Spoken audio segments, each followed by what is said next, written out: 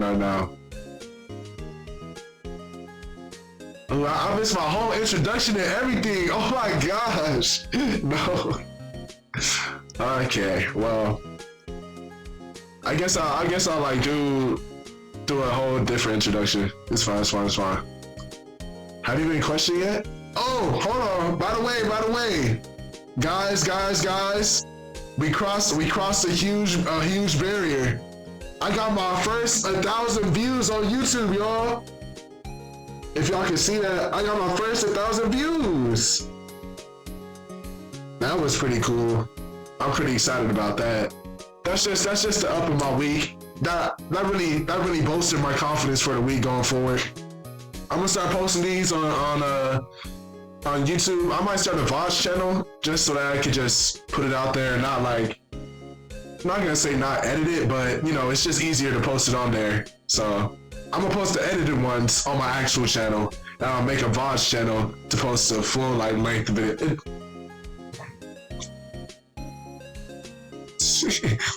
Have you been questioned yet? No, not yet. Detective Gumshoe was here just now. He says, seeing as this is your first offense, we'll let it go after questioning. What's good, Ava? I'm doing good, real good. How you doing? Oh, and he wanted me to give bail money. You can pay for me, okay? How much? I don't know. I guess they'll send you a bill or something. Why do I picture giant bales of money every time I hear the word bail? I'm not gonna lie, I had a great day today, y'all. I just went to the Spellman Glee Club, and I saw my Spellman sister. It was pretty fun, Any luck with Mia? None. I can't get through to her at all. I tried, I really did. I don't know what to do. I think I probably shouldn't have stopped my training. Huh? She sounds like she really did do her best. Appreciate it. You know, I gotta get a little serious, gotta get in character for this, you know. This is about business here. I should check and see if there are any waterfalls in the local area. I wonder if I'll ever see my sister again. Interesting. Let's see how the cop is doing. The guard monitors the visitor's room. He hasn't moved an inch since I came. A real pro. Okay, he's still the same. Smile for the camera. Yep. Still the same in here. Let me take a look at the evidence that I have. Yeah, the DL6 incident. The hand photo. Robert's autopsy report. Yeah. Gordy article. So if I remember correctly, Miles said that he didn't shoot the guy, so he said that it came like from a different place, almost like it was around him or something. So we have to prove that he didn't shoot the guy, but in fact, someone else did. Objection! Alright. December 26th, Broad Lake Park. There are fewer than there were yesterday, but the cops are still around the park. I wonder if Detective Gumshoe is here today. Cool. But the birds are back, bro. What's this game about? So basically I'll play as a defensive attorney trying to prove that people didn't do the crimes they're accused of. And it's like a old game, I believe. Pheonix Wright, Ace Attorney. I just kind of got into it. I'm not gonna lie. I always knew about the game, but I never played it or haven't really seen any much about it because I was always like, I always knew that I wanted to play it. You know, I wanted to play it on stream and on YouTube, and now that time's finally here, I can do it. So I'm just doing it. You know, no, ain't no time like the present. I feel winter is chill from bare leaf trees today. There's a lot of trees here. I guess that's why they call it a nature park. It's quite pretty when the cherry trees along the lakeside blossom in spring. Today, it's just cold. Facts. I'm not gonna lie, I went to class today, It was mad cold outside. The sign says Gordon Lake Nature Park. This place is full of families picnicking on the weekends. It's a little cold for picnicking these days, though. The birds getting on my nerves. That's cool. Right. Where we going? December 26th, Gordon H. Haven't seen Larry around today at all. Probably off paying through the nose of a date with the lovely Beyonce. Bro, Larry always getting into trouble with a model, bro, for no reason. Famous Gordon Lake. Its green waters stretch out on both sides. It's a pretty big lake, really. The hot dog stand is closed. The Christmas French looks a little half-baked. The banner reads, Samurai Dogs. Somebody needs to redecorate. Okay, so it's basically the same. A lineup of plastic benches. I guess the idea is you buy a dog and eat it here. Except maybe Maya, she had a samurai dog. The trash can is empty. At least the place is well maintained. Okay. Let's go check on old girl. See if she's here. December 26th, Gordon Lake Woods. Yo, what the heck? Hey, Detective Gumshoe. Hey, pal. The trial today, yeah? What about the trial? Well, I was going to say good show, but it wasn't really all that. Though you did save Mr. Edgeworth, I guess. I just wasn't sure how to thank you, you know? Thanks. Cool. Tomorrow's trial.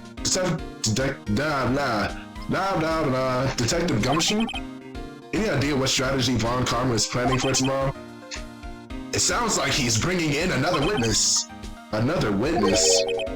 Oh, right. He said something about that in the trial today. So glad. I'm so glad. So glad they're giving us a flashback. I do not remember what he said. I just got the heck out of that fly. There are two what voice did I give him? There are two witnesses. I was wondering who the other witness was. Who was it? Sorry, pal. As much as I'd like to, I'm not at liberty to divulge that information. Right.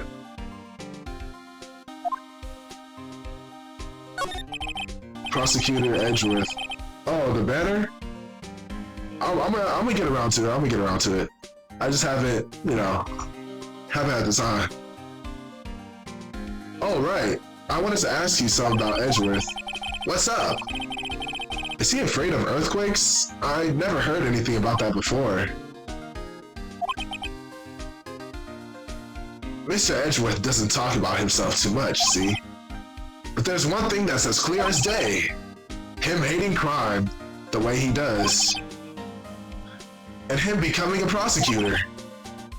And him being afraid of earthquakes. Yo, what's good, Dexter? How you doing? That's an interesting name, not gonna lie. It all started with that incident. The DL6 incident? Yeah, that's the one. 15 years ago.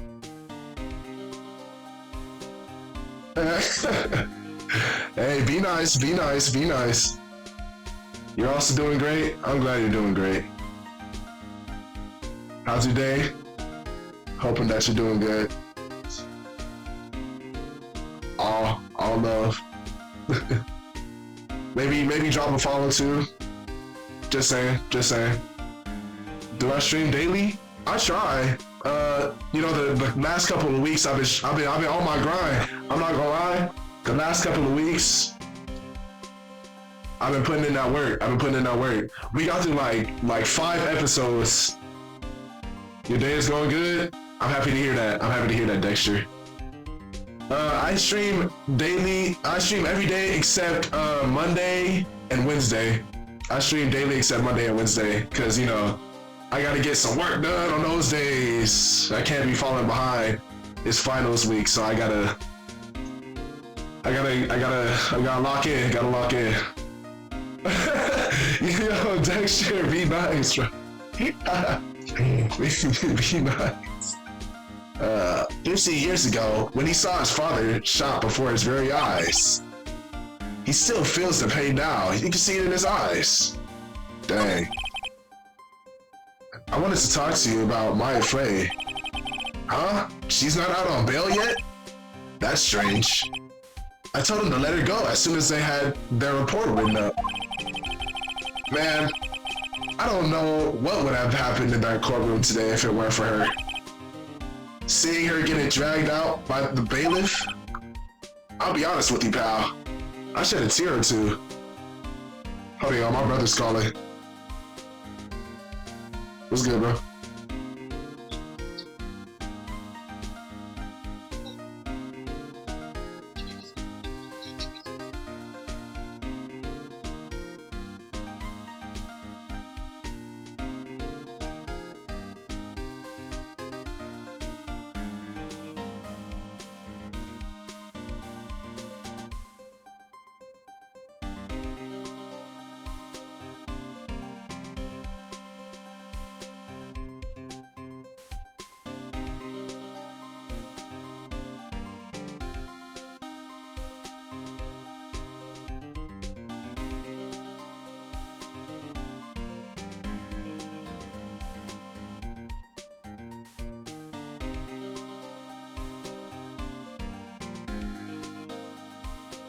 Alright, y'all. I'm back. To be honest, well, what am I saying to be honest like it's a bad thing? I'm going back to California in a couple of days, so I'm still gonna stream that day, I think. But, you know, it's just news. Let's get back to the game. I'll be honest with you, pal. I shed a tear or two. Mr. Edgeworth, he was so moved, I saw his lips trembling. Really? Cold as ice, Edgeworth? He was really grateful for what she did, you know? I'm going to head back to the station. I'll get the report on Maya as soon... Oh wait. I'll get the report on Maya and get her out of there as soon as I can. Thank you. Oh wait. I was wondering how much is bail going to be? Don't worry about that. Mr. Edgeworth is posting the whole amount. What? Edgeworth? Yo, Edgeworth a real one. I ain't gonna hold. I remember that trial. Edgeworth stepped up and made us, and he, bro. He on the side of justice now, bro. I mess with Edgeworth. Didn't I tell you? Wait, don't they have a game, for Edgeworth? They have a game for Edgeworth. We might play that after this one. But there is a game that I want to play after this one. Y'all gonna see. I don't really know how many chapters are in this game though. We just gonna play until it's done. He's grateful to her for what she did. Alright, pal. Well, don't forget to pick her up, okay? Maybe I can get Edgeworth to pay this month's rent too. Yo, Edgeworth got that money, bro. Let's see what we can find. I don't think Lotta takes very good care of her SUV. It's covered with dents. I can't believe anyone would drive their car down here. Jeez. Hold on, y'all.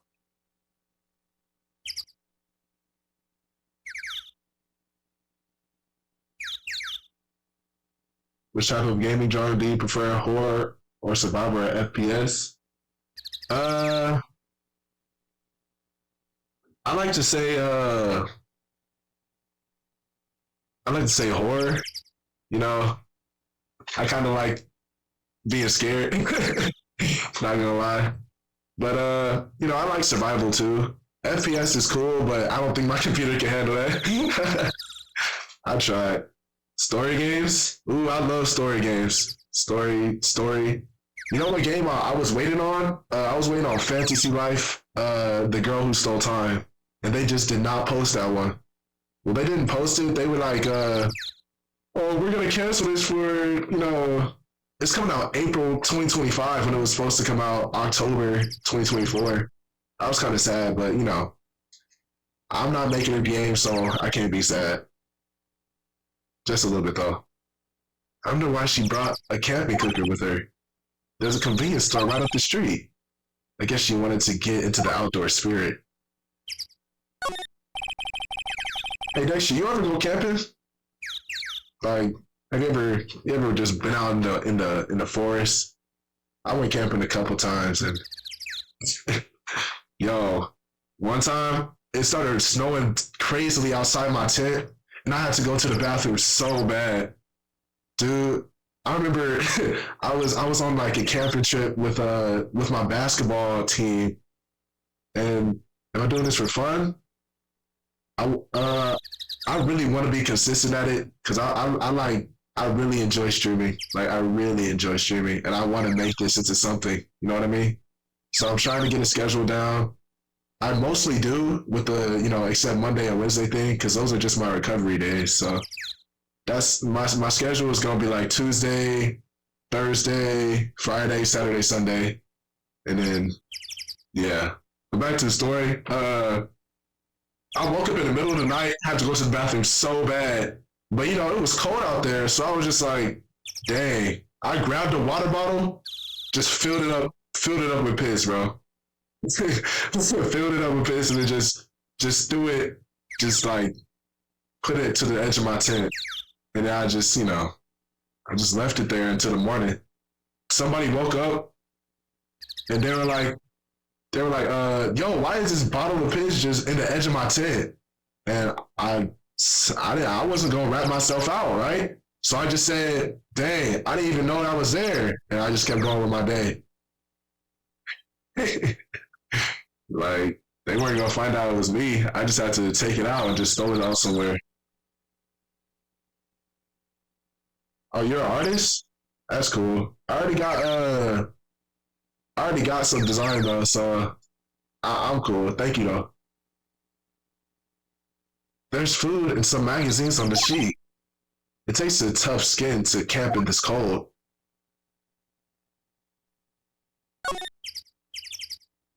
Oh, this is a camera that lost cameras starting out the lake as usual. Even novice like me can tell that the camera costs for a pretty penny. I hope she doesn't leave it out here to get stolen.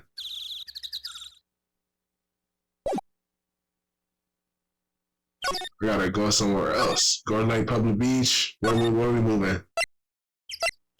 Oh, the boat rental shop. Maybe he's there. December 26th, boat rental shop. Looks like the boat rental shop is closed today too. Dude, when is the dude ever here? No clues here. A small boat rental shop. Doesn't look like anyone is around. They're probably closed because of the murder. I guess. There are some boats floating on the dock. The murder took place in the boat from this dock. Apparently, the police took away the actual boat that was used that night. Indeed, there's space for one more boat at the dock. Okay, so the police took back a boat. So I don't know if we need to jot that down as memory, but it is what it is. So we already did everything that we need to do from here. Let's go to the Criminals Affairs Department. It's December 26th, Police Department, Criminal Affairs. Detective Gumshoe's not here. Gumshoe's at the scene today again. Huh? Really? He's a live wire, that one. Got into a fight with the chief for not following protocol. Not following protocol?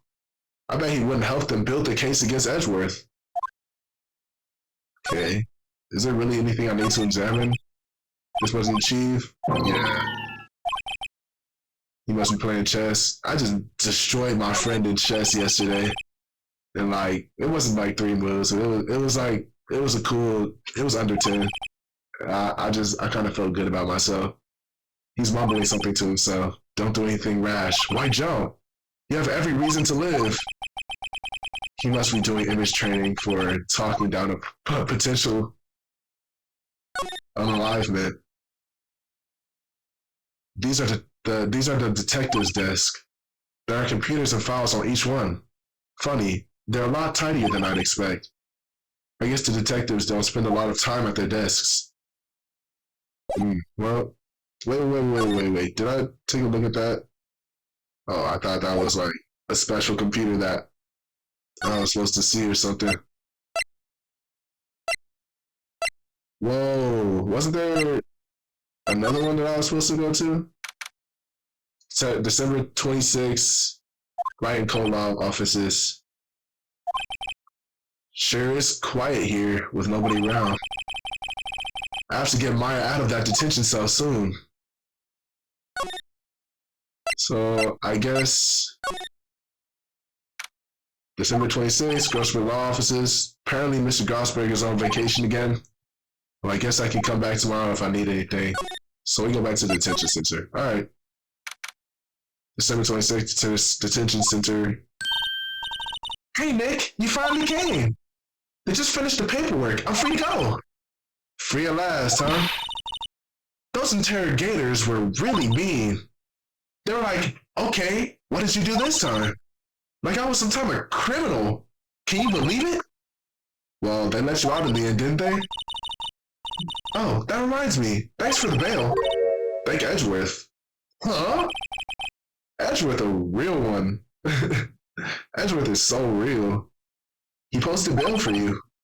Said he was grateful for what you did. Mr. Edgeworth did that? I have to make it up to him. We've got to win this case, Nick. We just have to.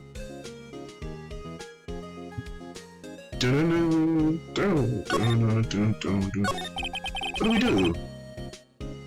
What do you think?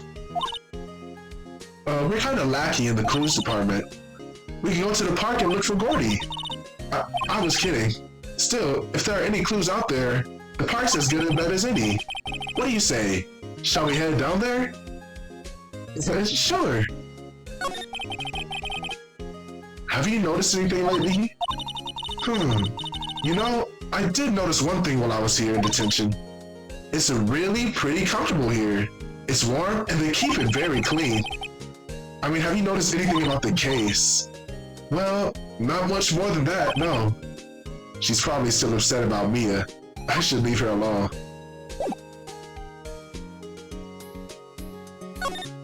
Examine.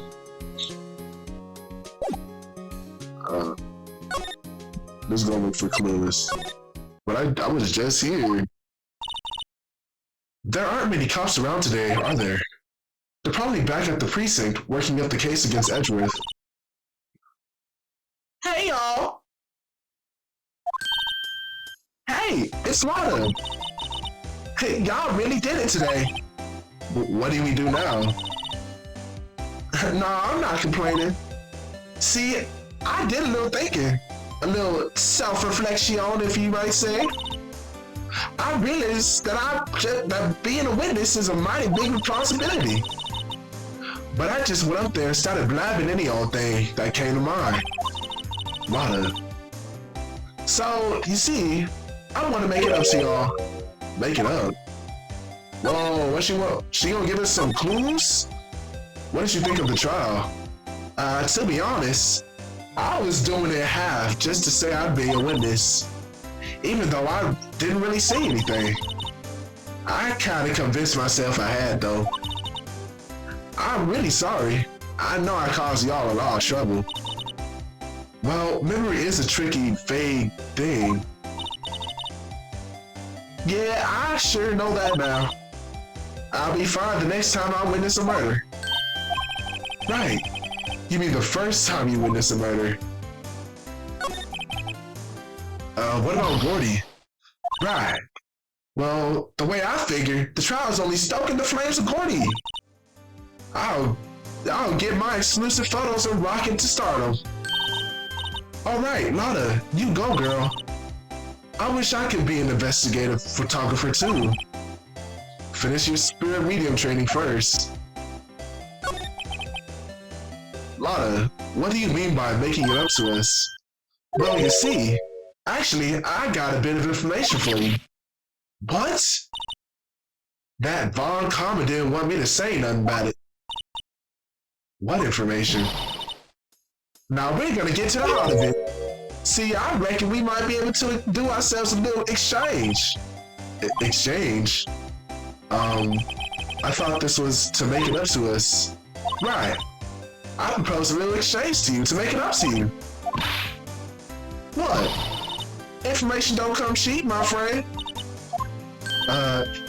Hey, I see you thinking, my, how unsophisticated these Southern folks are. It's written all over your face. Let me tell you, most Southerners are way more sophisticated than you are. I'm just the exception, okay? Well, what'll it be? We gonna deal or not? What? Oh, let's do deal. Oh, definitely. She got cases for us? She got clues? She got clues? And she got a little something else too. I'm gonna leave it at that. I'm gonna leave it at that. I'm gonna leave it at that. I ain't gonna lie. She kind of bad. We don't need any other leads, so I don't think we have a choice here. Okay, how much? Huh? You completely off your rocker? I may not be sophisticated, but I'm not trying to rob the poor. Huh? The only fair exchange for information is information. Listen good. What I need from you is information about Gordy. Whoa, Gordy? But Gordy... But, oh, whoa. But Gordy doesn't... I mean, Gordy might not exist. Then bring me proof that show he know. I'll be keeping watch from the car, okay? You see, some of y'all come to me first, got it? Okay. Right, see y'all later. Oh my god. Bro, winter time came and my allergies just started acting up all over again. I'm not gonna lie. It's embarrassing. I remember one time, especially when COVID was around, oh my gosh, it was embarrassing. I was coming to school and my nose just started running. And I opened the gates and the principal was right there. You know, my nose was just drizzling, you know, yellow, snot, you know, I was salivating. She was like, "You got COVID?" I was like, "Nah." And the whole rest of the day, she made me, you know, she made me wear a mask, bro. Of course I was supposed to wear a mask, but like, no. With the principal breathing down my neck, it was just like, what I love though, I love my principal. She was cool. She was cool, she was cool, she was cool. Okay, Nick, let's get hunting. Hunting? You don't seriously mean Gordy? Sure I do. What about Edgeworth? We're searching for Gordy for him, Nick. Don't you get it? Okay, but how exactly do we search for a make-believe monster? Maybe we can find a monster myth specialist.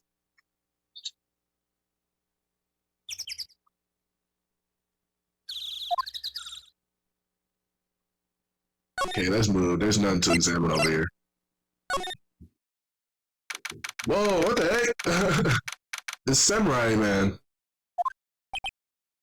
What's that? That's the Still Samurai, Nick. Yo, Maya. Larry, what the heck is... Oh, Larry, what the heck is that? Oh, it's my girl Kiyose's idea. She was all, if you don't put this here, it would be like really cool. Dude, she gave it to me along with the banner. I ain't gonna lie, his girl sounded pretty cool right now. Wow, that's real impressive. She can find those for you. Oh, well, she knows a lot of people. And that show's finished now, so she got it for free. Right. Whoa, what is he doing with his head right there? Yo, Nick, what happened to Edgy? Well, we made it through the first day of court, alright. I don't know how good our prospects are from here on, though. Huh? Hey, Larry, did you know Mr. Edgeworth's secret weakness? He's terrified of earthquakes. He acts like a little boy. Huh? That's weird. I don't think he was ever like that in school.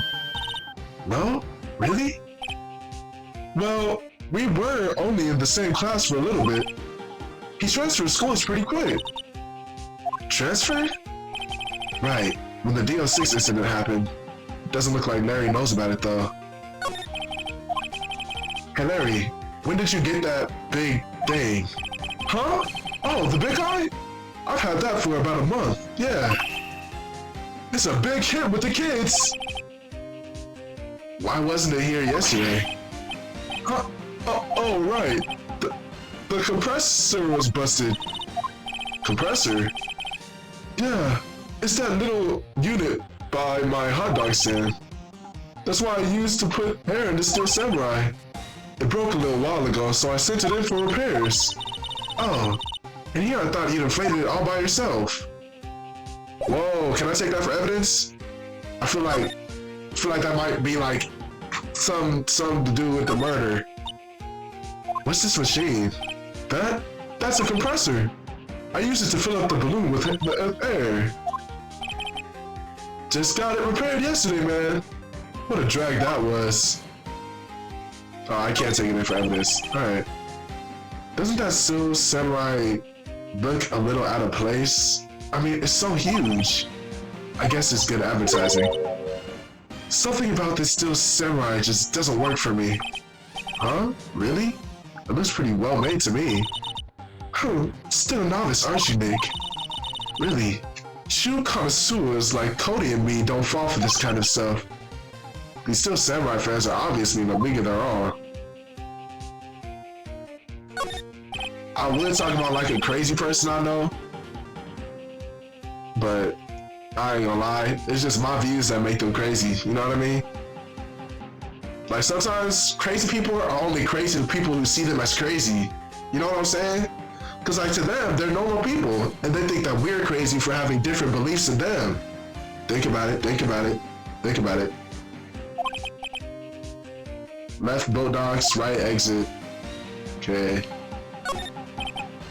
Those flags look sadly out of place here too, flapping listlessly back and forth in a cold wind under a cold sky.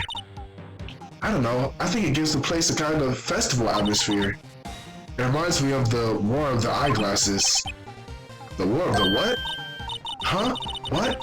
You mean you don't know the War of the Eyeglasses? What the heck is it? Our local fair used to do it every summer. I guess we were the only ones though. I ask again, what is it? That's what's up.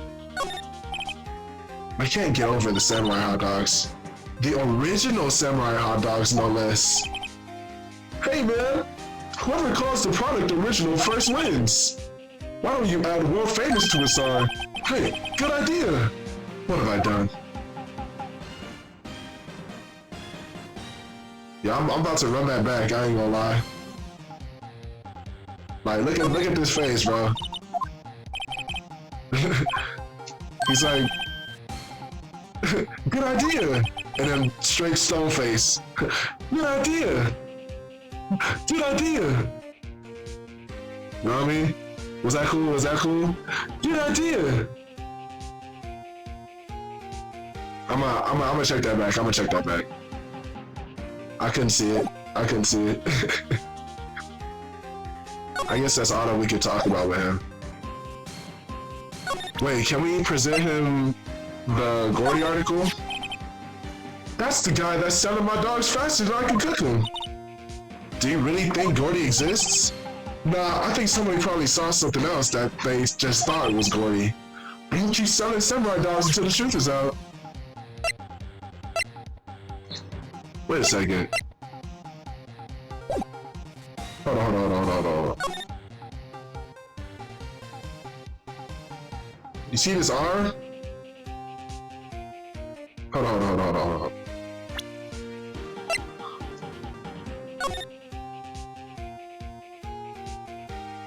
Whoa, you see that? Hold on, look at that. Look at the arm, look at the arm. And look at Whoa.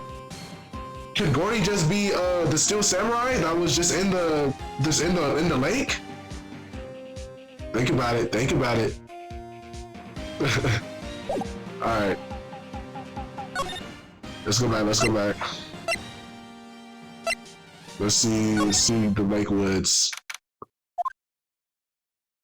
Okay. Hey y'all! Well, y'all find anything out about Gordy? No, nothing. Well, keep moving. It gets cold out here in the nighttime. It is a little chilly. I think I have to sneeze. Whoa, no you don't, no sneezing.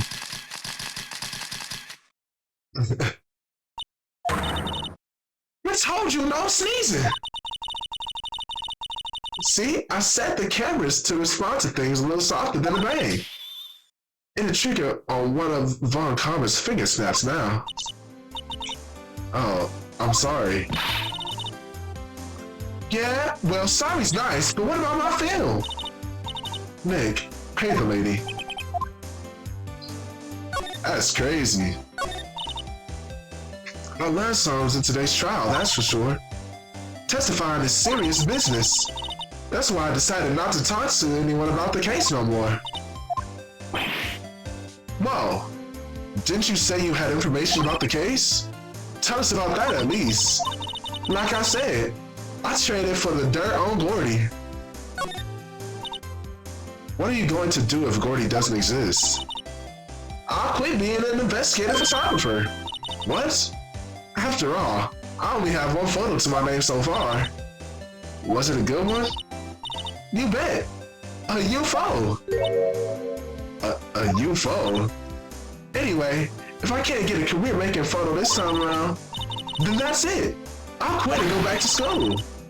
Wait, so you really are a university student? Yeah, well, I'm taking a break for a bit. Right. I'm guessing I have to bring back some evidence to get the check mark. Alright, bet. There's really no use in... Oh, wait. Let's check out the camera that just fired. Oh, I can't? That's what's up.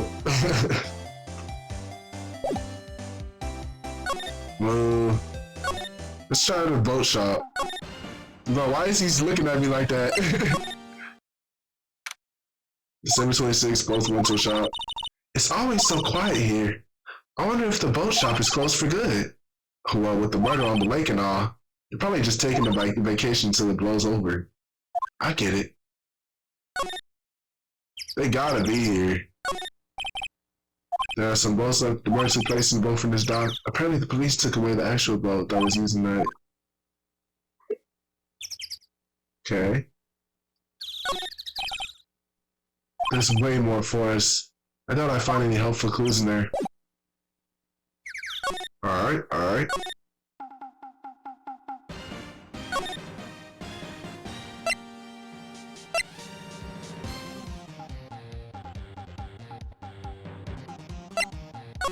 That music go hard. That music go hard for no reason. Let's see. The Criminal Affairs Department. December 26th, Police Department, Criminal Affairs. Hey there, pal. What's up? You look out of sorts. Wait, you didn't go and do something that's going to hurt Mr. Edgeworth's case again, did you? What do you mean again?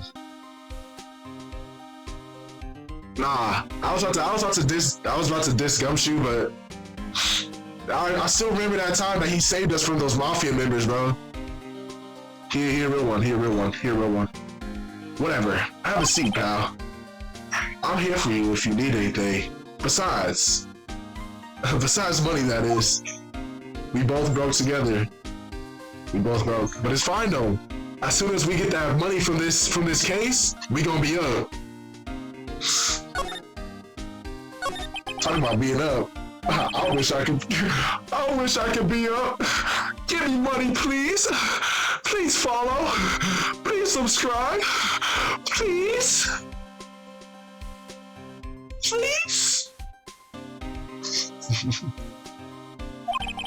Seriously though.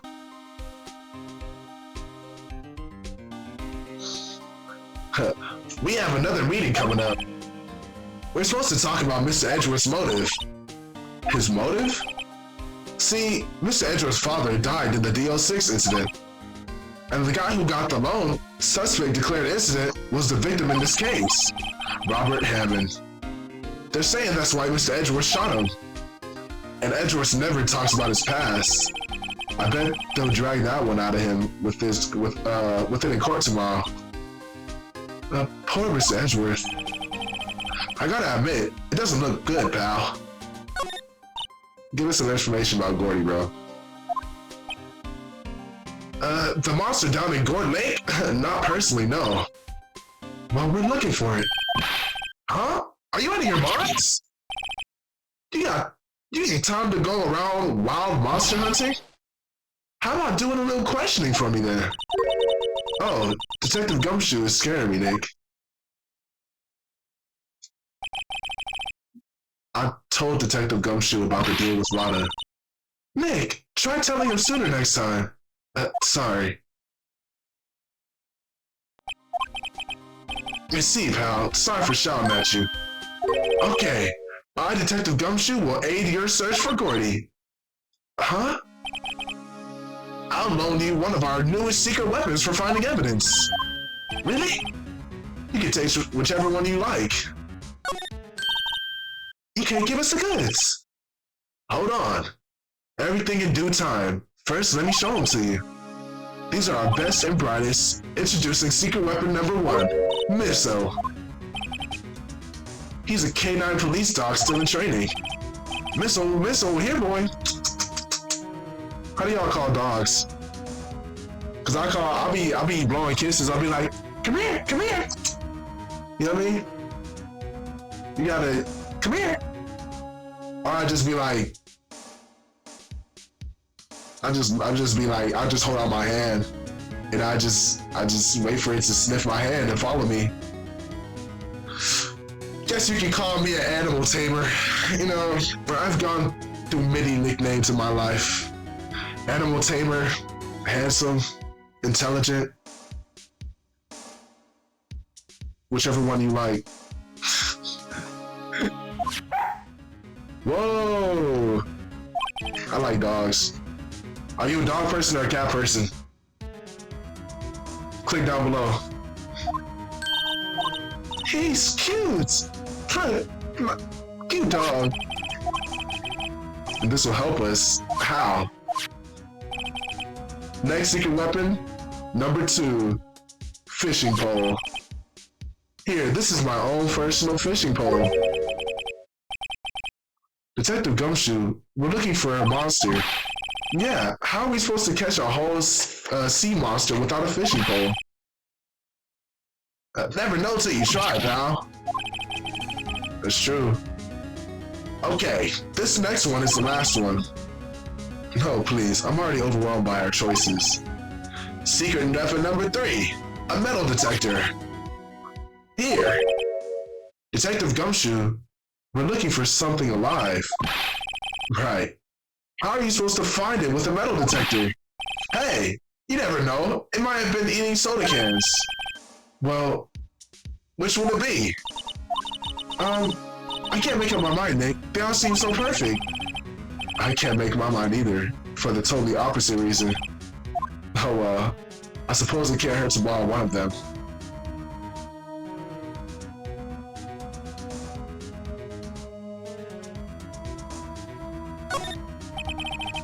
Can you borrow that metal detector?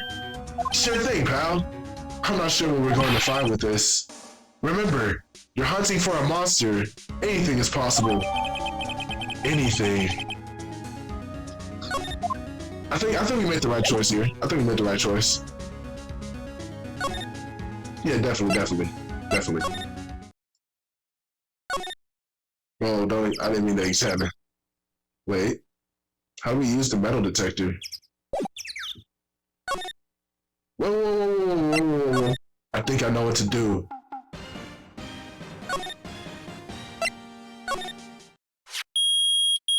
I knew it! Oh my gosh, I'm smart! Oh my gosh, I'm so smart. Nick, it's beeping. The metal detector found something. I think that deserves a good snack. Hold on, y'all. I'm gonna eat some Cheez-Its real quick.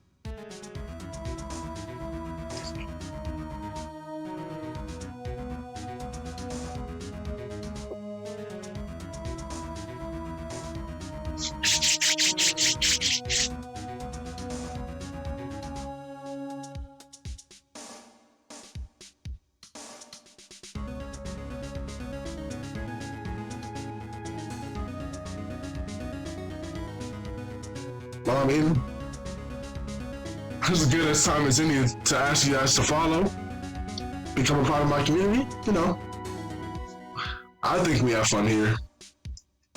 That's for you to decide. Sure is loud enough about it. Whatever it is, it must be in those bushes. Go check it out, Maya. Why do I have to check it out? Link! Look! Huh? An air tank. The valve looks broken. I thought it was Gordy. Maya, first of all, why would Gordy be in the bushes? Second of all, why would the metal detector react to a sea monster? Oh. Huh? There's something wrapped around this air tank. It looks like a string of flags. We might as well take it with us now. It's heavy. Okay. Okay. Now what? Oh, okay, now we ask bro about this. Can we talk about anything? No. Now we ask bro about this. What? An air tank? What about it? Larry, I wanted to ask you about this tank. Have you seen it before? Huh? Me? No, never. Who the heck would go diving in the middle of the winter? Oh, I didn't even think of that. Oh, wait. No. What if someone was diving and then they shot bro? Nah. There's something about the way his eye twitched when I showed him the tank. I think I better pursue this line of questioning a little further. Is it yours? Say, is this air tank yours? Why would I have anything like that? Look, see? There's a little string of flags around the tank valve. It's just like the string of flags around your still sunlight hair. Must be a coincidence. There are strings of flags everywhere these days. Like elementary schools and used car dealerships. Look, why would I need a tank anyway? To go diving. What? Why the heck would I go diving in a lake? Wait, you're not saying I had something to do with that murder, did you? Or are you? Hey, watch it, buddy. I'm not saying anything until my lawyer gets here. Mary, Nick is your lawyer. Well, Larry, she's right. Well, anyway, I never seen that air tank, okay? Yeah, right. Larry's hiding something, I can tell.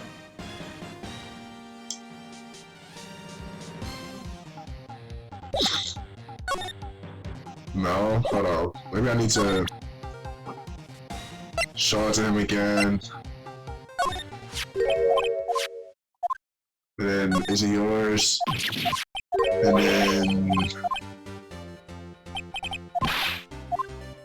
And to inflate something. You used it to inflate that, didn't you? Inflate what? The big puffy still samurai! Now, why would you go ask me a question like that? Looks like I did hit the nail on the head. Right. Actually, see, the compressor I always use was on the fritz, so I tried using the tank to inflate it just once. And, it didn't go well, as I suspected.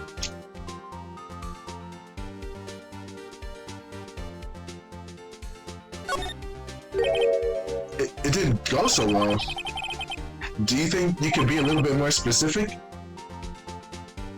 Hold on, let me get this one thing off my screen. I just look at it too much. Come on. Look, it's embarrassing. I don't want to talk about it. Tell us. Fine. Whatever. Just like what I said, the compressor was busted. So I took the tank and tried to fill the samurai up with that. And then, blam! The valve busted open and made this incredible noise. And the tank there took off like a rocket. And it took my poor deflated steel samurai with it.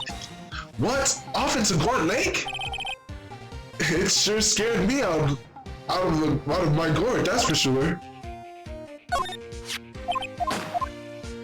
Yo, did I get that like right on the head as soon as I did that?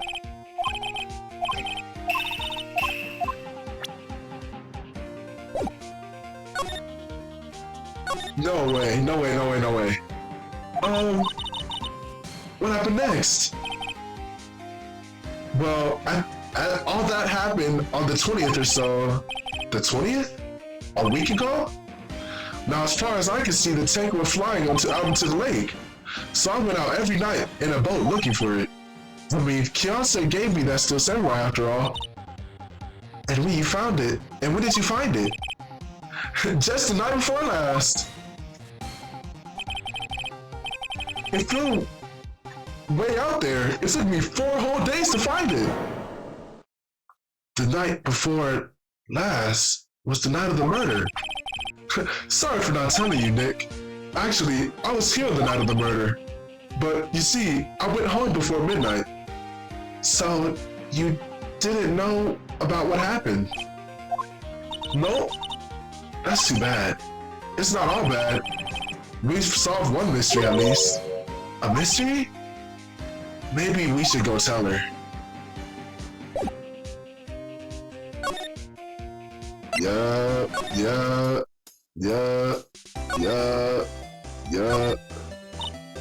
Well, Mr. Lawyer, I've got the info y'all need.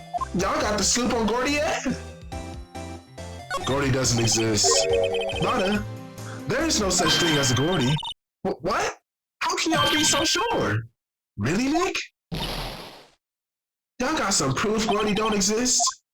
The proof that Gordy doesn't exist is here. No lawyer worth his bash will make a claim without the proof to back it up. Here's the proof that Gordy doesn't exist. Take that! Take that! Larry's air tank? What are y'all doing with an air tank? This is Gordy. Excuse me? What exactly are you saying, Nick? There's a stand near a hot dog. Oh, there's a stand near here. A hot dog stand. There's a giant inflatable samurai doll there, right? About a week ago, an idiot who happened to be a friend of mine tried to fill it. He used this air tank, and when the valve blew, the tank flew into the lake. Apparently it made a pretty loud bang when it flew. A bang? The tank, along with the still deflated samurai, fell into the lake. At the same time, a couple was taking a photograph of the lake. Wait, so you're saying that Gordy is really the steel samurai? Huh. Well, that's a fine way to ruin a gal's dream. I'm sorry, Lada. Nah, it's okay. You win. I'll give you your info, like I promised. Poor Lada. Let's go, case information. We do not care. Give us the information. A promise is a promise, I guess. I overheard the cops around here saying something about the witness tomorrow. They say that he's a caretaker of the boat rental place up the path here. Boat rental? There's someone there? I mean, it looks so deserted. This an old guy living all by himself. Y'all should go check it out. Thanks, Lada. We will. Let's get cracking, Nick. Hold on. Something else? Yeah. The night of the murder. My camera clicked twice, you know? Wait. So you have another photo? Well, yeah, but there's nothing in it at all. Just a lake. I figured it wouldn't be much use as evidence, so I kept it to myself. Well, it might not be helpful at all, but here, take it. Bye now. Y'all take care. Time for me to pack up and leave. Poor Lana. It's all Mary's fault. The legend still lives on, I guess. A legend? Yeah, the legend of Larry. Familiar to all who know him for any length of time. When something smells, it's usually the butts. Someone should whip that butts in the shade. That's what's up. Wait. Let's look at what we got. Go and make. We can't look at it?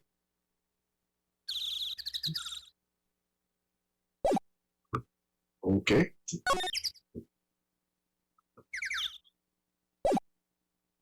Wait. Let me slide. Nothing. Alright. Let's ski-daddle to the boat place.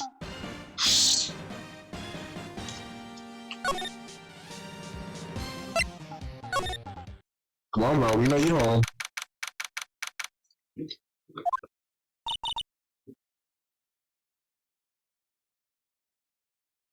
Hold on.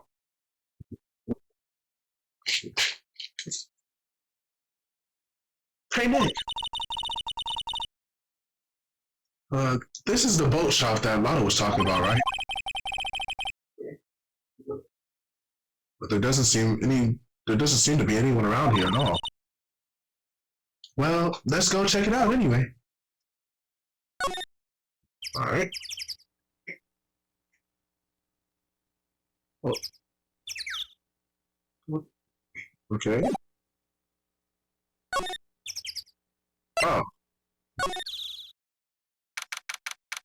December 26th, caretaker shack.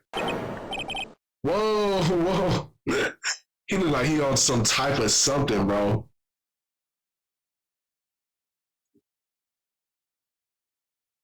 Hold on.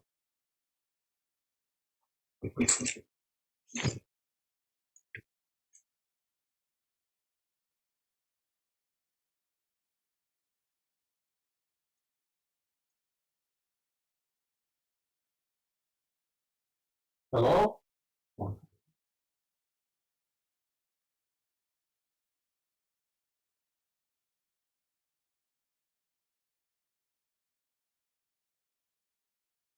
you mean? Why? It's not like the stream. Yeah. Well, you want to stick around?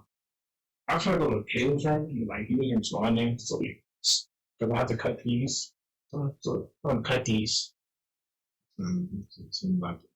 That's cool. I'm gonna cut these one person. Okay. You guys going for it? No, I don't know what this. I don't know what I was looking at. I thought it was like I can use like AI generated. Nah, it's called Pheonix Wright. Ace Detective. Is he right? It's on Pheonix Wright. I'm gonna put a pause there, like. See, bro. Was you already? Was you already? What? Oh, you said ha. All right.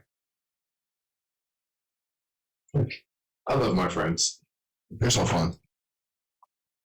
Back to it. Oh,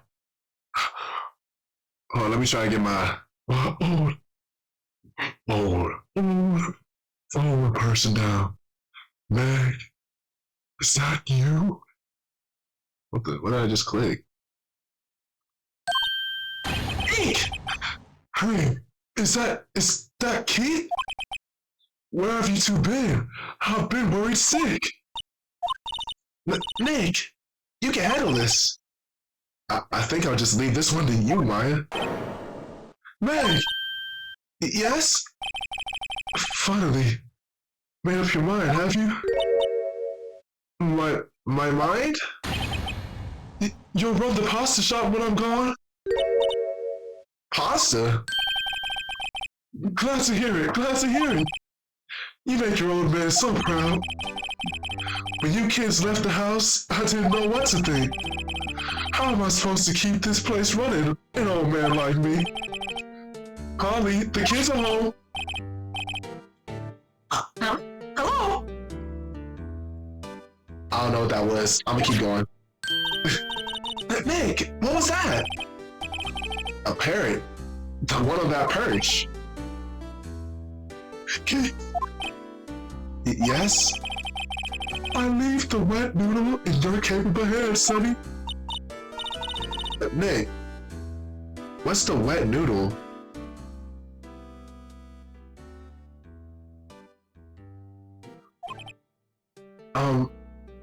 Based on the available evidence, I say it's the name of this pasta shop. That's a relief, isn't it, Holly? Hello? Hello? Yo. Goofy. Goofy, He fell asleep.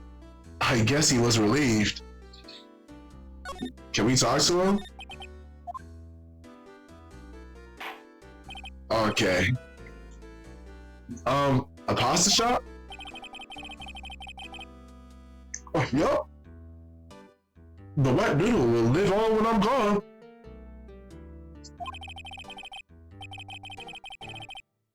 My father started it, you know? So that makes you two the third generation. Meg? Oh, you know.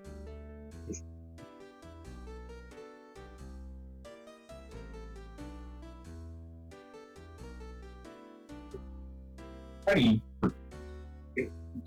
Hello. In close the child? Yeah. Oh, two. There's the door. We got three. Whoa, what is that? I don't know, we're just not hearing it now. I'm interested. The jean jacket design. This camera.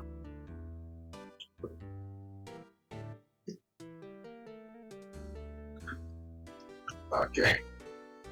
What's My the culture camera? YouTube, right? My mom used to own one of those cameras.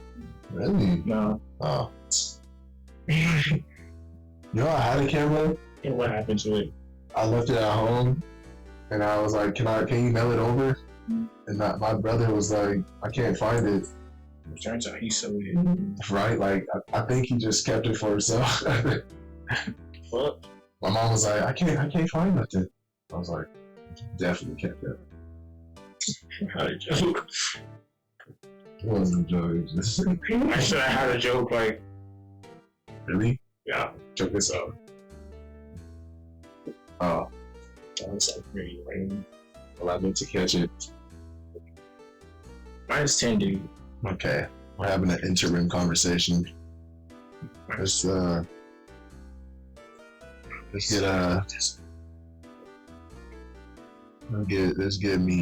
get me in the frame here.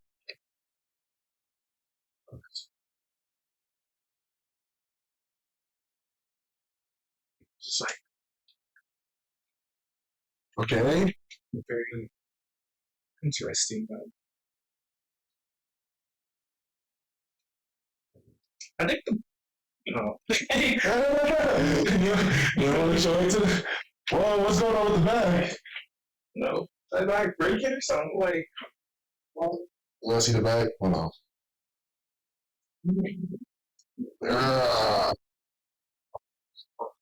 Look. Turn around. Oh, wait. No, hold on. Word. Go over here. Go right there. Mm-hmm. That's the back. My hair's kind of flat. Direction, like, You wear headphones. so, I'm just balding. okay. I guess like all jokes aside, like if I actually am splat. Splat. Should I just walk around like this on campus? Yes. So if you in your house, You know, the girls gonna grab me by this. They gonna be like, "Come here, good boy." count those pants. Is that girl that's gonna make you a Michigan dad? Say what? The girl that's gonna make you a Michigan dad? Okay, that's not. Do you want to make me a father? Sarah, look at the Joker here. Alright, let's get back to the game. Woo. I love my friends. They're so fun. they're so fun. Well, if you're just coming into the stream, hope you're doing great. Why not just hit a little follow? You know, hit a 360 on that follow button. Let's go. Let's get back to the thing.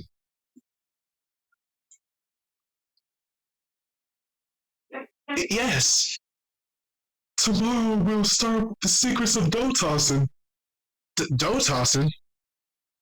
You too, Keith? Yes.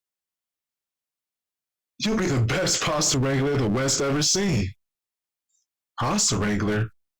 The West isn't pasta from Italy? Meg, yes? You know the best pasta's always been made from the west of the Rockies, don't you? Right, of course, everybody knows that. Nick, huh? How long do we have to keep this, all in the family charade? This old man must know something about the murder. We're not leaving until we find out what that is. Okay, man, wake up. This is a boat rental shop, right? What are you talking about? This here the place, the palace of the pasta, the wet noodle. Hey, man.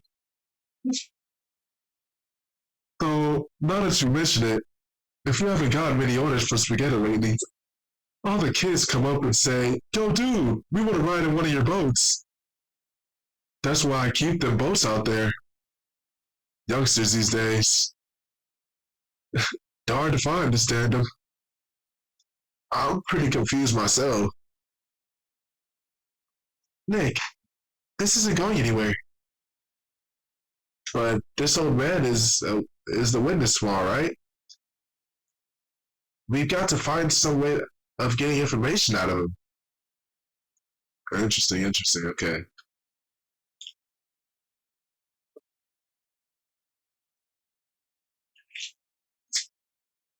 What would happen if we showed him a picture of this? What would happen if you showed him this? Now listen here, Keith. Remember that tricolored pasta we were talking about? Our rainbow lioli. I figured out the last color we should use. Indigo blue. Indigo blue? That didn't seem to work the way I thought it might. That's facts. Is there anything else I can show him that's gonna... What about this? Now listen here, Keith.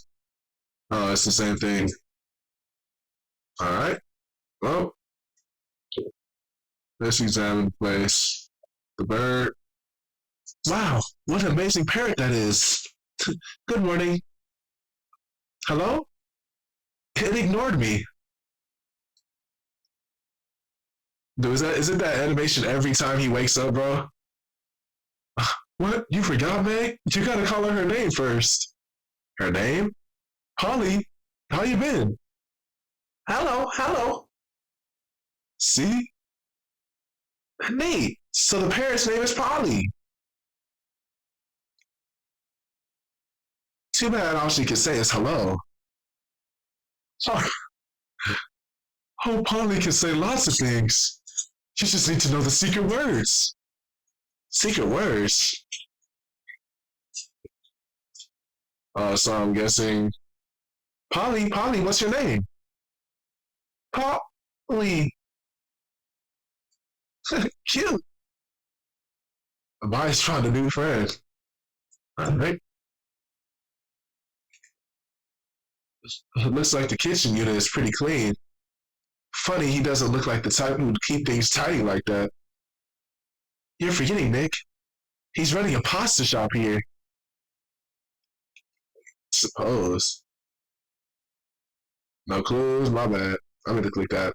Look, Nick, he has an electric blanket on his table. That's a great idea. We should add one to the office. We can sit down with our clients, snug and warm, and drink hot cocoa. And what? Talk about murders? You're a party pooper, Nick. Hey, I ain't gonna lie. That sounds cool. I guess I wouldn't know if someone died. Like, I would just be like, dang. Wow, he has a television in here? Oh, okay. Look, a little safe. It's locked. Why does she think that will open? It's the same. Wait, can I go back and get like, wow, there's a lot of various fish in the Gourd Lake. Something's funny, Nick. All these fish are saltwater fish. Huh, okay.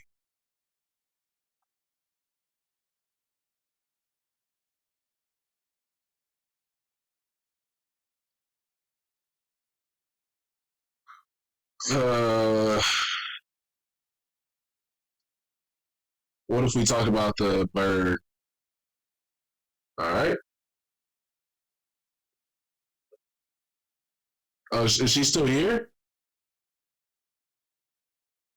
No. Why did I think she was still there? My bad. I was being silly. We'll examine. There's nothing to examine here. We out E5. Hmm? Detective Gumshoe isn't here? Now that you mention it, didn't he say he had a meeting to go to? Oh, that's right. Let's come back later. That's all. That's what do we do? Go here? Ah, fresh air. I gotta say, freedom feels great. Behave yourself in the courtroom tomorrow, okay? This behaving's much more fun. What's she trying to get into? Hmm? What's she trying to get into? What's she trying to get into? She trying to get. She trying to get Nikki, bro. All right. I totally forgot I could pick up that camera until my friend came in here. Not even gonna lie to you. It's not going to be fun when Edgeworth refuses to pay your bail again. Right. I'll behave. Oh dear. Any ideas? Any thoughts you want to share? Well, I was in detention all day. I think I'd like more time to think. Poor Maya. She probably thought about me the whole time she was in there. Well, what should we do? I don't know. I've been in the detention the whole time. I think I'll let you decide what we should do. Deal? Fair, fair, fair. Wonder if we go to Grossberg. Nope. Detention center. Oh, looks like Edgeworth is in questioning. Let's come back later. Guess so. I don't make the rules, I just play by them. So I'm guessing well, not guessing, there gotta be something to do at the Old Lake.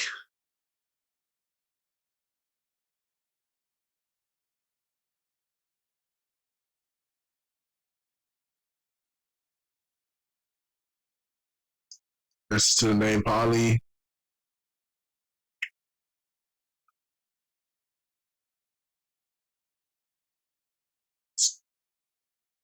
Definitely got something to do with the boat rental shop.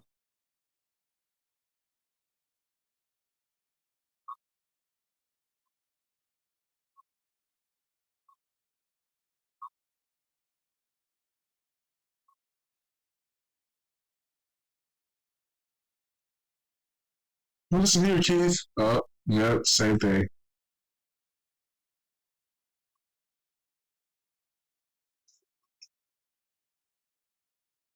Listen here, Keith. Tricolor. What? What do I need to show him? Oh my gosh.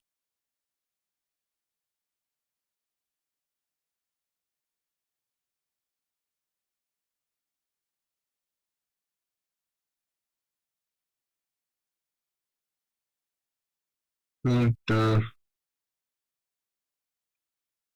dun, dun, dun, dun, dun. Am I missing something? Oh, Polly. Okay. My bad, y'all. I totally overlooked this piece of evidence. My memory's gotten worse of late. That's why I just saw everything important to Polly here. Everything important? I wonder. Polly, what's the number in the safe? 1228. Hey, Polly, watch it, will ya? See, Nick, all it takes is a little clever thinking and a criminal mind. Quick, Nick, write that number down. Hey, I'm gonna leave these here. You're playing Ace Attorney. I sure am. Cool, what this is going on? Gotcha. That's it. Win the case. Saul Goodman. Chris. Hey, don't get me involved in your little heist schemes. I bet. Let's see what's in the case. Dude, but we just. Did we write it down?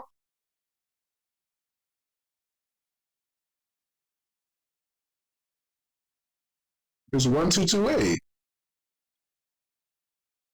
Did I skip something? Whoa, whoa, whoa, whoa, whoa, whoa.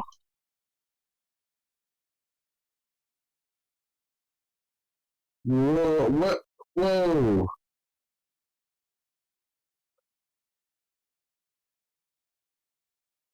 Did I just miss something?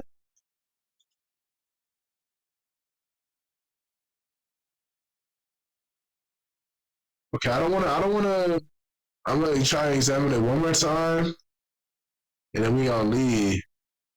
Alright, alright. Let's keep it moving. Keep it pushing.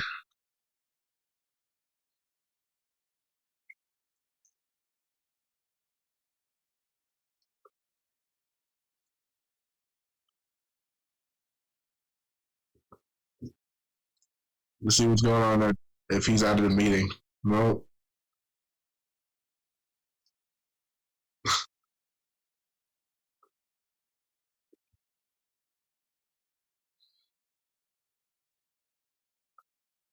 I feel like we were supposed to get something from that, but we didn't. Am I tripping? Is it just me? I feel like weren't we just supposed to samurai dogs?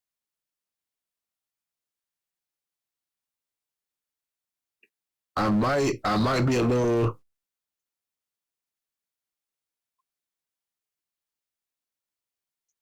Holly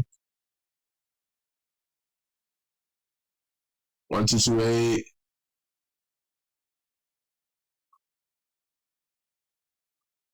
And then yo,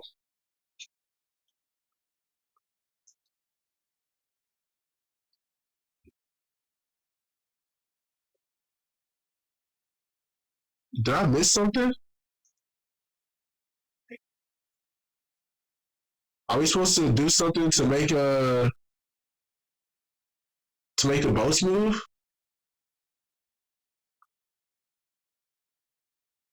Nope.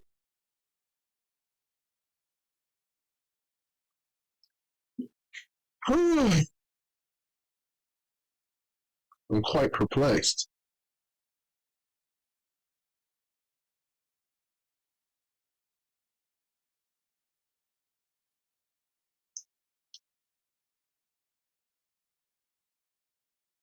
Let's Search, just sweep this place one more time.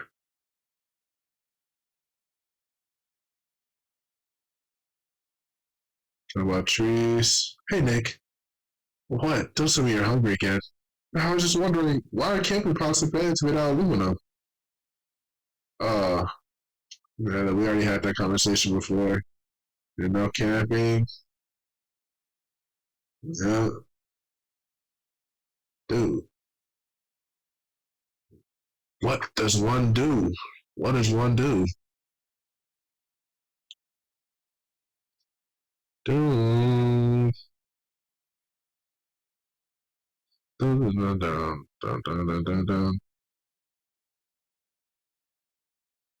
Uh,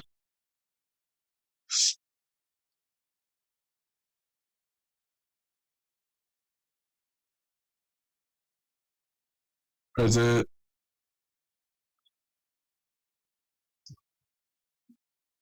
if it's this one again, we're going to the police department. All right. Let's go to the police department. Maybe we can get the dog. Just have a cool dog. I don't want to go right in there. It was a misclick, a misclick.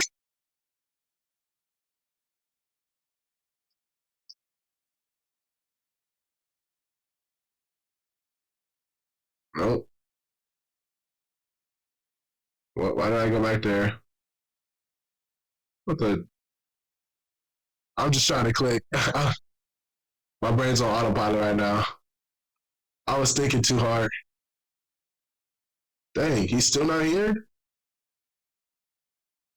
Where am I supposed to go?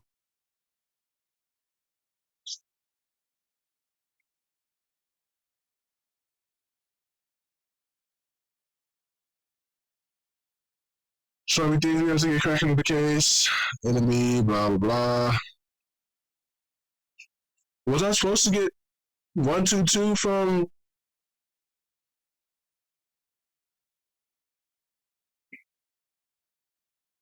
I have no idea what to do here.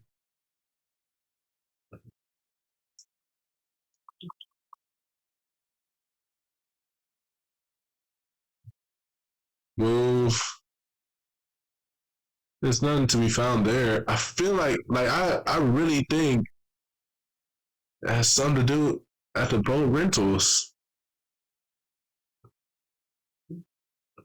That's the only place. I have to show him something.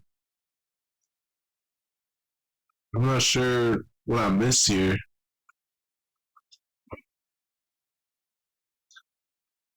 Everything important. I wonder what's the number 1228.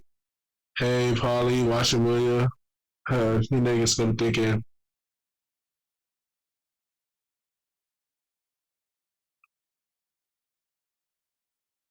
the rental shop. Stop the shop. Wet noodle. Blah blah blah. Da da do do do do. Confuse myself. Nick, this isn't going anywhere. All right.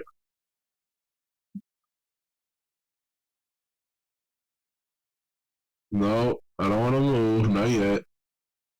I think we need to present him something that he recognizes. This kid trying.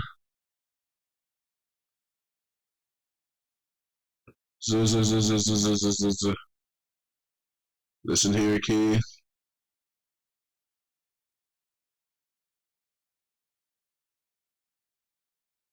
I'm just showing this random passerby just all the cases, all the cases evidence, bro.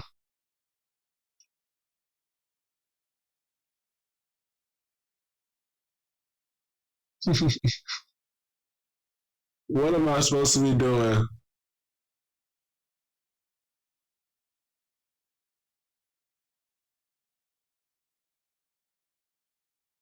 I kind of want that fishing rod.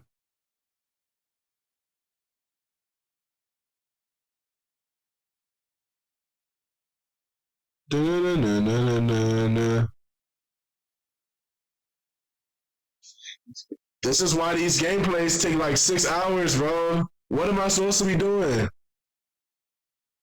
It's locked. Man,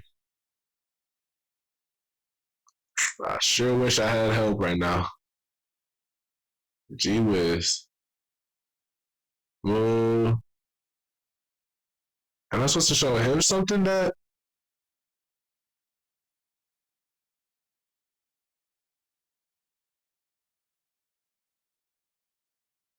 Earthswall champion, a companion of the essence to the name Polly?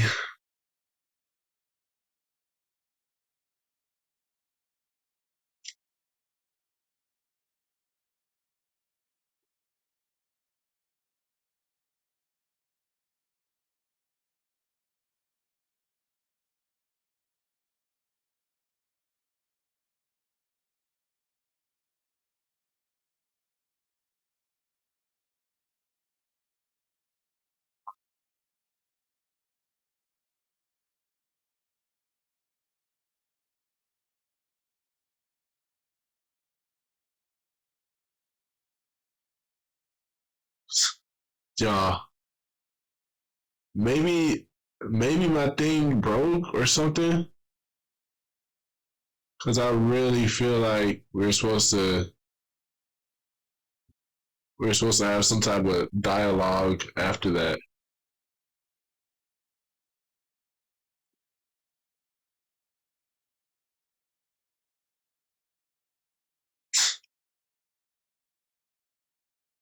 Okay, I thought if I went through all that, someone would appear, but I suppose not.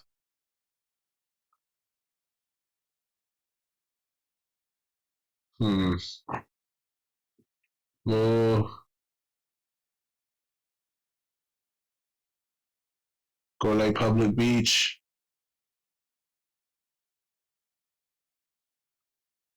Uh, I already showed them all this.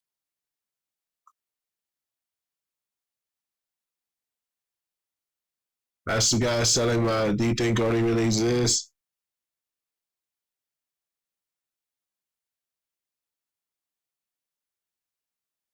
Sorry, Nick. I don't know much about that. Sorry, Nick. I don't know much about that. Sorry, Nick. I don't know much about that. All right. Love this guy. I am quite curious. What are we supposed to do when the best side of me is always you?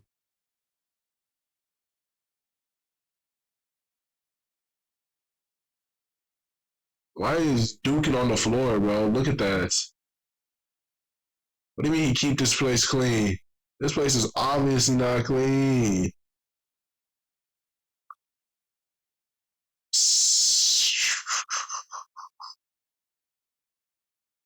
No, no, no, no, no, no, no.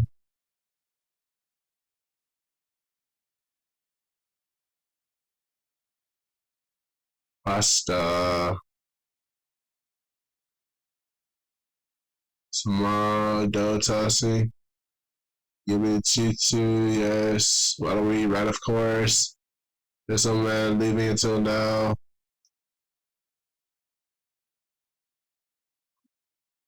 Everything I wonder what's the number. Hey, hey, Polly, watch it again.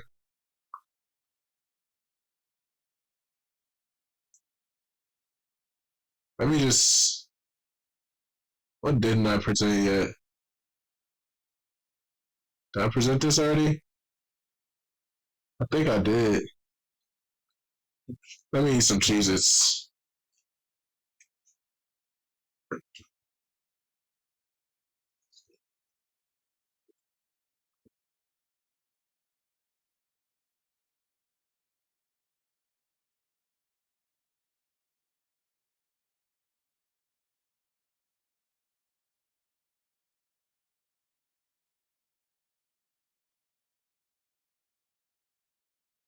Oh, I'm so tired.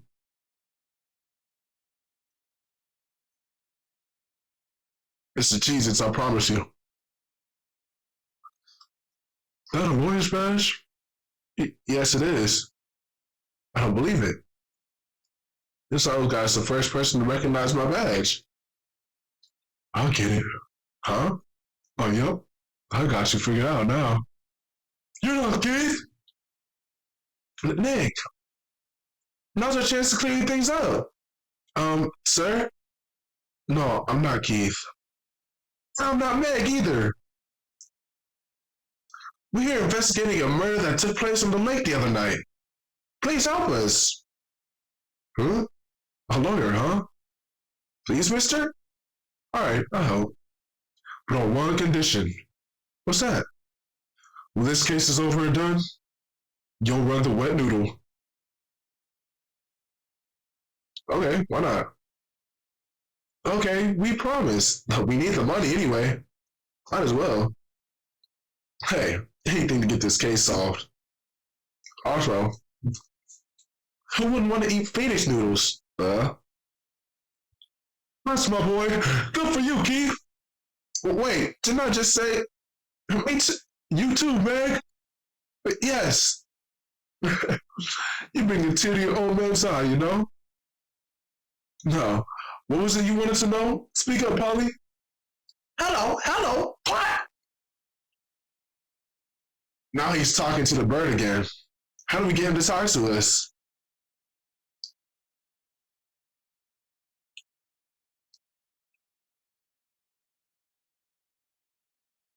Do do do do do do do do do do do do do do.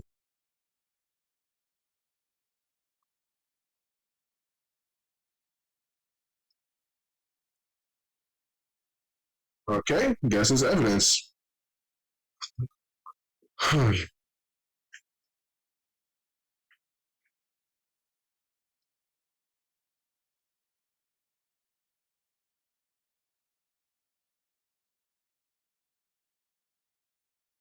Oh, yeah, I figured.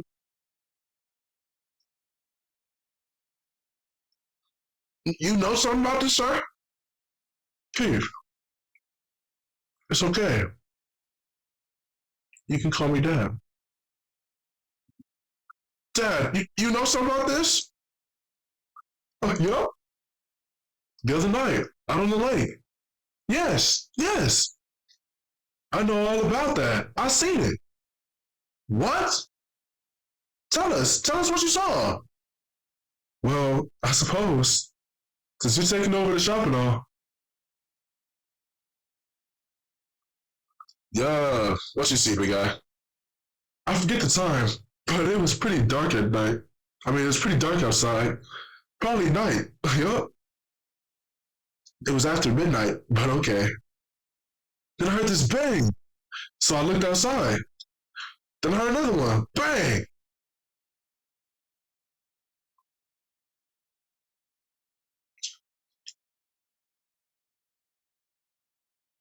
A little while later, this boat comes back. Then a young man walked by my window here. He was muttering something to himself. Yup. What did he say? Oh, yup. I forgot. I'll remember tomorrow by court time, promise. We need to know earlier than that. Do you know what? Little Terry was just out here. Terry? Oh, yup, the kid next door. You always used to make him cry, remember? He was wearing this tattered old coat, got himself some whiskers growing from his face. He must be talking about Detective Gumshoe. He comes up and tells me to come down to the court tomorrow. Really? Somehow, I don't think we're going to get much useful information out of this guy. Maya, maybe we should be leaving. I think you're right. Oh, wait, I have one more question. Polly, have we forgotten something? Don't forget DL6. Huh? What did she just say, Nick? One more time, Polly. Don't forget DL6. Squad! What? The DL6 incident? Hey, mister. I mean, Dad. This is getting weird. Who is this old guy? What would that bird Polly know about DL6? We have to figure out who that old man is. Oh, wait. I mean, what? He locked the door from the other side. Who would that old man be? I think I need to do a little more research on this DL6 incident. Maybe I should ask Detective Gumshoe. Huh.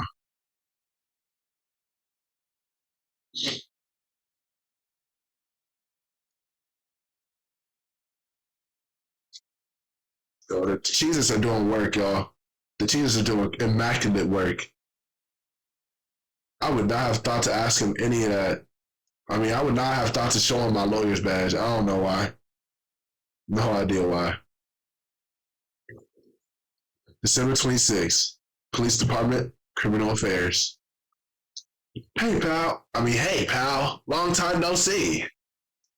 You don't look so happy. What's wrong this time? Actually, we wanted to ask you something. Yeah? The boat caretaker. You know the boat. Do you know the boat rental shop down at Gordon Lake? Oh, yeah. The old man who runs it is appearing as a witness in court tomorrow, right? Huh? How do you. That was supposed to be top secret. Do you know who that old man is, detective? Actually, I don't. He's a bit of an odd bird. I haven't been able to get him a straight answer out of him.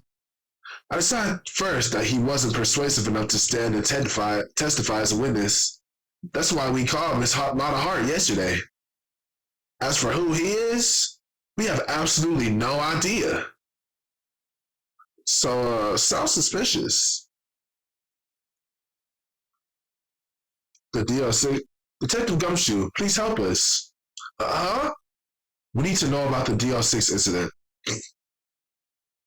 That was when Edgeworth's father died, right? I can't help but think that it was something to do with this current case. To tell the truth, I don't know much about the DL6 either. Mr. Edgeworth forbade us from reading the file, so I'm afraid I can't show them to you either, pal. What? However, if you can convince me somehow that the DL6 incident is related to this case, well, I'd consider opening that file up. All right.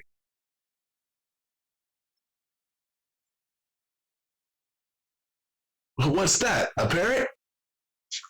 The old man at the boat rental shop's parrot. The parrot knew about the incident. The incident? DL6. Stupid. What?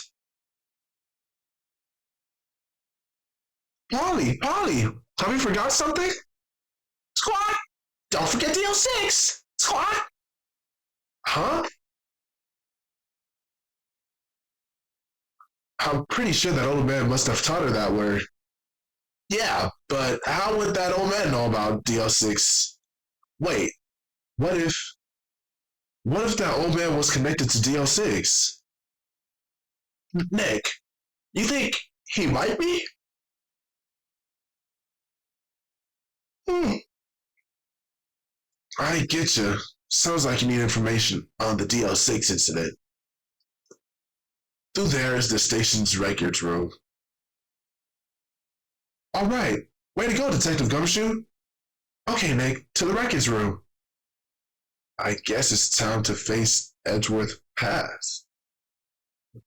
Whoa.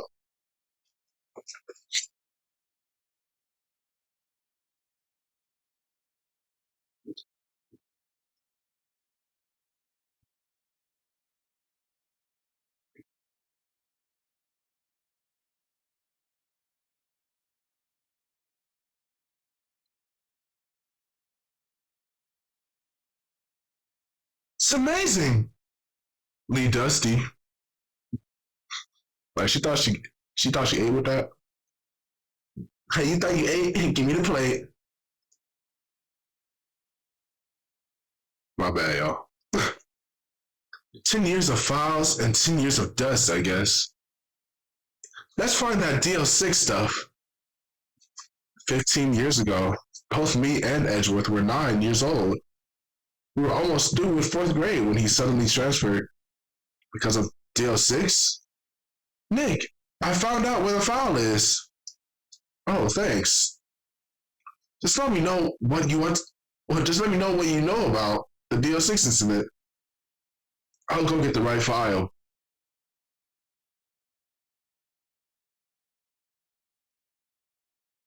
Case summary first. But first, I have to get a handle on the main facts of the summary. Right. Summary. Found it. Here you go. December 28th, 2001. That's exactly 15 years ago from the day after tomorrow. So in 2 days, vacation club. This incident took place in the elevator of the district courthouse. What? Is this the same district courthouse where we're holding the trial now? Looks like it. There was a large earthquake at 2 p.m. on that day. Part of the court building collapsed and all of the lights went out. Wow, that was some earthquake. At the time, 3 people were trapped in the elevator. It took 5 hours for them to be rescued. 5 hours! That would be scary like that in the dark. There was a lack of oxygen in the elevator, and the survivors were unconscious. The survivors? One of the 3 in the elevator had been shot in the heart. That was Mr. Edgeworth's father, wasn't it? He said that his father was shot before his very eyes. So Miles Edgeworth was one of the other passengers in the elevator? Do you have data on the victim? Edgeworth's father? Yeah, hold on. Victim, here. Found it. Gregory Edgeworth, 35, defense attorney. If he were still alive, he'd be 50. He had lost that day's case in court and got into the elevator with his son Miles. Miles? Miles Edgeworth, of course. Oh, so he was in the elevator with his father. From the angle of the bullet and other evidence, it could not have been a suicide. The murder weapon, a pistol, was found in the elevator. The pistol had been fired 2 times.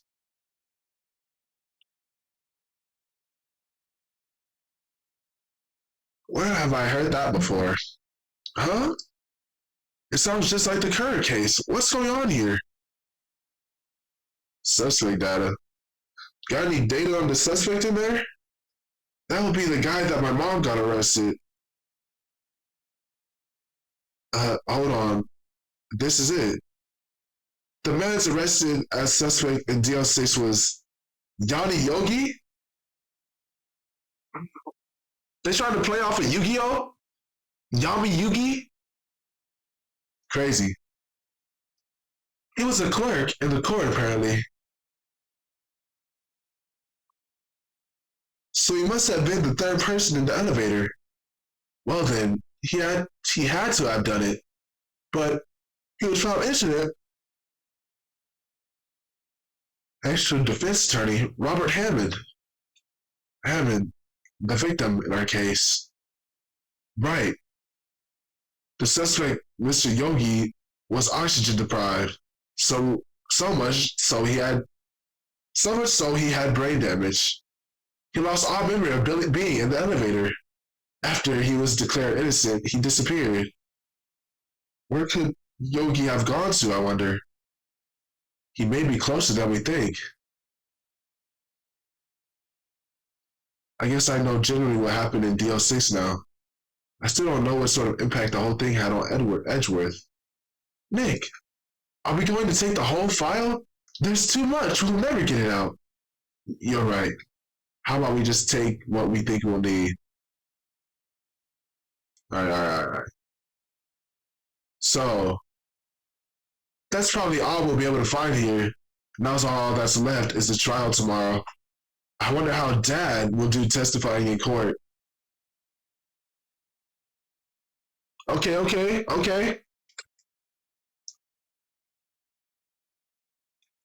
Uh-huh.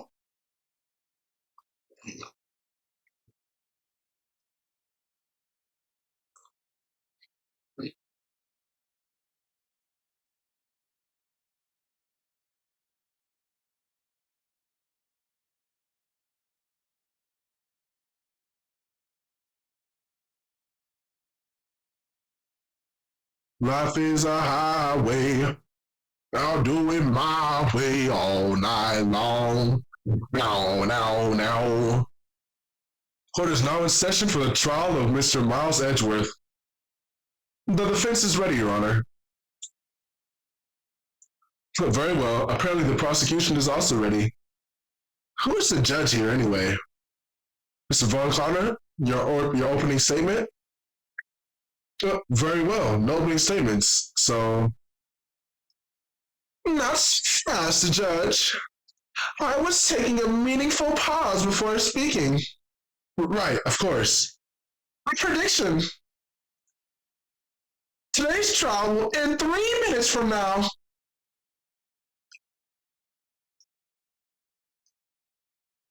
Order, order. Mr. Von Karma, what is the meaning of your statement just now? Ah, you must question everything. It will be over in 3 minutes. We have no time to waste. I'll call my witness now. Right. I call my witness, my decisive witness to the stand. It's that mysterious boat shop owner.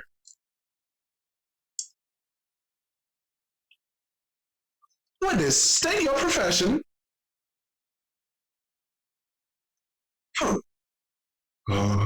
I am the proprietor of the restaurant, The Wet Noodle at Gourd Lake.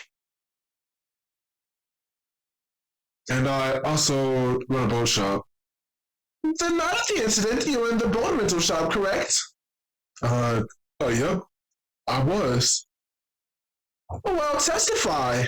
Wait a second. We still haven't heard who this old guy is.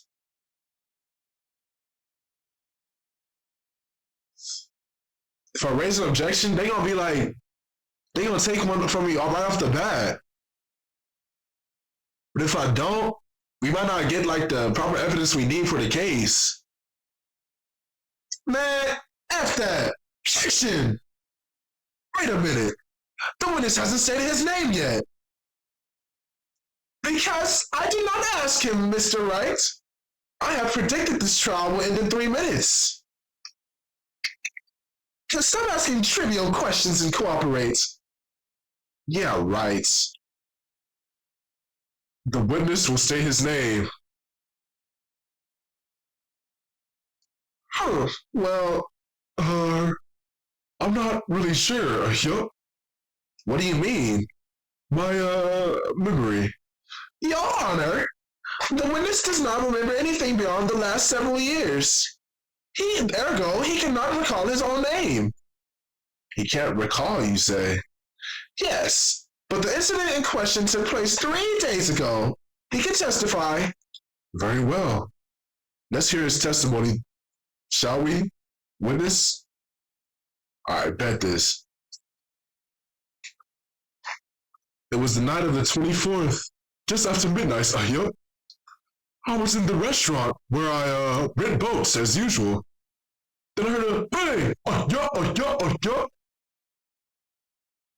When I looked out the window, I saw a boat floating on the lake. Yeah. Then I heard another bang. Yeah. Just about then, the boat comes back to shore, and a man walks by my window. Yeah. Very well. I'd like to begin the cross-examination. There is nothing to question in my witness's testimony. Ergo, no need for cross-examination. Besides, there are only 10 seconds left before our 3 minutes are up. Judge, your verdict now. Yes, Mr. Wright. Jimmy, what do you say? Of course I'll cross-examine the witness. Very well, you may begin. Excuse me, Mr. Von Karma. 3 minutes just passed. I see. Well then, let's just take our time. You may cross-examine the witness. Finally, I'm playing with a player. Now the 24th, just after midnight, yup. Ah. What?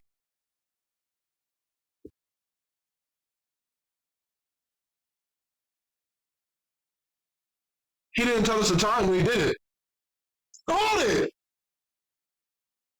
Just after midnight, you say. Oh, yup, just around then. Are you sure? Pretty sure. Oh, yup, oh, yup.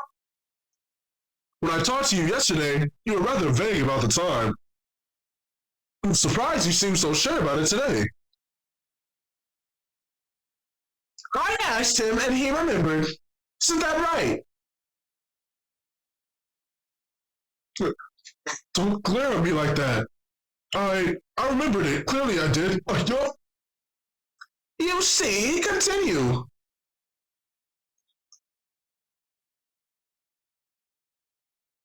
Then I heard a bang. Looked out the window. I saw a boat just floating in the lake.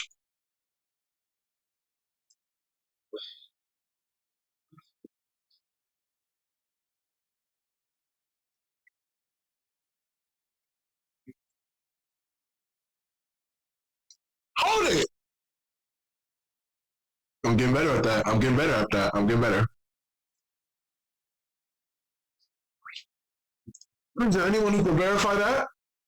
Well, I guess Polly could. That's not good enough for court of law. Mr. Wright, exactly what's not good enough? Uh, Your Honor, this Polly is a parrot. A parrot? Don't be so hard on the girl, Keithy boy. Keith? The prosecution concedes that we cannot prove the witness was in the shop. Witness, please continue. Hear the bang. You saw boats rolling in the lake, then another bang. Hold it! Was there someone in the boat? It was pretty out there, far out there. I couldn't see clearly. But I figured there was two men out there. Yup. But you couldn't see them clearly. Yup. At the time, that is. At the time?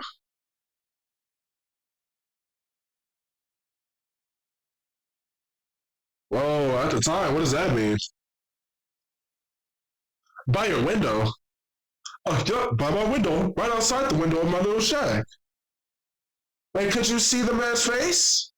Well, the fog was pretty darn thick, but he was right there in front of me. I saw him. That's rather important detail. Please add it to your testimony. Tisk, tisk, tisk. I have a bad feeling about this. The man was the defendant. He was saying, I can't believe he's dead. Hold it! Are you sure? Uh-oh. Dad! Dead certain, Keith. He said, I can't believe he's dead as he was walking by, too. Witness, are you sure that the pertness you saw was Miles Edgeworth? It was him. That Edgeworth boy. This sounds like decisive evidence indeed. I see no room for doubt. He lured me into cross-examining so he could set me up for a fall. Tisk. But Nick, I don't like the way things are going here. Everyone in the courtroom is glaring at us. I better act quick or this trial is going to be over. Objection! Your Honor, we proved in yesterday's trial that it could not have been Edgeworth who fired that gun. Mr. Wright, are you referring to the fingerprints from Edgeworth's right hand found on the gun? And the photograph showing a man firing with his left hand? Exactly! It's easily explainable. You could not have wiped his prints after he fired. You're ignoring the truth of the matter. Everything in this witness's testimony is true. The judge is lost in thought. What should I do? Objection! Your Honor, this witness claims that Edgeworth said, I can't believe he's dead. But his word is all we have. If he were telling a lie, Mr. Wright, in a court of law, the evidence tells all. Apparently, I've yet to realize even this basic fact.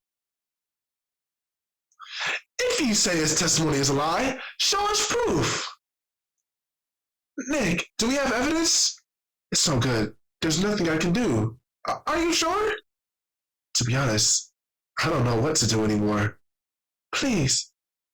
Can you hear me, sis? Please. We need your help. Nick needs you. Tisk, tisk, tisk. 3 minutes was perhaps too high an expectation. However, 15 minutes isn't bad. This must be a new record. Enough. The witness may leave the stand. This court sees no reason to further prolong the trial, nor is there any need for more time to decide the case against the defendant. This case is extremely clear. I see no room for misinterpretation for the facts. What? No. Humph. This court finds the defendant Mr. Miles Edgeworth. The accused will surrender to the court immediately, to be held pending trial at the higher court within a month from today's date. That is all. This court is adjourned. Well, wait! Who was that just now? What? Larry? What are you doing here? Listen, you gotta listen to me. Let's go, Larry! Let's go! I love this Larry dude, bro. I can see why he's our best friend. I love my... Hey, both my best friends are my mods on this channel right now. I've known them since 7th, 8th grade, bro.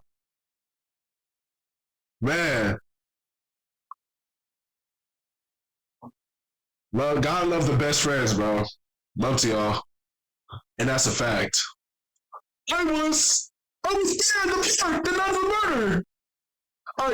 I wasn't sure about it until yesterday.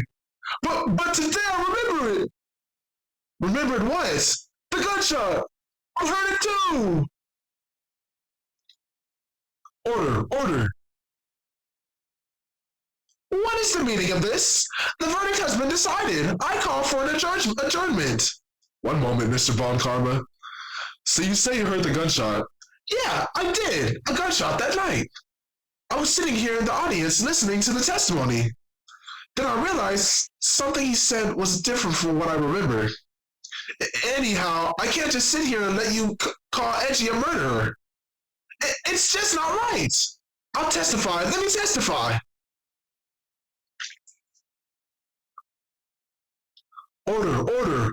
Well, this is the first time something has happened like this in my court. I'm not quite sure how to proceed. Judge, you've already given your decision. The trial is over.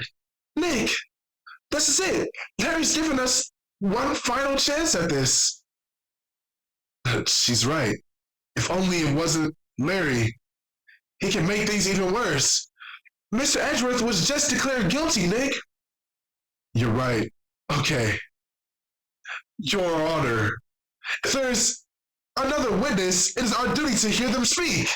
Right here, right now. A waste of time. The verdict cannot be overturned.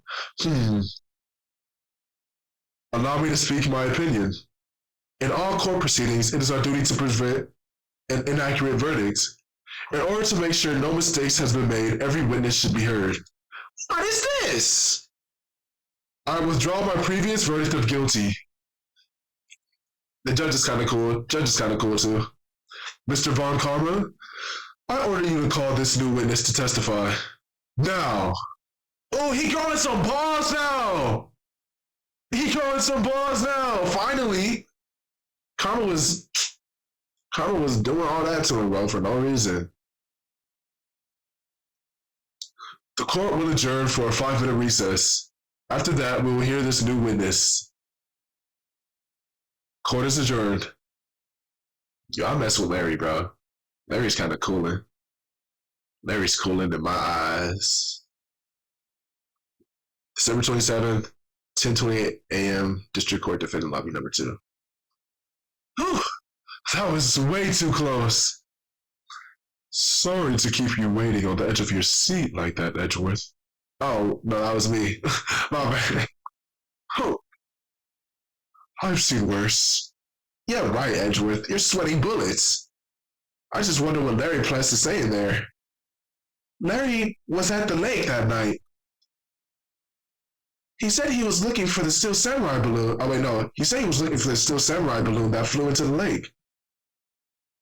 Oh, right. And he found the balloon and the air tank that night. Yeah. Hey, Edgeworth. Huh? You say something right? Yeah, a lot of things. You seem out of it. What's wrong? It's nothing. Huh? Mr. Edgeworth, there's something that I've been meaning to ask you. What's that? Why are your fingerprints on the murder weapon? Oh.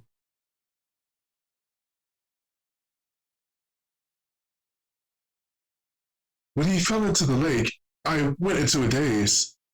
I couldn't understand what had happened. I couldn't think straight. Then I saw the pistol lying on the floor of the boat in front of me. I picked it up without thinking. I didn't have a reason, really. I see. Right. Yeah? This might be our chance. Our chance? Von Karma has only ever run perfect trials. Perfect trials? Perfectly prepared witnesses? Perfectly complete evidence? That's the secret to his success. This is the first time he's ever had to deal with something unexpected. He has to let someone he hasn't even talked to testify before the court. And that someone is Larry. What are you getting at? It's likely his testimony will be full of holes, right? That's right, Nick. No 10-minute trial this time. We'll make this one for all it's worth. Hey, it was 15 minutes. 15! Everything's on Larry now. I do wonder if, there are actually, trials that go like this. Because, I'm pretty sure they can't just, well, they do say objection, they say it, respectively. But these people be like, objection! And they be holding it like a movie character. I'm just wondering if it's the same. Court is now back in session. Whoa.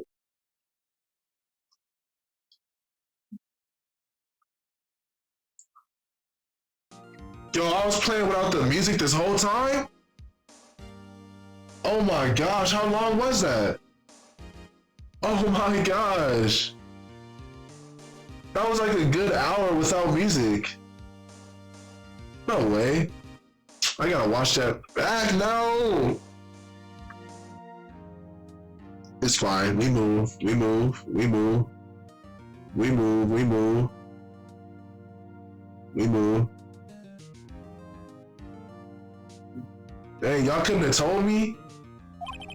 I thought we were homies, y'all. Dang. Please testify to the court about everything you just saw. On the night of December 24th. Right, leave it to me! Wait, so y'all were just listening to my voice the whole time? Look, I know I sound sexy, but let me get some music in there for y'all too. I don't want this just to be static. You know what I mean? That's actually wild though. My bad. My bad, y'all. I had a lapse in my judgment. Please, Larry, don't mess this one up. I hate to admit it, but you're our best chance. Von Karma didn't even have time to prep his witness. We just hope Edgeworth is right about this being our big break. Man, Larry is so dope, bro. That night, I was out in the boat on the lake. I was looking for something and I found it. So I quietly slipped the boat back in at the rental shop dock. Then, just as I was thinking about going home, I heard this bang. I looked out over the lake, but I didn't see a boat. So after I heard that single gunshot, I went home. How was an usually vague testimony, even for this court? In any case, Mr. Wright, you may begin your cross-examination. Yes, Your Honor. What's wrong, Nick? It's Larry. I have no idea what he's going to say if I press him. I'm a little scared. Hmm? Well, we've come this far. There's no way to go before it, Nick.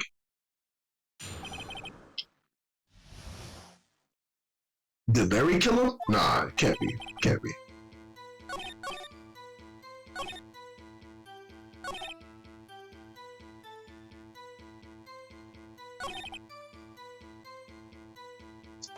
Hold it! So you only heard one bang, correct? Yeah. Huh. Well, Nick, it was pretty wishy-washy testimony, wasn't it? I guess I should start working on the contradictions. Sorry. I wish I could be more helpful. I wish I could call my sister. I guess that wasn't it. Something wrong, Mr. Wright? There were so many things wrong, I don't know where to begin. Well, first of all, what time was it? Oh, it was after 11 when I went out in the boat. By that time, everyone had gone home for the night. So I waited until the coast was cleared, so to speak. And why were you out on the boat at such a late hour?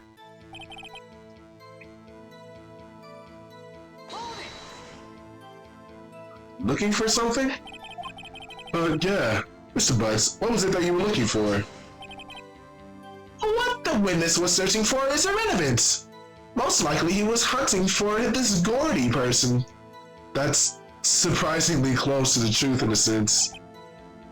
This is all irrelevant. Let's get it over with.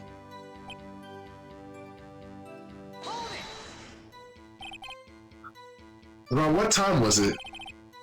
Well, let's see. I figure I was searching for about an hour. My bad, yeah, I keep forgetting his voice. I guess it was around 12, yeah. You're not sure? Hey, don't give me that face. I'm not some sort of human sundial, okay? People use watches these days, Larry. Then where did the sound come from? Yeah, well, I wasn't too sure about that. I looked around, you know. Did you look at the lake? Yeah, I looked.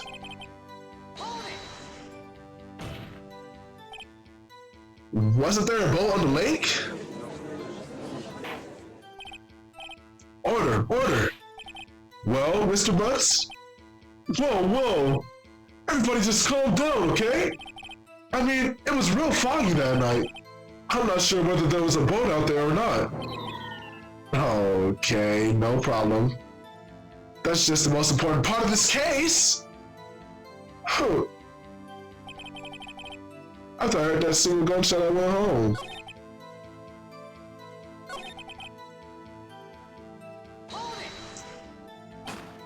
One bang.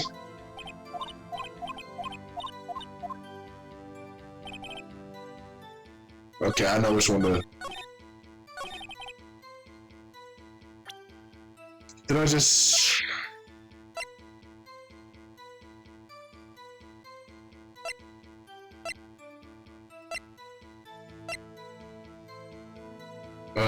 monster over my head map.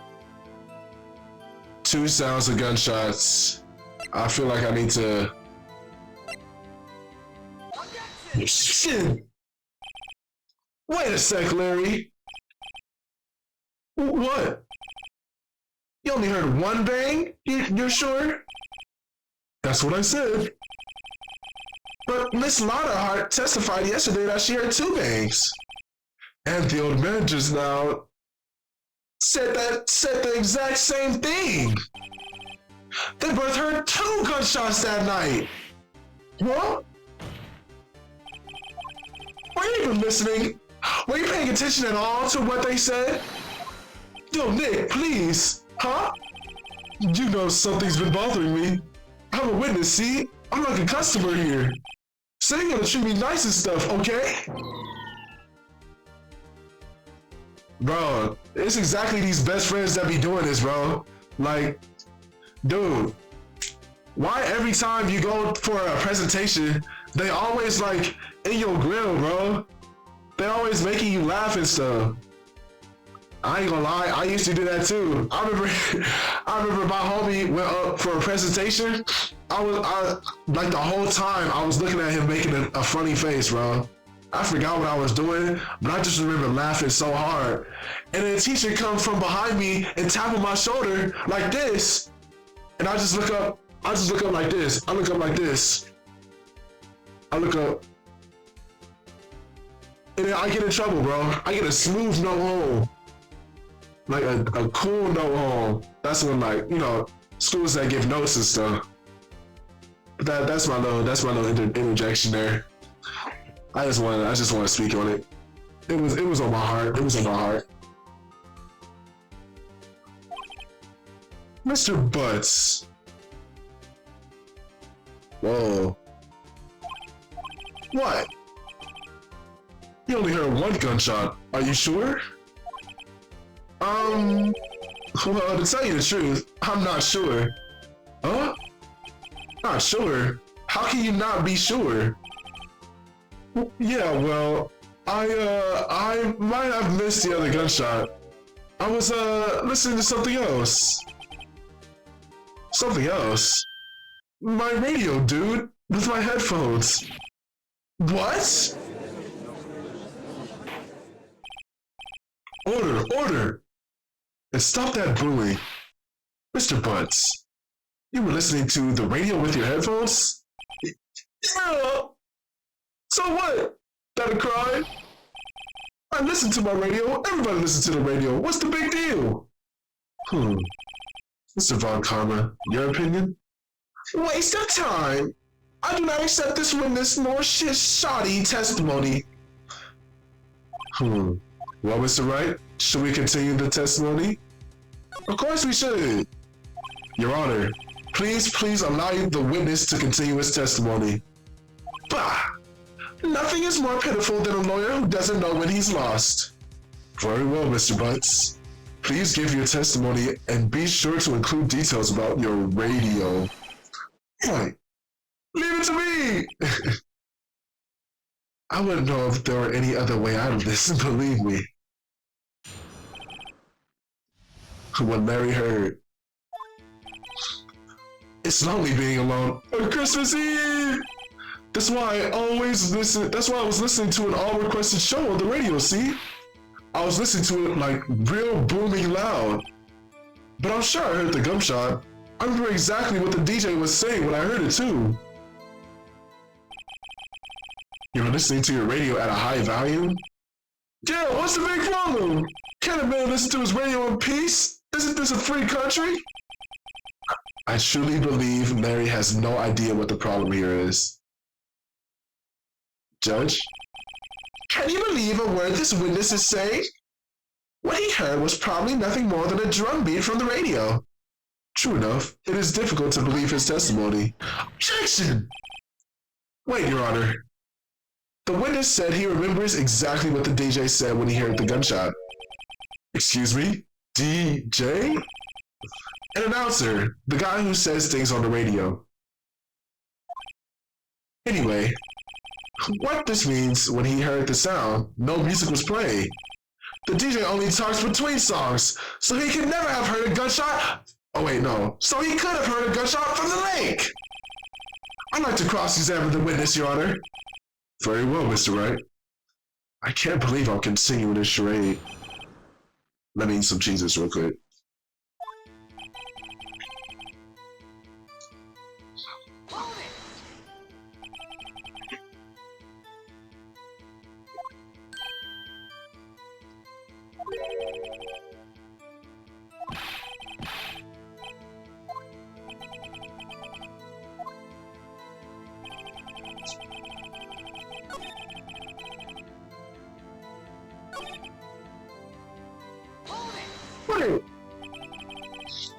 Do you by any chance remember the name of the program you're listening to?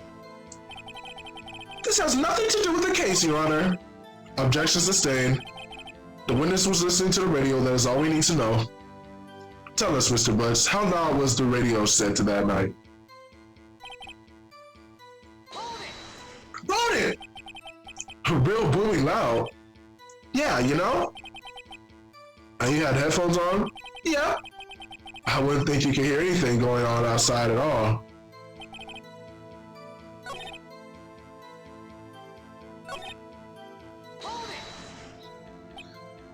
Can you prove that? No, of course you can't. No, I can't prove it, but I remember that moment real clear. I mean, when I was talking about it, it came back real clear to me, you know? What did she say? Mr. Wright, please cease these pointless questions. What possible good could knowing what a radio DJ said to us? Indeed, Mr. Von Karma has a point. I'll allow the question only if you see some good reason why we should care. We should care. Of course we should. Why? Well, how do you know if we don't ask him? Fine, very well.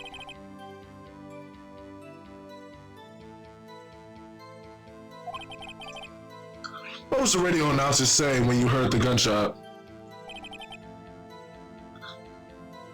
Just when she said, hey, it's almost Christmas, I heard the gunshot. Are you sure? Of course I am. She had this real sexy voice. Maybe Von Karma was right. I'm not sure how that helped us at all. This is the most ludicrous testimony I've ever heard. But there is one gleaming ray of hope in there. I've got to press it until we can get to the bottom of what happened.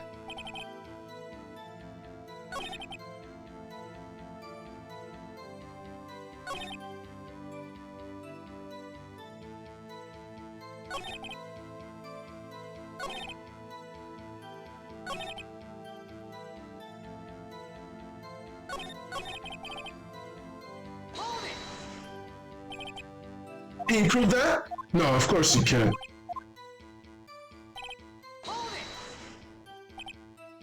What did she say?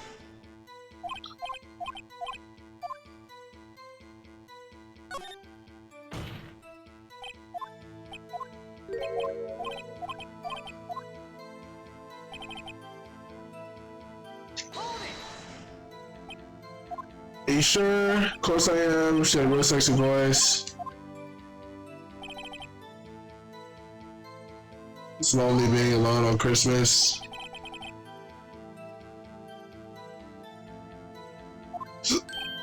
Right, I just want to hear someone's voice, you know, you don't know what it's like being alone.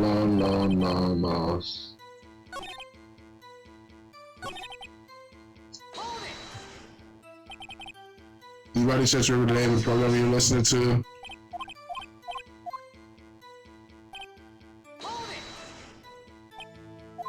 A little bit more loud, yeah, you know, it's not headphones. Can you prove that?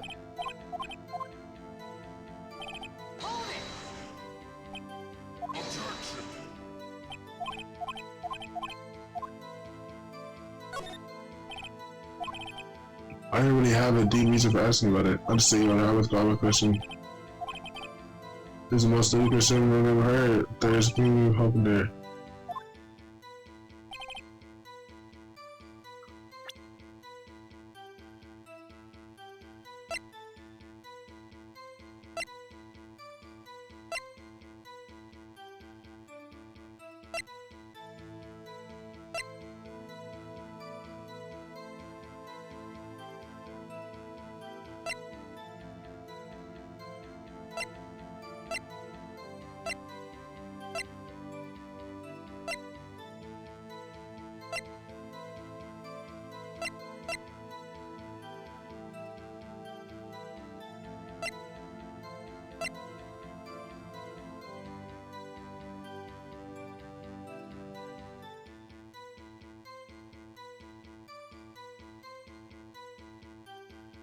Hold on. So I was listening to our request show on the radio, see? I was listening to it like real loud. Oh, sure, I heard a gunshot.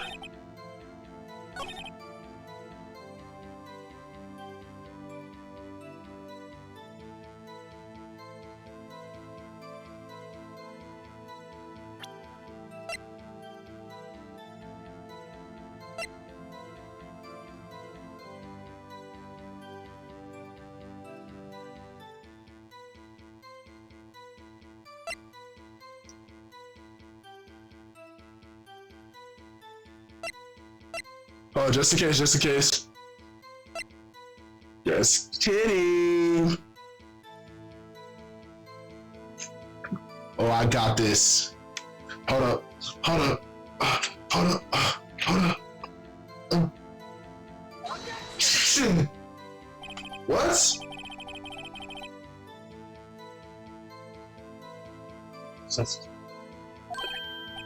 I'm not sure I follow.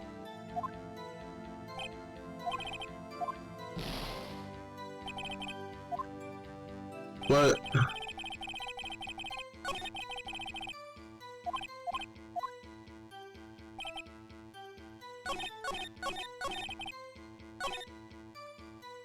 Hey, it's almost Christmas. I heard the gunshot.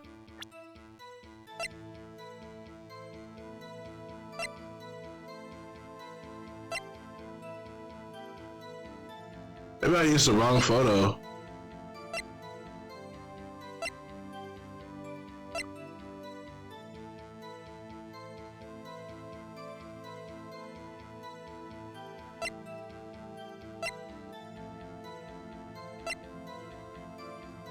It certainly can't be, because I'm trying to prove that they heard the gunshot after midnight. So the time that it was, it should have been Christmas already. Hey, it's almost Christmas. But everybody's saying that they heard the gunshots after midnight. So it's either Lotta's disposition or the lake photo.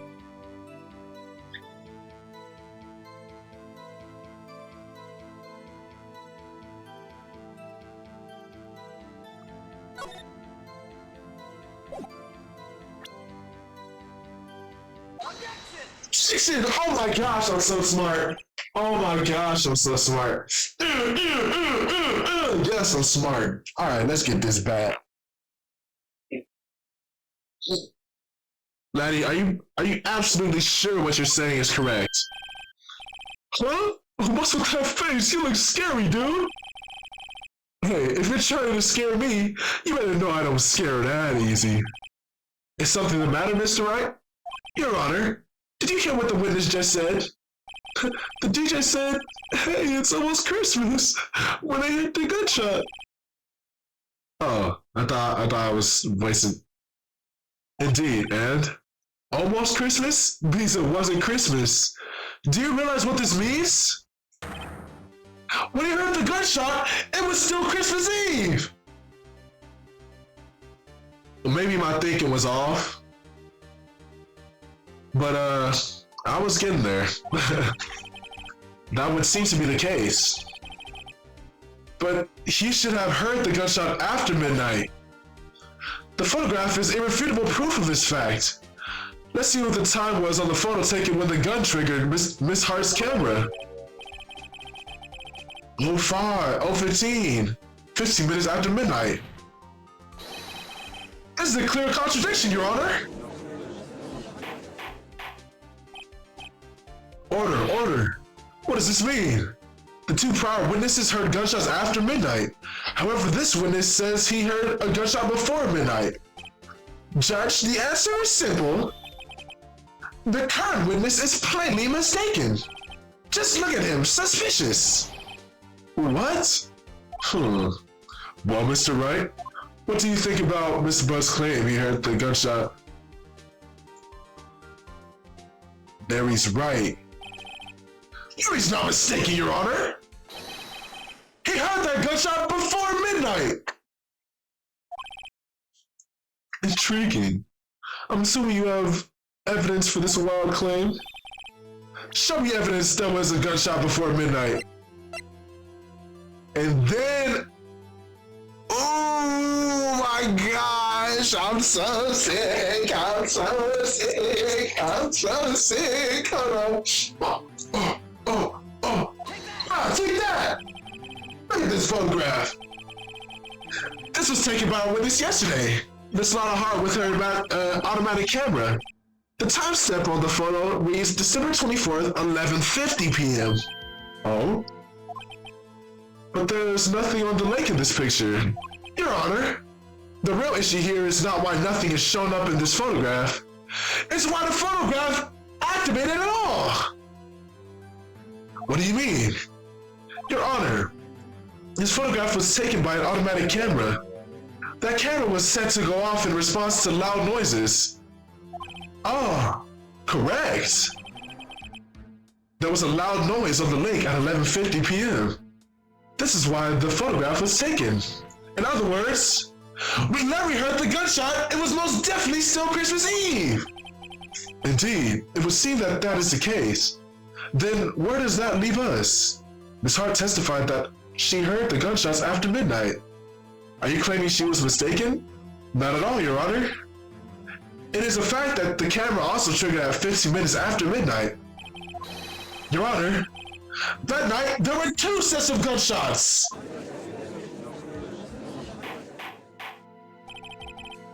What would this be? Don't be fooled, Judge. The camera was set to respond to loud noises, am I not mistaken? There is no proof that the loud noise at 11:50 was a gunshot. Why is the witness could have sneezed triggering the camera? Hey, my nose was clear that night, man. Clear! Well, Mr. Wright, there's no turning back now. Can you prove that the loud noise at 11:50 p.m. was indeed a gunshot? Please show the court evidence that you have any, if you have any. Sometime.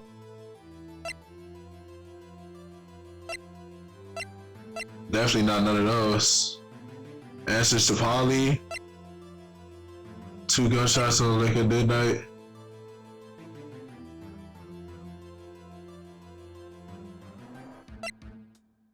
Alright, map for Court Lake. I know it's the gun. Hold on. Let me just check all my bases. Shuttle property 1 minute away. Set to automatically take pictures of loud noises detected. Indeed, Judge Man. This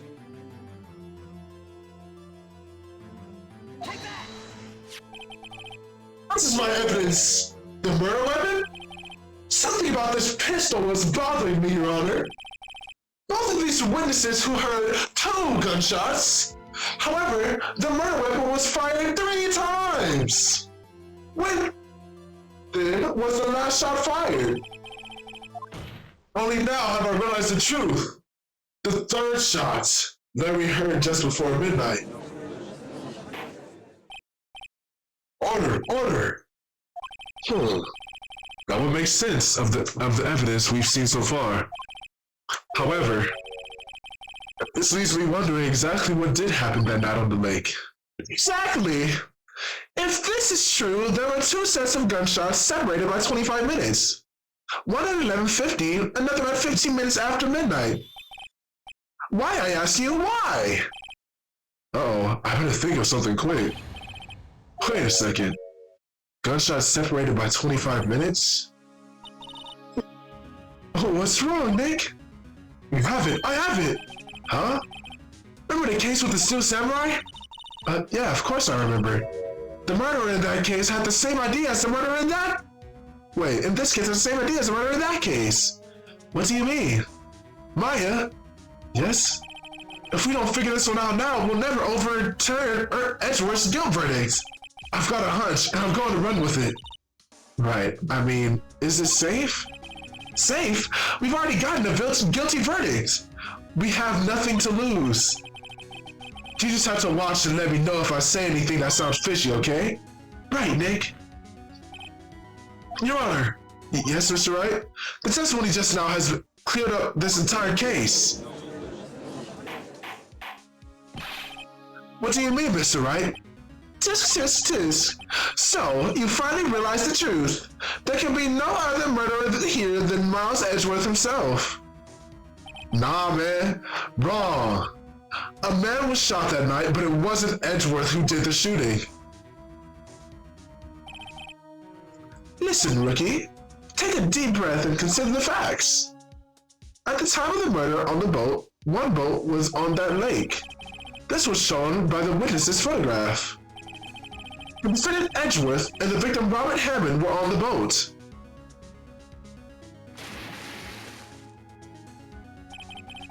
There was a gunshot fired on the boat and Robert Hammond fell into the lake. The distance of the shooting was 1 meter. It couldn't have been suicide. Well, the guilty party has to be the other man on the boat. I admit it, it is hard to imagine any other possibility. Yes, but this assumes that the victim was shot at 15 minutes after midnight. What do you mean by that, Mr. Wright? Oh wait, wrong person. We have photograph evidence at the time of the shooting. The timestamp on the photo says 12:15. But Larry heard a gunshot 25 minutes before that. Robert Hammond was killed then, 25 minutes before the shot on the lake. It's the only way that Edgeworth can be innocent. Mr. Wright, are you quite mad? Explain who the two men on the boat are.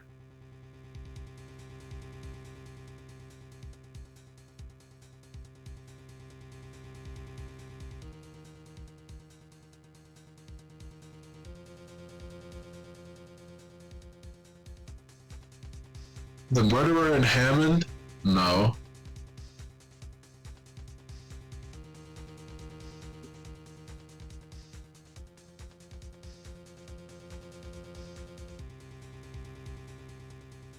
The murderer and Edgeworth. I feel like it's Edgeworth and the murderer, I'm not gonna lie. Because how else would Edgeworth be shaken up? You know, a person like Edgeworth, he doesn't get shaken up easily, but I feel like once he saw the person that killed his father on the boat, he was like, no way, it can't be. And then he just started getting shaken up. And that explains why he picked up the gun, because he wasn't thinking straight. He reverted back to his childhood self. Watch. It was Edgeworth and the murderer. So, oh my gosh, I'm so good at this game. After the murderer killed Robert Hammond at 11:50, he assumed the guise. Oh wait, why am I talking like that? He assumed the guise of Mr. Hammond and Matt Edgeworth. What? Are you serious? Yes, Edgeworth won't tell us why he went to the lake that night. However, I have a hunch. That night, Robert Hammond called Edgeworth to the lake. Now, Edgeworth didn't know Robert Hammond's face that well. That's why he didn't suspect anything when the murderer took Robert Hammond's place. I'm not sure what to think of all this. Ludicrous! Mr. Wright, tell us the name of the murderer then. The murderer's name? Right, it's... I don't know. Actually, I don't know the murderer's name. You don't know? Ah, again, you waste my time. I don't know because he never told us. The murderer is the caretaker of the boat shop, that old man. At 11:50, he was the one who killed Robert Hammond. The caretaker of the boat ship? The boat shop? Where did he do all this? There weren't any boats. Why would he have to go all the way out on the lake just to shoot someone? May I suggest that the real scene of this crime was not on a boat? What? Well then, where did the murder take place? Show the judge where the murder really took place.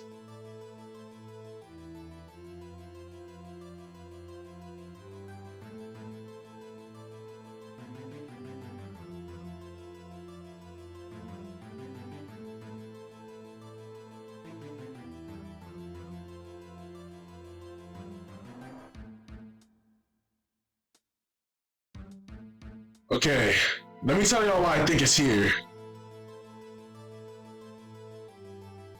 I don't know, I just think that's the only place it could be.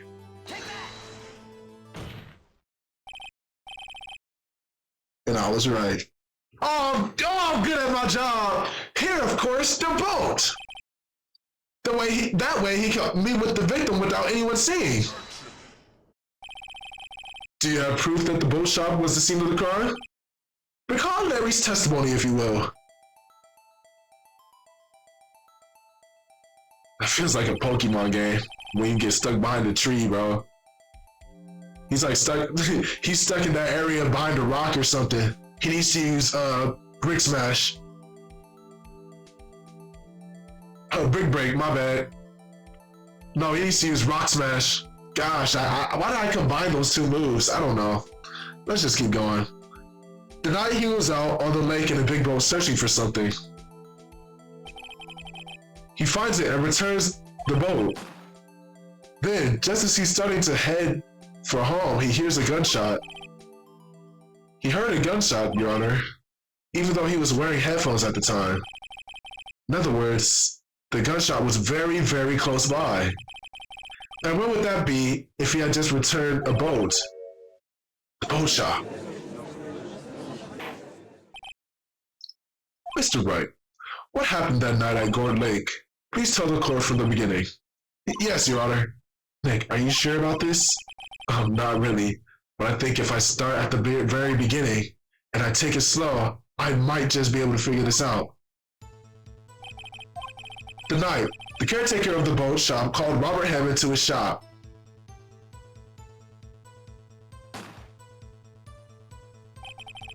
This was around 11:50. That was when the gunshot that Larry heard was fired. After that, the caretaker put on Robert Hammond's coat. He became Robert Hammond. Then, he got in the boat with Edgeworth and went out into the middle of the lake. Then who fired the pistol on the boat, Mr. Wright?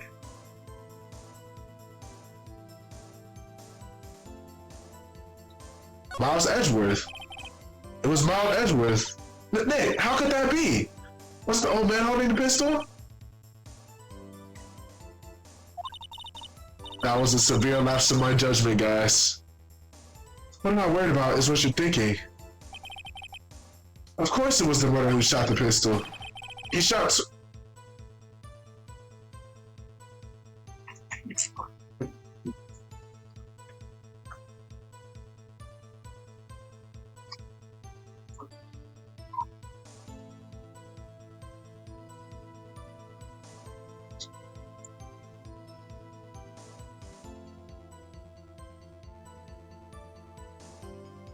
Alright. Just checking if my roommate left his key because I locked the door. But I'm gonna be in here anyway. He shot twice. Both missed Edgeworth on purpose. Wait a minute. Yes? Why would he shoot twice if he didn't mean to hit anyone? Know this, Mr. Wright. The moment you run out of explanations is the moment you lose. Tell us why the murderer had to fire twice. To create a witness! Create a witness? The murderer lifts his pistol and fires one shot, then ensures that anyone who heard the shot would look at the lake. Indeed, Miss Hart did exactly that after hearing the first shot. Next, the murderer waits a bit and he fires again. Then, the murderer jumps from the boat himself, leaving the pistol in the boat behind him.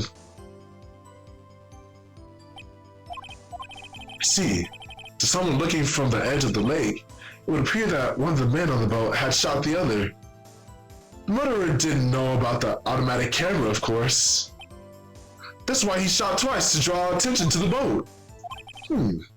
Once he realized that, everything else falls into place. The boat shop caretaker swam back to his shop. Then he put Mr. Hammond's wet coat back on the body, and threw the body into the lake. This is what happened, Your Honor. These are the events that transpired the night of the Gourd Lake.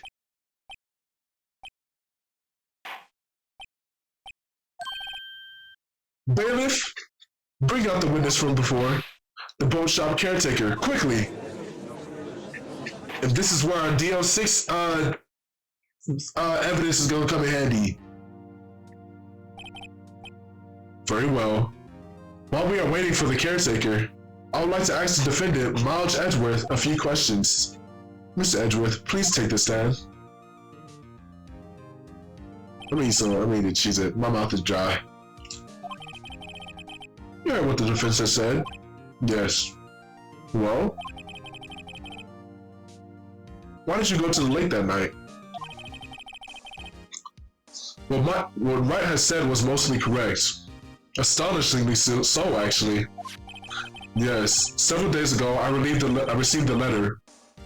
The letter was signed Robert Hammond. He asked me to come to the boat shop by the lake at midnight on Christmas Eve. He said he had something very important to discuss with me. Something important? Yes, I'm sorry, I can't say what it was. Huh? Your Honor, sir. Bailiff, we are conducting a trial here. I ask that you remain quiet. The witness has disappeared. He isn't at the boat shop either. What? What should I do? Find him quickly. We cannot allow him to get away.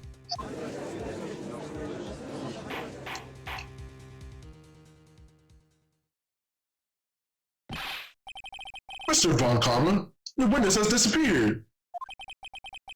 A search warrant has already been issued. It goes without saying that I cannot declare a verdict under these circumstances. I'll extend the trial until tomorrow. The final day is allowed. I request that the police department utilize all its forces to find that witness. Am I understood? One more thing. Just who is that boat shop caretaker? I think his identity has become very important to this trial. I want him, and I want to know who he is. Very well. Court is adjourned. Good stuff, y'all. Oh my gosh. Turn me up in the comments, bro. My goodness. Yay, Nick, you did it. Yeah, well, at least we got out from under the guilty verdict. But what about Larry? That was something else. Even Von Karma didn't know what to say with his testimony. Larry really helped us out. Sure, once I sifted through his unique testimony. Still, he saved us. I just wish our cases weren't so down to the wire all the time. I know what you mean. Sometimes I feel like it's us on trial instead of our clients. Hey, Edgeworth. Mr. Edgeworth? Did you say something? Don't look so pained. I mean, it looks like you're probably going to get off the hook. You could try to smile. Relax a little. I'm sorry, but I fear it's not over for me yet. What do you mean? Right. There's something that's been troubling me for a long time now, and I don't know whether or not to tell you. Edgeworth, no, there's so little time left. I want to tell you to get it off my chest, but I can't make up my mind. What is this about, Edgeworth?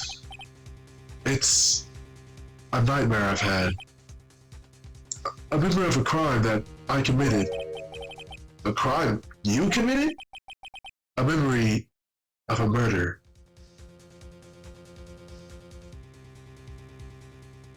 Crazy, crazy. Yo, how y'all enjoying the story so far? Low key, it picked up wildly, like crazily wildly. And I'm loving it. Oh man.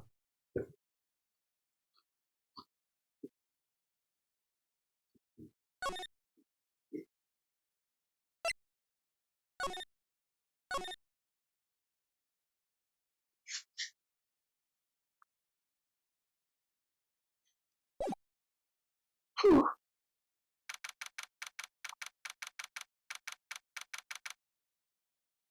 December 27th, 2:11 p.m. Writing Cold Law offices. Hold up. Yeah. Oh. Yo. Care shop owner. He was not okay. We tried to look for him, but he got away. I'm on my ledge. I'm on the edge of my seat. Yo. What did he do? Why is he gone? Why is this trial taking so long? Man, I'm gritting my teeth. I'm trying to find the clues hidden underneath the lies that people say, the lies that people take, the lie that the judge just says to his face. But I don't know. I don't know. Nah, I don't know. I want to follow the clues to find who did it. I want to uncover the truth behind the murder, because it was not the best of times to kill someone before Christmas. Thank you. What was Mr. Edgeworth talking about?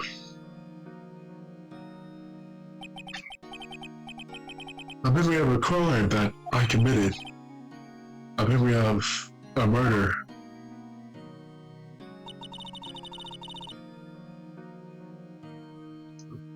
Do you really think Mr. Edgeworth killed someone? I don't believe it. Not Edgeworth. Some painful memory has been troubling him recently. But he never takes someone's life. Never.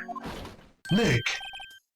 Yo, how's everybody doing? Hey, it's Larry! Larry Butts! What do you think of my performance today? I had them swooning in my eyes, huh? Swooning? Me? Oh yes! I remember feeling faint. Right on. Tell me the truth. It was like love at first sight, right? Bro, Larry, chill. She's like 17. Larry, chill. Right, Nick? Huh? Me? Well, maybe my heart skipped a beat or two. Yo. Yo. Maybe my heart skipped a beat or two. I think you could do better than that. Come on, I saved Edgeworth. Dude, Reggie, you guys should be bowing before me. Yes, bow your head before your hero. Crazy. Larry, he really helped out in the trial today. You did. If you weren't there, Larry, I'm sure Mr. Edgeworth would have been found guilty. But seriously, Nick, that boat shop caretaker is pretty suspicious. But Edgy ain't off the hook yet. Way to spoil the mood, Larry. Hey, I'm just a guy sitting in the audience, you know. But from where I'm sitting, Edgy seemed pretty edgy. I mean, can you really know he's telling the truth about that night? Nick, I don't know. But what do I do know is I'm going to believe in you two until the end. Us two? Edgeworth. And who else? You mean me, right? Nah, he means me, right, Nick? Yeah, you, Larry. Not me? But why you, Larry? Huh? Actually, yeah, why me, Nick? Not enough. Enough with the silent treatment. Nick, why do you trust Mr. Edgeworth so much? I mean, he's changed recently, true. But when we first met him, he was kind of a jerk, don't you think? Bro, people change, bro. Give people, hold on, let me get nice, close, and personal with y'all. Give people the time to change. Of course, there's gonna be some lost causes, you know, like people not gonna want to change. People are just not gonna find the error in their ways. But the people that want to change, the people that want to put in the work, the people that want to, that want to change their life and make it anew, Give them the a safe space and just time to work their magic and change, bro. It'll change your life and it'll change theirs. And you're gonna be feeling way better about yourself. That's just some knowledge from an 18-year-old. I probably shouldn't have said my age. Let's get back to it. You didn't know him back then. Oh, but when he wanted to become a defense attorney? Wait, was that when you two were classmates? Yes, in grade school. They saved me. Miles and Larry. They saved me and I'll never forget it. That's why I became a defense attorney, you know? What? Hey, Larry, what's he talking about? Sorry, I kinda forgot. Okay, Nick, go with it. I'm going to hear this story today, and that's final. Okay. It's kind of a long story, so hang in there. It was the very end of third grade. I was on trial, a class trial. A class trial? You remember, Larry, spring end of third grade? A kid in our class got his lunch money stolen. Lunch money? Our school was really small. Every month, kid would bring in an envelope with money for lunch from home. I see. Anyway, this kid's envelope disappeared with $38 still inside. Oh yeah, now that you mention it, I do remember that. I can see why you'd forget though. You were out of school that day. Anyway, the envelope had been stolen during PE class. I was coming down with a cold, so I'd skip PE that day. I was the only one not in class. So they thought you did it? Yeah. The kids in class said I should be put on trial. Trial? So the next day we held a classroom trial with me and the defendant.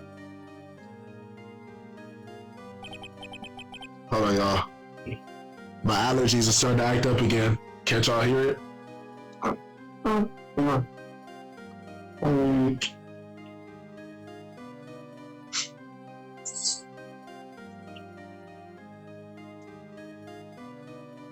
I need to get some more of those strips. Need to do. I didn't do it!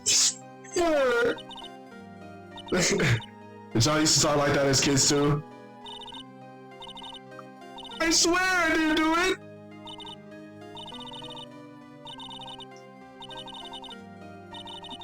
Yo, school was brutal.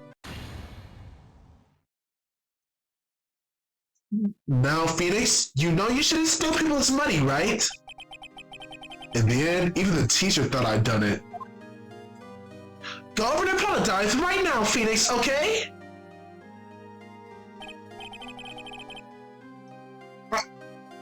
I didn't know what's happening. Oh, I didn't know what was happening. I thought I was playing the kid, Pheonix. I was so sad. I couldn't stop crying.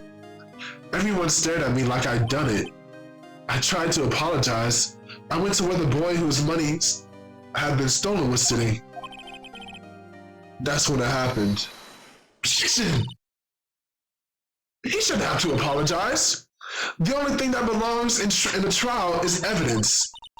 Anything else, you should be ashamed, amateurs. Miles. It wasn't you who stole my money, was it? No? Then you shouldn't apologize. Everyone's been shouting you did it, but no one has any proof. That is why, Your Honor, this boy is innocent. But Miles, it was your money that was stolen. Yeah. He did it, he's a liar. I don't need proof. Make him pay, he's sorry. Why don't you all just shut up? This is always how it is. Everybody ganging up on picking on them. Oh, hold on. How would he sound? This is always how it is. This is always how it is. Everybody ganging up and picking on the wrong person. Just think how he feels. He said he didn't do it, so he didn't do it.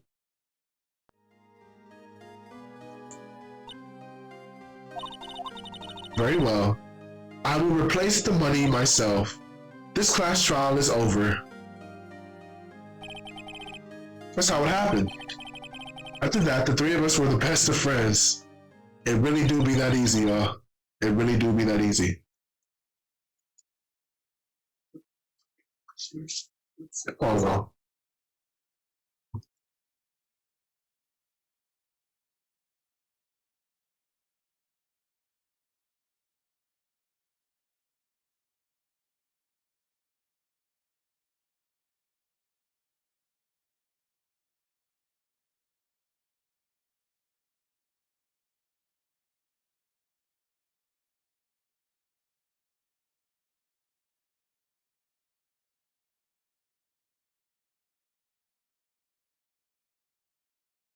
Whoa. I just got a follower on X.com.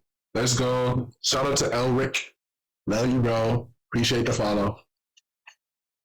Elric. Back to it. Wow, I had no idea. Yeah, I had no idea either. That's when I learned what it meant to be alone. That's pretty sad. Totally alone, without a friend in the world. You did a good thing, Larry. Yeah, I guess so. I was just lucky that I took the day off from school. If I'd been there, they would have thought I'd done it. So I took it kind of personally, see? When something smells, it's usually the butts. Anyway, Edgeworth and I talked after the class trial. That's when I heard his father was a defense attorney. I remember his eyes would shine when he talked about his father. I'm going to become a defense attorney just like my father. A famous defense attorney.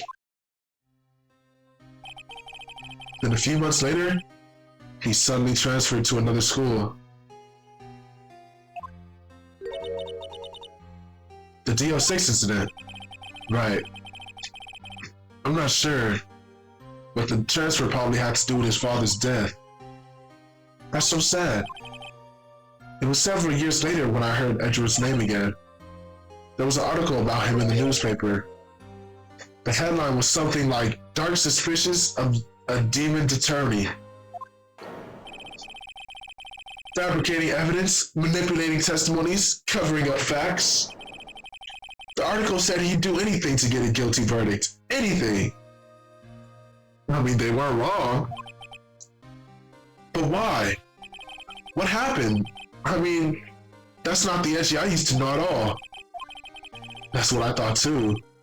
I tried to get in touch with him, I don't know how many times. He never replied. I guess he didn't want to see his old friends. I couldn't just drop it though.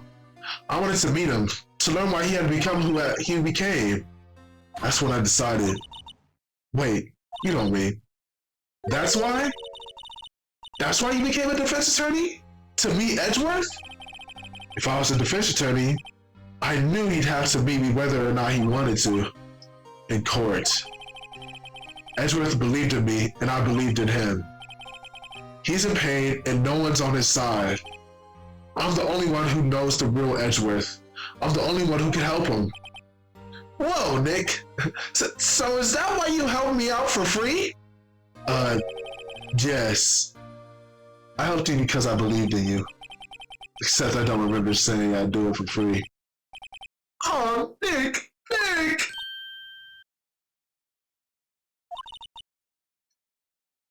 We have to save Mr. Edgeworth if it's the last thing we do, okay? Right. It may very well be. First, there's that rental boat shop caretaker. We need to find out who or what he is. I'd settle for who. I guess I can clean out some of this evidence I no longer need. Okay, let's go!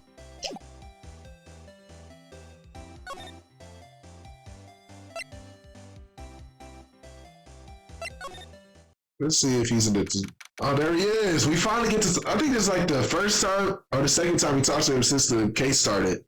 Since the court started. Trial. Whatever. You look grim as always.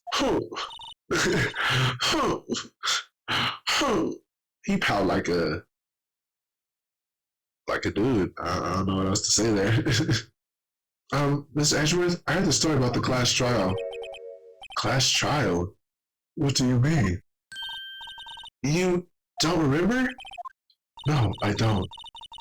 Your lunch money was stolen, wasn't it? In third grade? Lunch money? Oh, right. Yes, I seem to remember something like that. Nick, I think you're the only one who really remembers. Well, it probably only really mattered to me anyway. Mr. Edgeworth didn't know? That trial was the reason Nick became a defense attorney.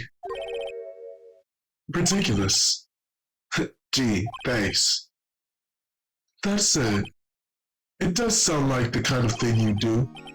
You haven't changed a bit, have you, Wright? So simple. To a fault, even. Well, maybe, yeah. But I think you changed too. I think you changed too much, Edgeworth. Perhaps. Why prosecute? Hey, Edgeworth, why did you become a prosecutor anyway? You used to look up to your dad. You said you wanted to be a defense attorney, right? I couldn't let myself deny reality like you.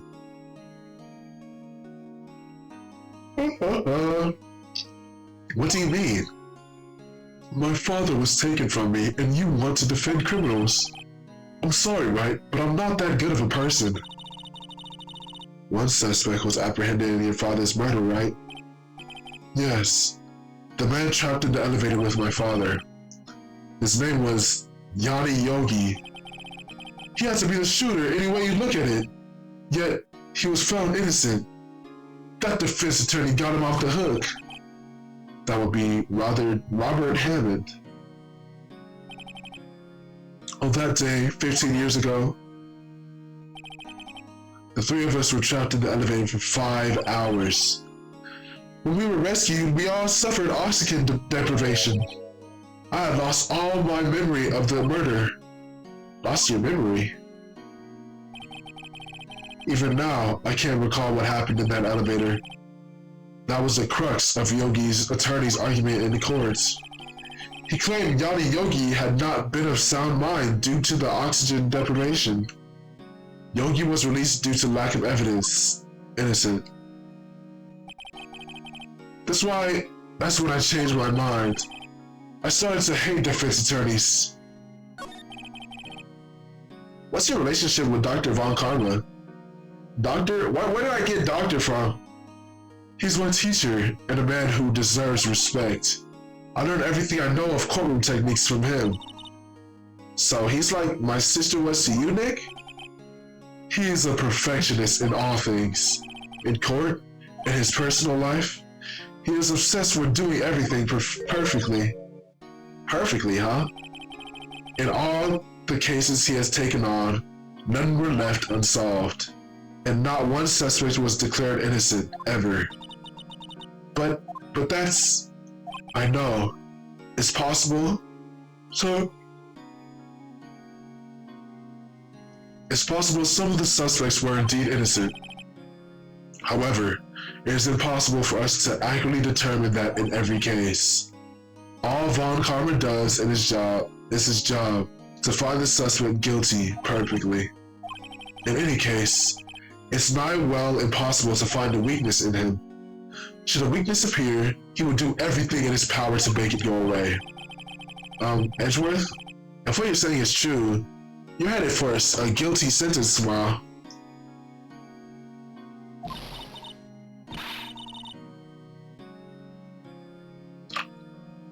He's right.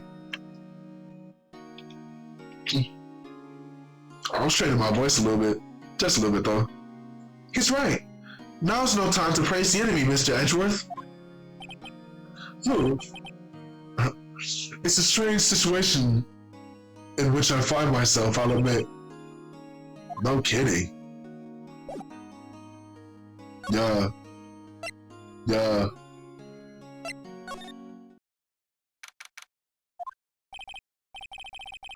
Looks like Detective Gunshoe hasn't gotten back yet.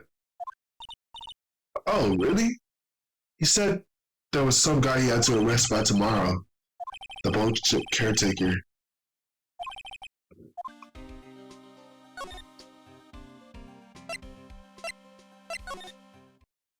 So I guess that leaves this place. Hey pal, long time no see! I thought I would not see him until the trial tomorrow. I was getting ready not to do his voice. Close one today, huh? I got so worked up, I snapped my tie in half. Sorry about that? No problem, pal. Thanks to you, we now know who really did it. You mean the boat shop caretaker? Look, I'll make you a promise. I'll have that scoundrel in my custody by trial time tomorrow. Come what may, it's my duty to you as a police officer. Now I'm off to catch me a criminal. Detective Gumshoe sure is active today. Oh, one other thing. No one can go into the woods today. The woods? Where Lada was camping?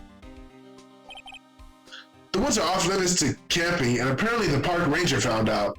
He got pretty mad. No one can go in for a while. I guess Lada's in a lot of trouble. Anyway, I'll be seeing you tomorrow.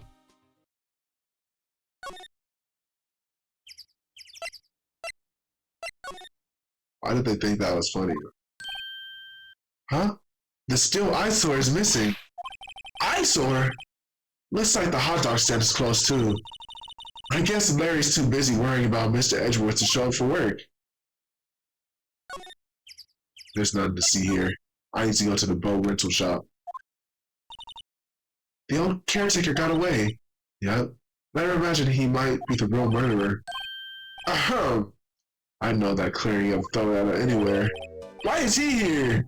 Bro, where did he come from? What? Where's Grossberg coming from, bro? Hello. What might you be doing here? Out for a walk, the days of my youth, like the scent of fresh lemons, you see. Mr. Grossberg. Well, this is no time for idle reminiscing. Mr. Edgeworth's trial ends tomorrow. That is true, yes. But from what I saw of today's trial, Edgeworth should be fine, right? Well, I'm not sure about that. Oh, what do you mean by that? Well, I'm not sure. If you find anything out, come to my office at once. I may be able to offer you some assistance. Thanks. What do you think, Mr. Grossberg? What do you think Mr. Grossberg was doing here anyway? Who knows?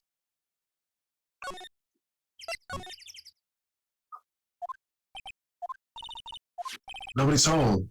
Hello? Hey, it's Polly.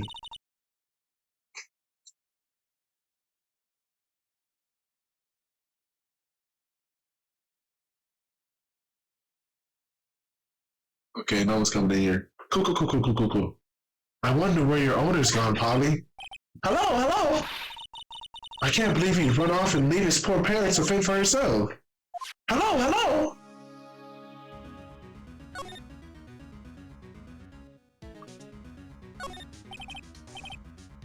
Looks like he didn't turn his heater on. Guess he hasn't been back here since the trial. Maybe I should take care of Polly, Nick. You probably shouldn't just kidnap her. The police know about her anyway. I'm sure they'll do something. Well, okay. Sorry, Polly. He says I can't take you. Great, now the bird's gonna hate me.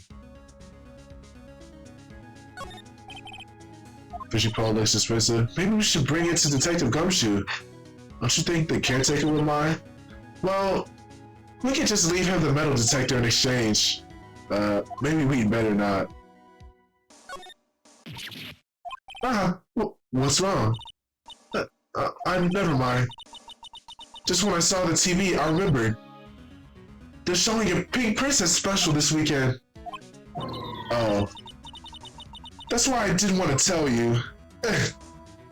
Alright, let's get to the real madness. That reminds me, Nick. Polly here knows the number to the safe, right? Yeah, that's right. Polly, what's the number to the safe? Somebody, Nick, come on. I'm sure there isn't any money in there. Aw, but hey. He keeps it locked, right? So there must be something of value in there. Okay, Nick, let's see what's in there. The only thing in here is a letter. A letter? Oh, boring. There's no name or signature on this thing. It's handwritten in very precise, clear letters. Get your revenge on Miles Edgeworth? Edgeworth?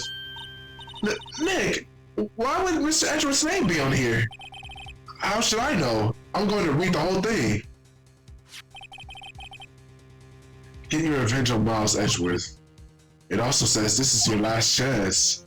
Now is the time to get revenge on the two men who ruined your life. The rest of the letters go on to describe the murder plot in detail. How to kill Robert Hammond and frame Edgeworth, calling Edgeworth out to the lake, getting on the boat, firing twice. This is all exactly what I figured out today in court. It's all here in perfect detail. What do you think it means, Nick? I don't know, but it looks like these are instructions for that caretaker. When he killed Robert Hammond and called out Edgeworth, he was following instructions. But who could have written the letter? And what does it mean to get revenge on Miles Edgeworth? Look, I don't know, okay? But one thing's for certain. This letter is an amazing clue. Yeah.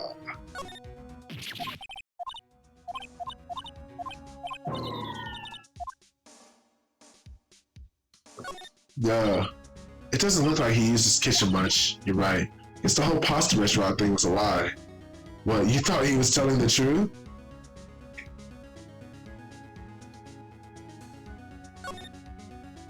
Say, Nate, don't people usually put pictures of fish up on the wall to boast about them? Yeah, I guess so. You mean pictures of fish they caught, right? Right. But don't all the fish on the wall here look real puny to you? Well, you know what they say. You should have seen the one that got away. Except that one that got away from us was the caretaker, and we did see him. Why do I feel like we're having two different conversations here? Alright, let's get back.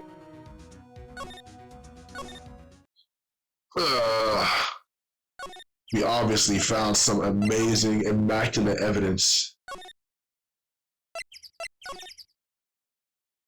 Let's go to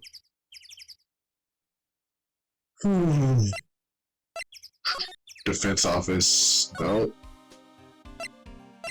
Oh, we gotta ask. Oh boy. Let's show him the paper. Edgeworth, see this letter? This came out of the safe from the shack where the boat rental caretaker lives. I see. Revenge on me? Who is that old guy anyway? I don't know. Could he be an innocent defendant you declared guilty or something? Nice, right? But I don't remember that old man, not at all. So he was following this letter then? Which told me there was something else behind it. Now is the time to get revenge on the two men who ruined my life. Two men? Meaning myself and Robert Hammond? It also says this is your last chance. Last chance? Wait, maybe he's talking about the statute of limitations on the DO6 incident. Wait, that old man. What is it? Do you know who he is? Yogi. Did he be Yogi? Yogi? The suspect in the DO6 incident. The one who was found innocent.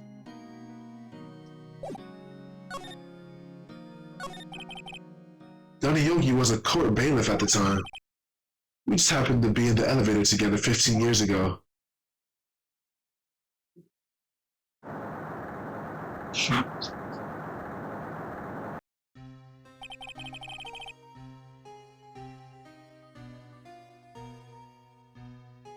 Quake was incredibly strong. Before I knew it, everything was dark. We were there for so long, it felt like forever. The air thinned, and the darkness closed in on us. We became unsettled. Ow! I can't breathe! Quiet. I said quiet. You're not making this any easier. I want to get out. Help us out! Don't shout. You'll just use up more oxygen.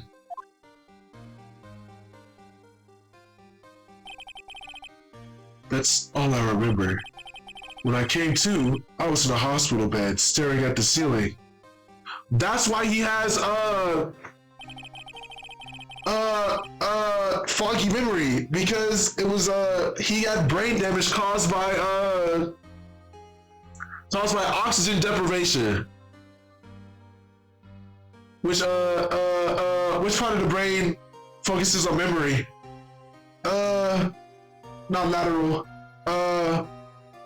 Occipital. Frontal. What's this one? Parietal? No, I should have paid attention in class.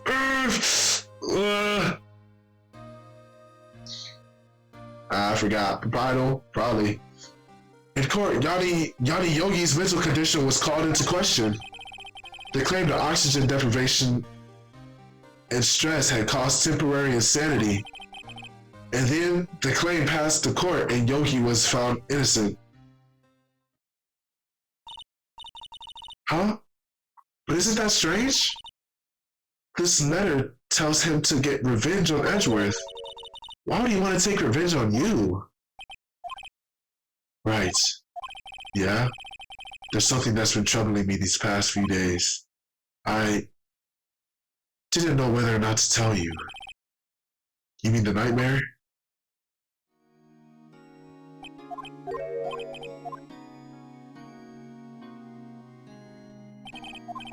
I think the time has come to tell it all. For the last 15 years, I've had the same dream almost every night. I wake up in a fearful sweat every time. What kind of dream?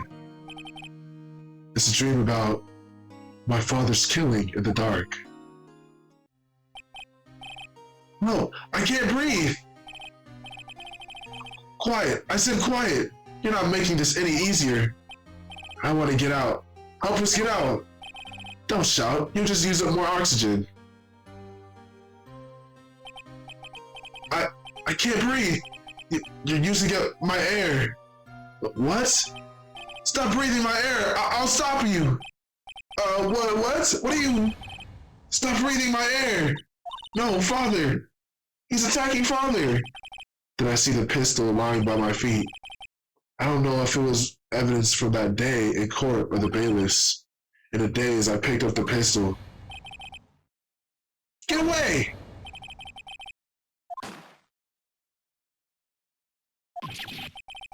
Ugh! Why did he throw the pistol?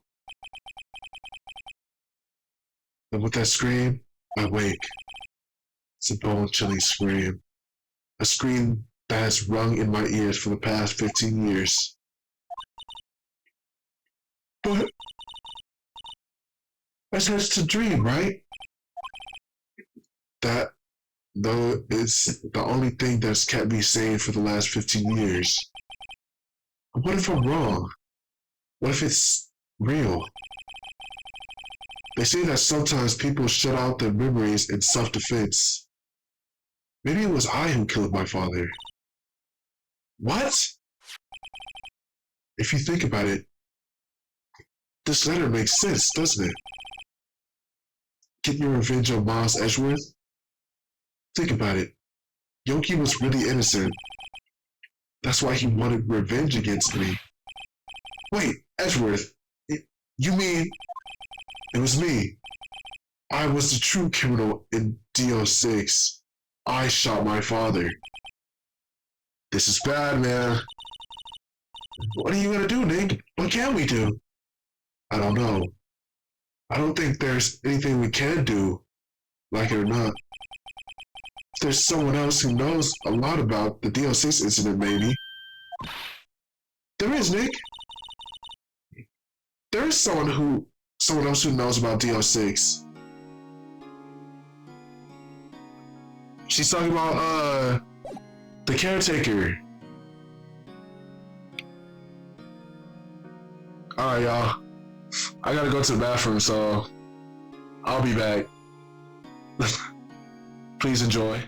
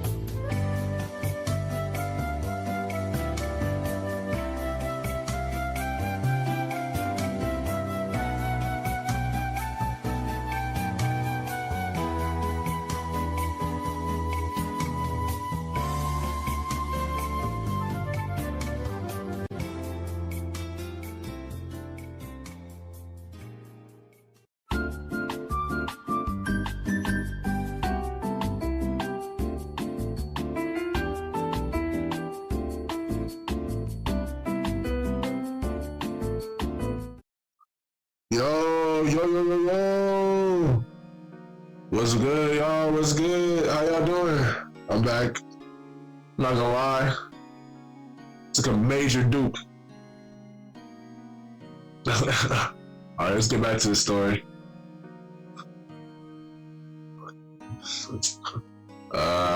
Forgot what we were talking about a little bit. The nightmare, let me just refresh real quick. Can't breathe. I can't breathe, What? Stop breathing. Oh, he shot his father. I mean, he's saying that he shot his father, but he doesn't know because he has a nightmare about it every night. He said he doesn't know if he shot his father or not. Okay. And we were saying that there's only one other person who knows about DL6 incident, and that would be Mr. Yanni Yuki. He can tell everything. I mean, Yanni Yogi, my bad. He can tell us everything that we need to know. Okay.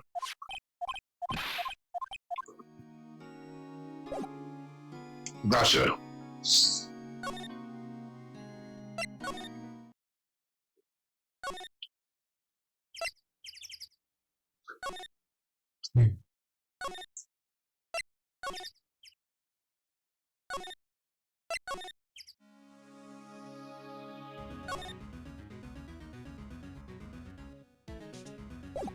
Why did I come back here?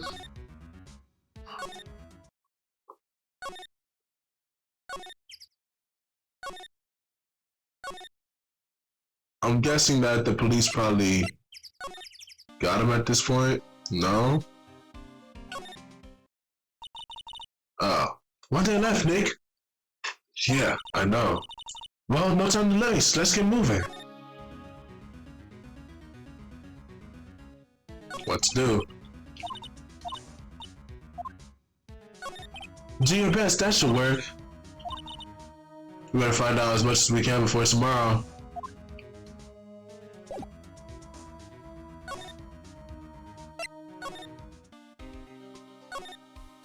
Alright. Well, I'm guessing since the dude's not there,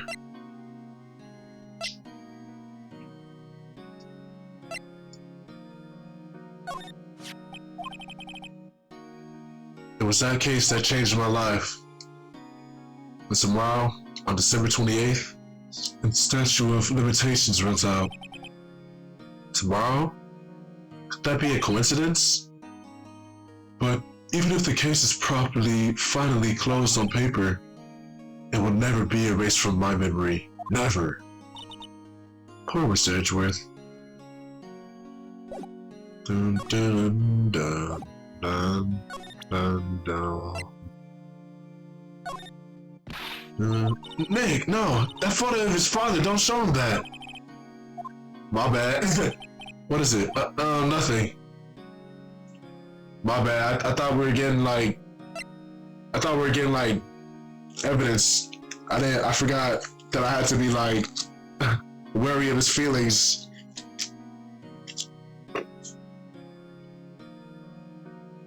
I just kind of wanted to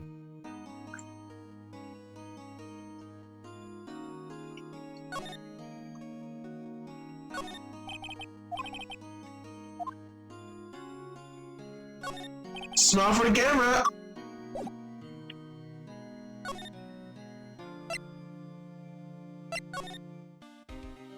Well, still not here.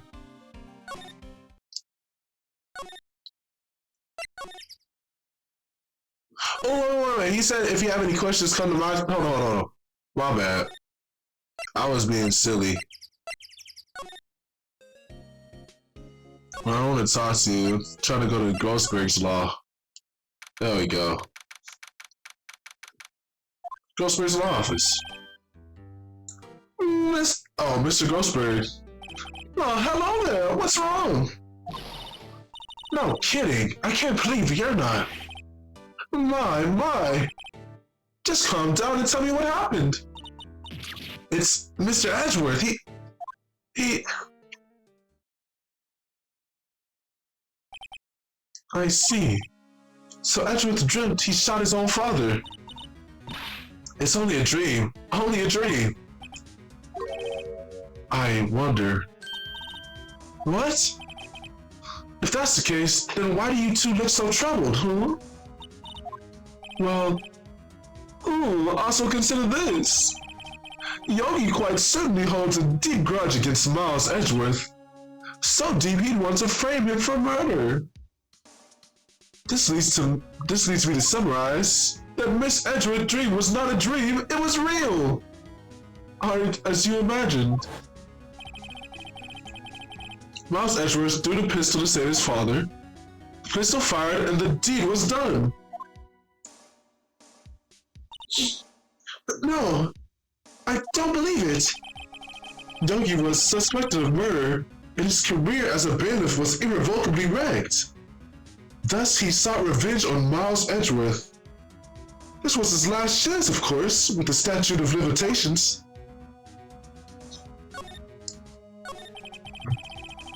What do you know about Edgeworth's father?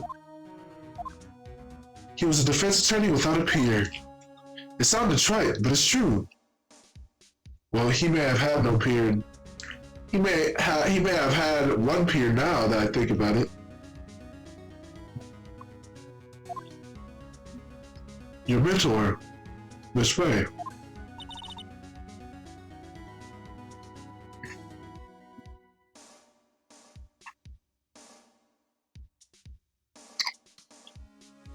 My sister?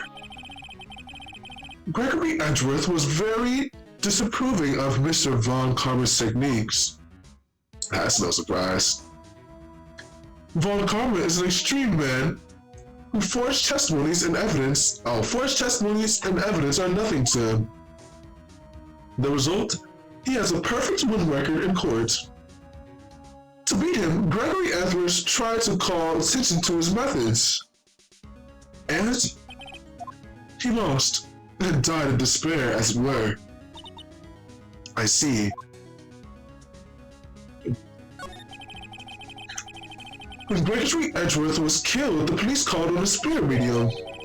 That was your mother, Misty Faye. I'm Gregory Edgeworth. I have been killed. The one who shot me was the bailiff, Yadi Yogi.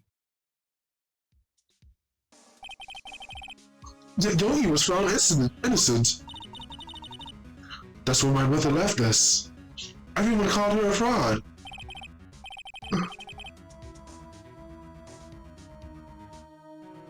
That's right. Everyone thought she was, you see? Now that I think about it, it seems the one who lied was Gregory Edgeworth's ghost. Gregory Edgeworth must have known who shot him. I don't believe it. So you're saying he falsified his testimony? That Edgeworth's dad lied to protect his son? It's only a possibility, mind you, but a possibility nonetheless.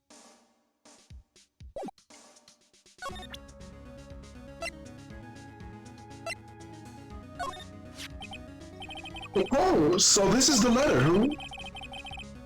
It does seem that Yogi followed this letter when he killed Hammond. But why did Robert Hammond? Hammond was a skilled defense attorney, but he defended clients not for their sake, but for his own. His own sake? He never trusted his clients. The only thing he trusted was his own ability. But he got his client found innocent, so why should it matter? Actually, my dear, it's quite different. He won the innocent verdict for no one but himself. Yogi was a free man, but socially he was ruined. Huh? You'll understand soon enough. Wait. What is it? This letter. I've seen this handwriting somewhere before, a long time ago. Whose handwriting was it?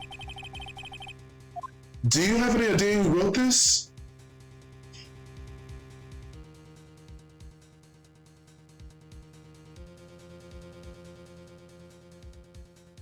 It can't be. I'm just throwing it out there. Could it be Manfred von Karma? Von Karma? Why would he have something to do with this? Well, I'm not sure. Von Karma. Von Karma. Oh, wait, you're right, my boy! This is Von Karma's handwriting, I'm sure of it! No way. Yo, I just fully guessed that, bro. Oh my gosh, I'm good at my job. I used to see it all the time on court reports. What? But that means the one who told Mr. Yogi to kill was correct. Manfred Von Karma himself. What does this mean then? Why would Von Karma want to frame Edgeworth?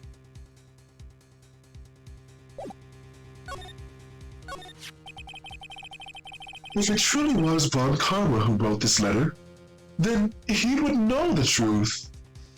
He would know that Miles Edgeworth had accidentally killed his own father. He'll say as much tomorrow in court, I should think. He'll press the point until the court finally finds Miles Edgeworth guilty. Well, no. but how could Von Karma know about Mr. Edgeworth's past like that? Even Mr. Edgeworth thought it was just a nightmare. That I don't know. Yet I do know that Von Karma is both persistent and a perfectionist. He may be seeking to satisfy a grudge against Gregory Edgeworth by hurting his son. What do you mean? It was 15 years ago. Hold on. The suit jacket comes on.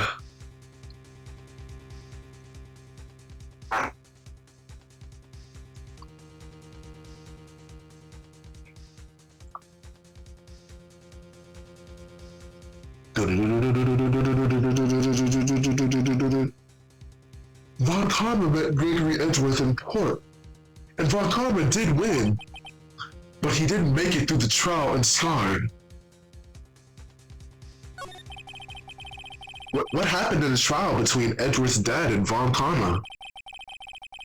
Von Karma got the guilty verdict he wanted. He won. But Gregory Edgeworth accused Von Karma of faulty evidence. Though he lost the trial, Mr. Edgeworth's accusation stood. Faulty evidence? It was the only penalty Von Karma has ever received in his career as a prosecutor. Gregory Edgeworth dealt a blow to his perfect trial record. Wow! It must have been quite a shock for Von Karma. He took a vacation for several months after that. A vacation? Yes, an unusual event for the man. That was the first and last vacation he has ever taken. And this in his many years of prosecuting. Hold on, let me put on my new rag.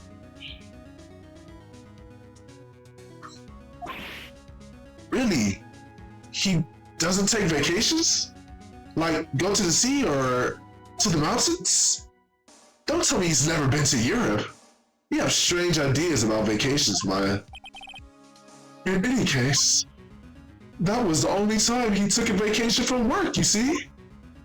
I believe the penalty upset him quite a lot. If he wanted to keep a perfect record so badly, why would he take such a long vacation? What do we do, Rick? Von Karma is going to bring up DL6. You can bet on that. What if Mr. Edgeworth pleads guilty to DL6? I won't let him. Yes, Mr. Wright? I hate to say this, but even accidental murder is murder, you know? I know that. I just believe in Edward's innocence. I can't believe he'd kill someone. But Nick, Mr. Edgeworth admits it himself. His father must have lied to protect him from beyond the grave. I don't care. I know he's not guilty. Mr. Wright, if you say so, I suppose I could go check again. The police files might hold something of interest. Mr. Grossberry, thank you. I can't promise anything, in fact. I think the chances of finding something are slim. Okay, so now we gotta go to the police place to get some more Ah. Yo. Ah. We need to go get the files for the case, yeah? Yeah, I ain't gonna lie. Pretty hungry right now. Got some Popeyes in the fridge. I'm about to eat on that. There's hardly anyone here.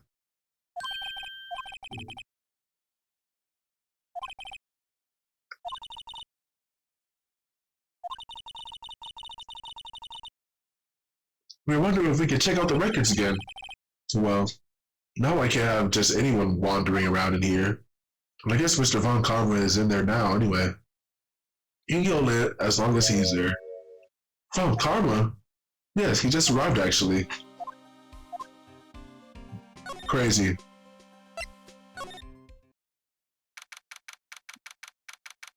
Hey, just let this dude do whatever he wants.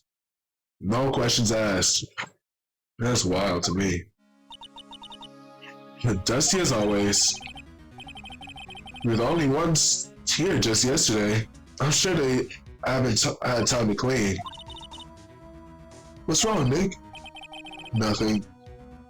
I was just noticing that he isn't there. Von Karma?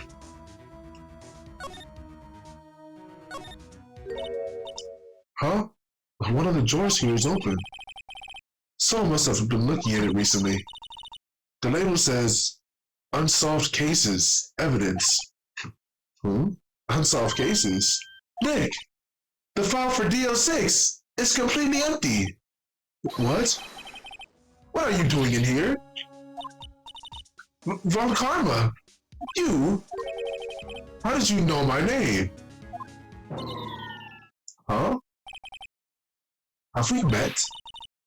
What are you saying? We see each other every day, don't we?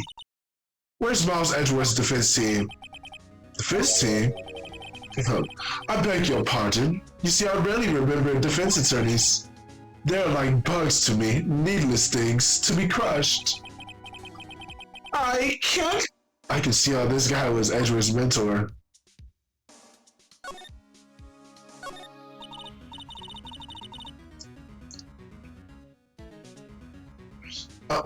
Mr. Edgeworth is your student, right?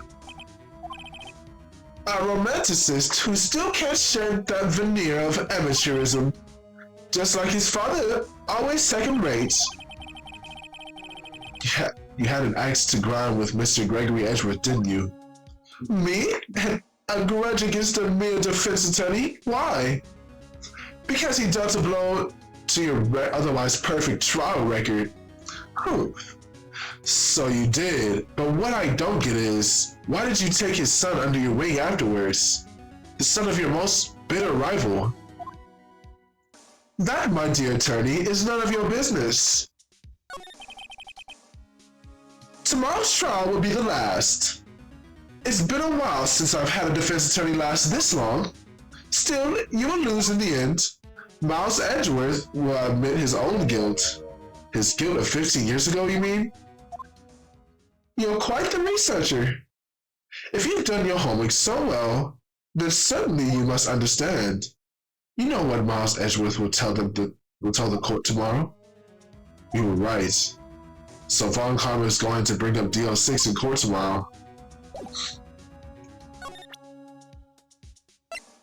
Wahaha! Mr. Von Karma, have a look at this. This was you, wasn't it? You instructed Yanni Yogi to commit murder. Yanni Yogi? How many years has it been since I've heard him called by that name? He's a fool.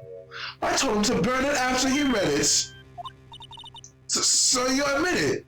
You wrote Mr. Yogi this letter? Yes, my dear defense attorney. Thank you for taking the trouble to bring it to me. You've saved me from a lot of needless hassle. What? Nick, what is that thing? A stun gun for self-defense, usually. Indeed. 600,000 volts will course through your body like a dog touching an electric fence. 600,000? Oh, don't worry, people don't die from it, usually. Now give me that letter. No. Whoa, what are you?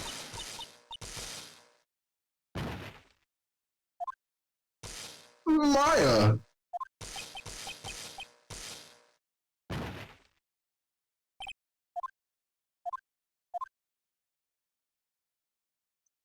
Crazy. Ah, he got us. The letter's gone, of course. And he took the DO6 evidence, all of it. Back to having no clues. Wait, Maya jumped first. Maya, is she okay? Maya!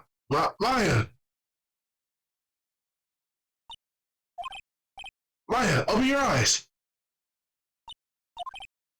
Maya! Sick. The letter, did he take it? Huh? Oh yeah, are you okay? I couldn't stop him. I jumped as fast as I could, but the one shot from that thing knocked me out cold. I'm useless. I'm no good as a lawyer or a medium. I can't even call my sister. Not even now, when we need her the most. I wish I hadn't woken up at all. Maya, there has to be some way I can help her. I better do something about her self-confidence first. Maya, she's holding something. What's that? A bullet? DO6 incident evidence number 7, taken from the heart of Gregory Edgeworth. I remember. Volcano was holding this when Maya jumped on him.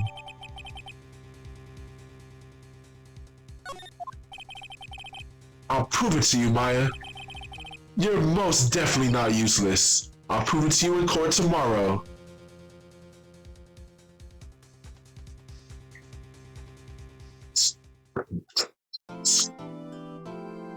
Okay.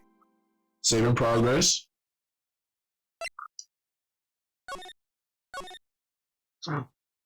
Yeah, we filling up these days heavily. Oh my gosh. Final day? Let's go. Imagine the government passes a law that all trials has to be solved within 3 days. Bogus. It just wants to spike up the incarceration rate. And then more people of my color are gonna be in jail. Crazy.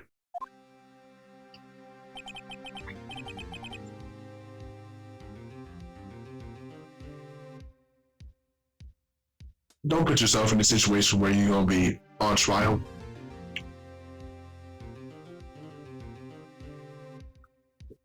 Yo, I ain't gonna lie. Speaking on that, tell me why I had this friend, right? We were going on like a trip for like something, I forgot. But he gonna go and that's another story for another time. Y'all gonna have to actually be in the chat for that one. Y'all gonna have to be in the chat for that one.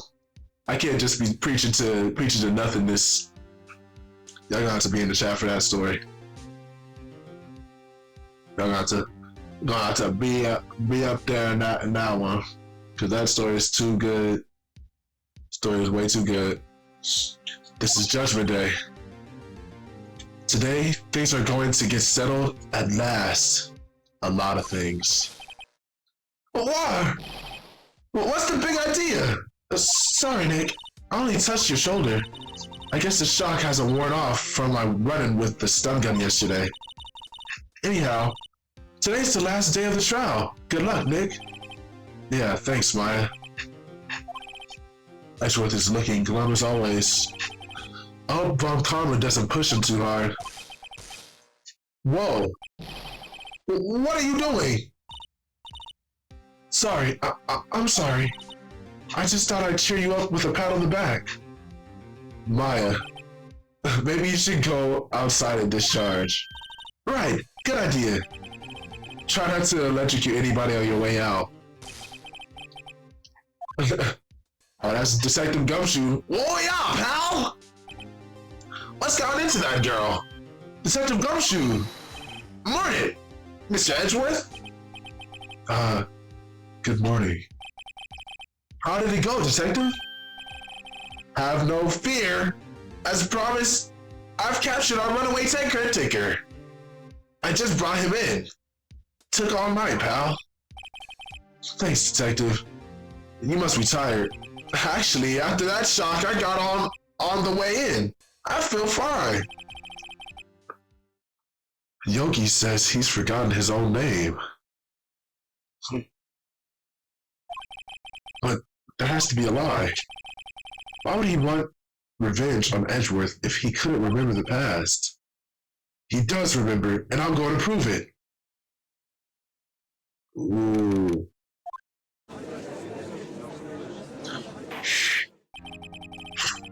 Court is now in session for the trial of Miles Edgeworth. The defense is ready, Your Honor. The prosecution is ready, Your Honor. Right, very well.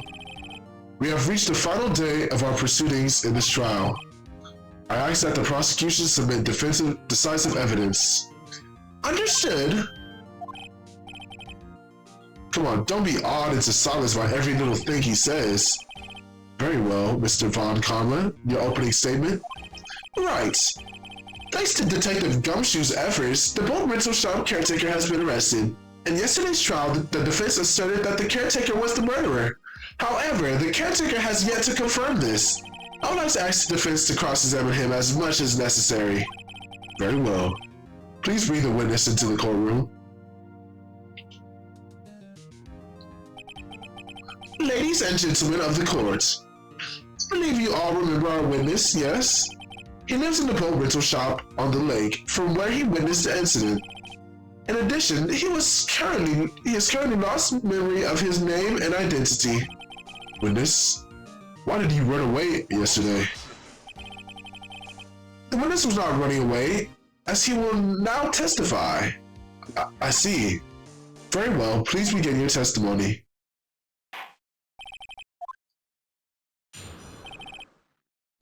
Why left court? I'm really sorry about just leaving yesterday like I did.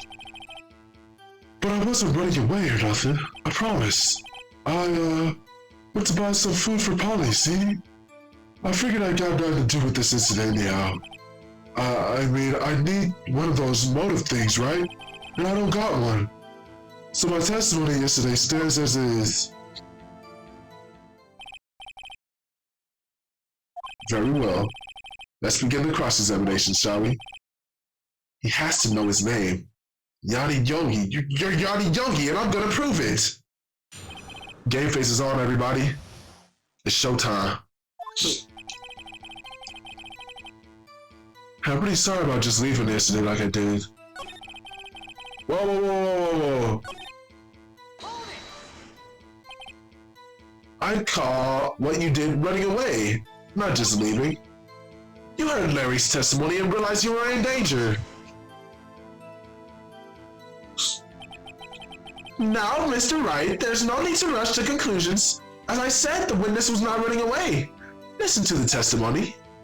He sure seems relaxed. In fact, they both do. Yanni Yogi, and Von Karma. I wasn't running away or nothing. Food? Well, Polly is a bit of a gourmand, you see. She only eats these high-quality bird pellets from France. They only have them in the big pet shop downtown.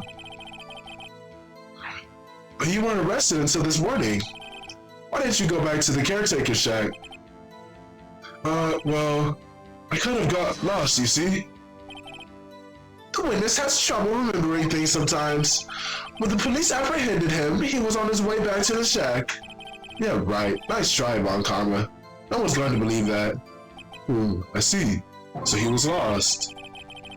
Please, Your Honor, come to your senses. Figured I got nothing to do with this incident anyhow.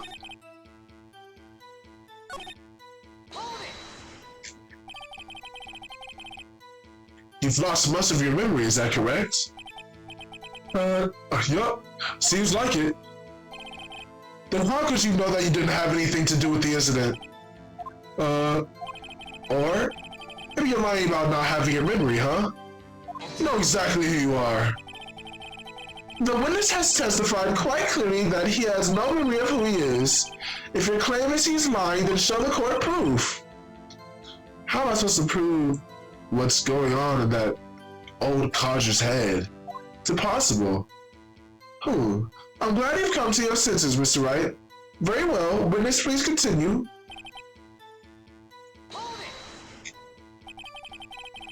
How can you say that you had no motive? I say you do. You held a grudge against Mr. Edgeworth and the victim Robert Hammond. That's why you took revenge on them, right? Please don't make me repeat myself, Mr. Wright. This witness has no memory of anything beyond several years ago. He can't hold a grudge. It's impossible. Have to prove he's lying about his memory. Otherwise, it's going to be the same thing over and over until the trial ends. Might I say something, Mr. Wright? My problem with liberals, Alan. Oh, that was about to get real crazy in a minute.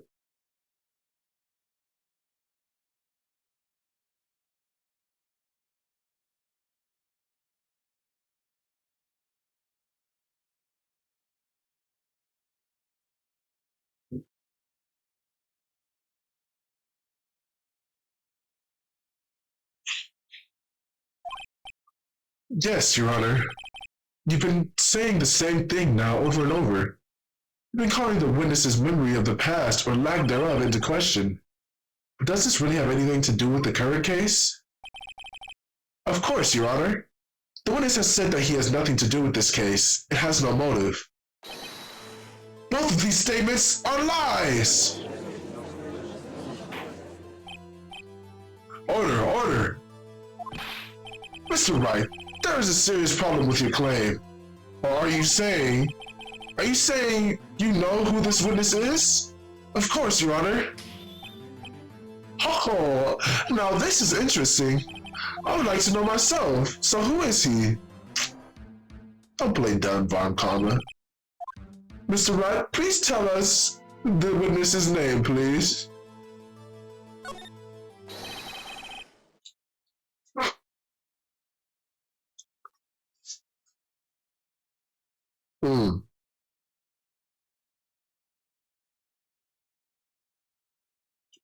I'm not gonna lie to y'all.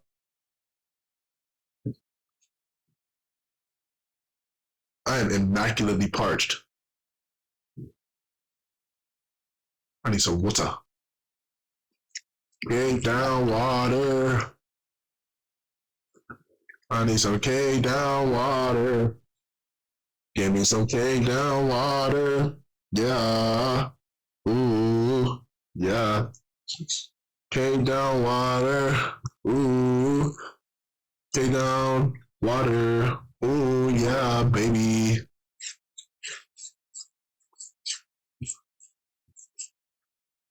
Alright. Yogi? That name sounds familiar. Oh! Johnny Yogi from the DL6 incident? I figures the judge would have heard about it. It was such a famous case. But what does this mean? Your Honor, if this man is Mr. Yogi, then he has a clear motive. Tisk. Jumping to conclusions again, Mr. Wright. This witness is Johnny Yogi? Fascinating. However, how do you propose to prove this to the court? This is a court of law, as you may recall. You need proof. And allow me to repeat once more that the witness has lost his memory. This is it. I have to do this now. If I can't prove he's Yogi right here, right now, then I've got nowhere else to go. Nick, how are you going to prove it? How can you prove that he's Johnny Yogi? It's okay. It's actually quite simple. Your Honor, please take this man's fingerprints. Then we'll compare them to the fingerprints on file for Yanni Yogi 15 years ago. I see, that makes sense. Tis. Huh? I'm so very, very sorry, Mr. Wright. What? Why? The witness has no fingerprints. He burned them off because he was running a noodle shop. Which... What? No fingerprints? You see, before I worked as a caretaker, I worked at... Oh, never mind. My bad. I worked at a chemical plant. I burned my fingers while working with the stuff. Yup. What? Yogi, you sneak. You burn your fingerprints off to hide your past? Well, if the witness has no fingerprints, I guess we will not be able to prove his identity. Well, what will you do, Mr. Wright? Seems that the case has been decided, no? No, I know what happened. I know everything. I just can't prove it. But no, can't let it end like this. I can't lose. There has to be another way. There is no one who can testify as to the one this witness is. No one. Nick, what are we gonna do? I didn't consider that he might have erased his fingerprints. What do I do? Mr. Wright? Perhaps you would like to cross-examine his parent for a little comic relief, Yeah, very funny. You're a sore winner, Von Karma. Wait a second. Cross-examine his parent? No, you're not going to. Your Honor, the defense would like to take Mr. Von Karma up on his proposal. Take Mr. Von Karma up? On my proposal? Exactly, Your Honor. I would like to cross-examine the witness's pet parrot. Order. Well, what do you think, Mr. Von Karma? Did you ask? This is a farce. I object. Wait a second. You were the one who suggested I cross-examine the parrot, Von Karma. I have no right to do as you suggested. Well, if you're not so desperate, then please be my guest. Of course, should you go through with this, and nothing comes out of it, then I hope you're ready for the consequences. Nick, this is crazy. Well, still want to go through your little game? Of course.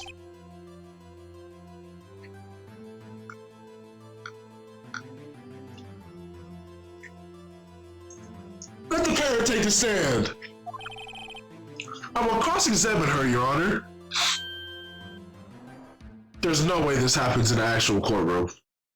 No way. This is the most ridiculous thing I've ever heard. Von Karma rigged every person's testimony, every piece of evidence, except the parrot. She's my last chance. At least, I think so. Bailiff, bring in the parrot.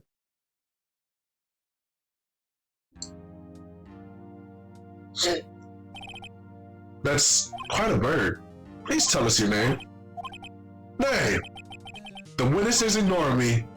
It must hurt to be ignored by a bird. Very well. Who is your owner? Please testify for us.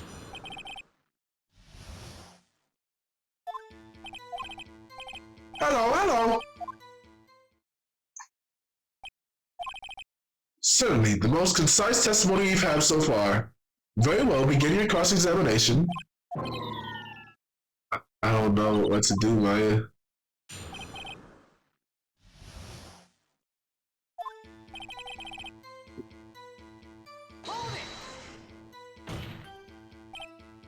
Witness, you can't just say hello and expect us to get anywhere. I want you to testify.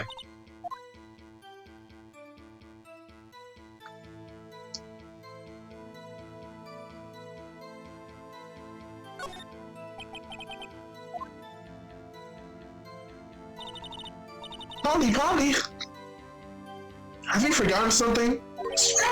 Don't forget DL6.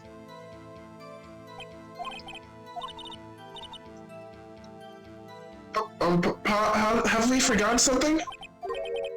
Hello.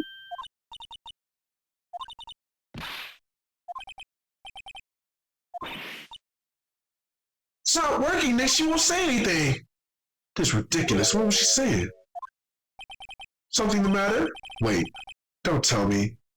Von Karma expected this. He couldn't have retrained the parrot, could he? Did he train her not to respond when we asked if we'd forgotten anything?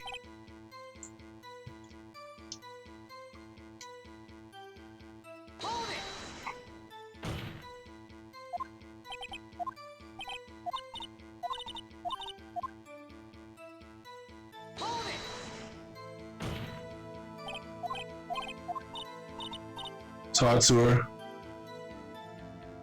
What's your name? Mr. Wright, I think we've established that the parent is already named Polly.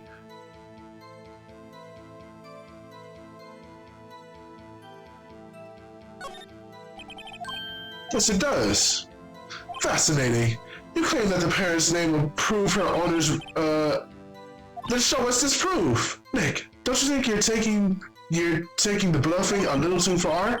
Listen, we're not here to answer the question of who is the caretaker. We're here to prove that he is Yami Yogi. All we need to do is tie the name Polly to Yogi. Your Honor, the proof that the parent's name reveals the caretaker's identity is...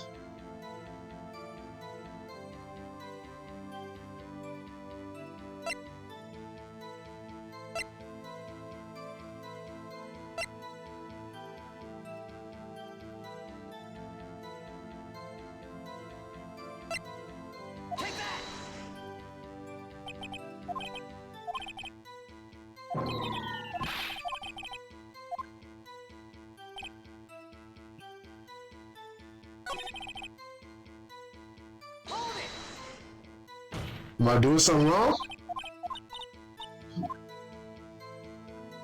What's the safe number?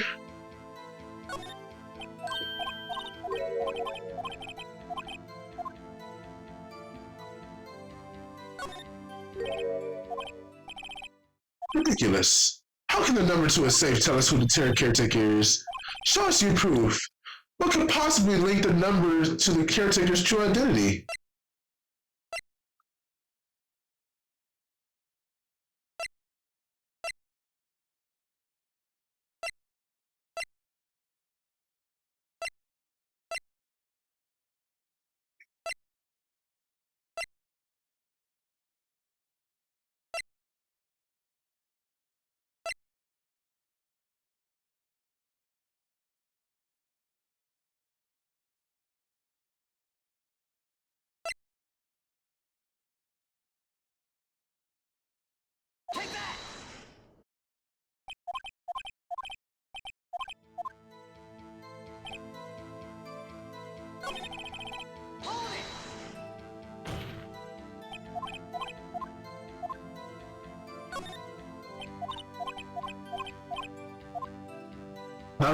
How do we connect?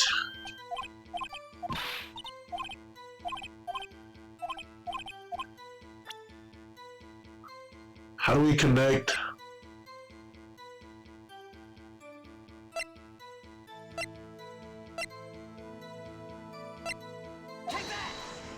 Why did I just use that? It's quite a large file you have there. Praise this proof on then. Show us or stop wasting our time. Very well, Mr. Wright, please show us the page. Where in this file is information conceded to this parent's name? Whoa, I didn't mean to... I did mean to do that. Yeah, I did. I meant to choose that one. This page is all the information about Yami Yogi. But after he was arrested, his fiancée committed suicide, see? Indeed, it does say that, yes. What was his fiancée's name? Polly Jenkins.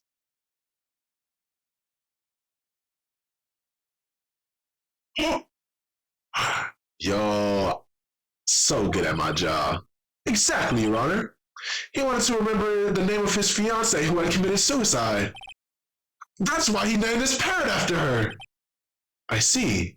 I guess that is possible. A mere coincidence, that's all. My granddaughter has a dog she calls Pheonix. Well, Mr. Pheonix Wright, does this make you my granddaughter's fiancé? She's only 7 years old. Indeed, alone it is a little weak for evidence in a murder trial. We'll need some other corroborative evidence. Where am I going to find that? Nick, we're getting closer. One more.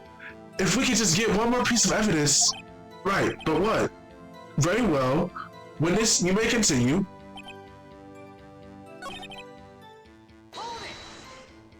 And that's where the safe number, and then claiming the number, actually it does. But now the question is, what? Whoa, whoa, whoa, whoa, whoa, whoa, whoa, whoa, whoa. 1228. 1228. 1228. 1228. 1228.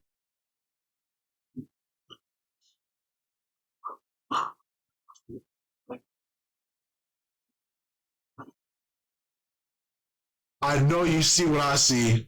Do you see what I see? Oh, baby girl. See that? The DO6 case file? What is the obsession you have with that case? Why this file is something relating to the case number? So the case summary page. The case summary? Specifically the date on which the DO6 accident occurred. Take that, internet. The date of the incident, December 28th? Why, that's today's date, 15 years ago. And the number on that safe is 1228.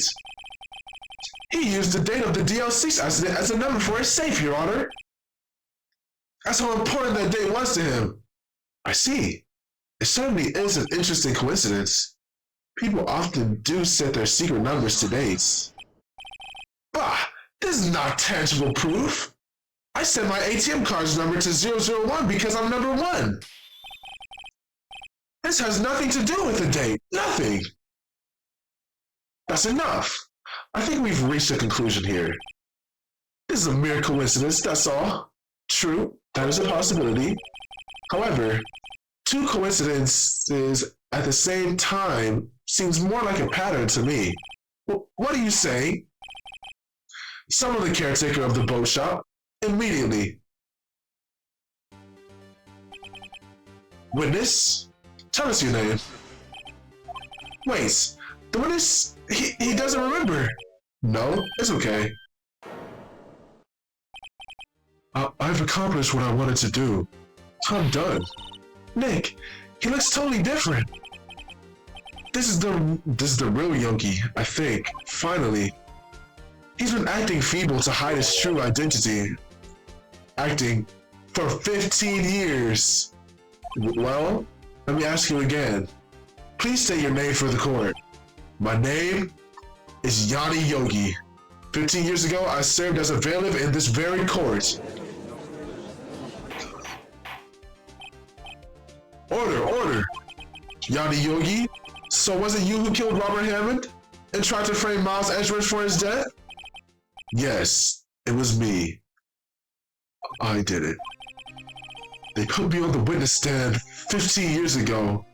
Robert Hammond, he said I was mentally unsound. He told me it would make me innocent, get me off the hook, so I pretended to have brain damage. I was innocent, really, but he didn't believe me. He won the trial, but I lost everything. I lost my job, my fiance, my social standing. Then this year, 15 years later, a package arrived. It was a letter and a pistol. The plan was written out in careful detail. It was a plan for me to take my revenge on the people who ruined my life. I didn't care who I sent it. I thought this was my chance after 15 years. This was it. Finally, a chance to have my revenge on Robert Hammond and Miles Edgeworth. I have no regrets. Wait a moment. Revenge against Miles Edgeworth? What do you mean? I'm not at liberty to speak on that matter. Why don't you ask Mr. Edgeworth yourself?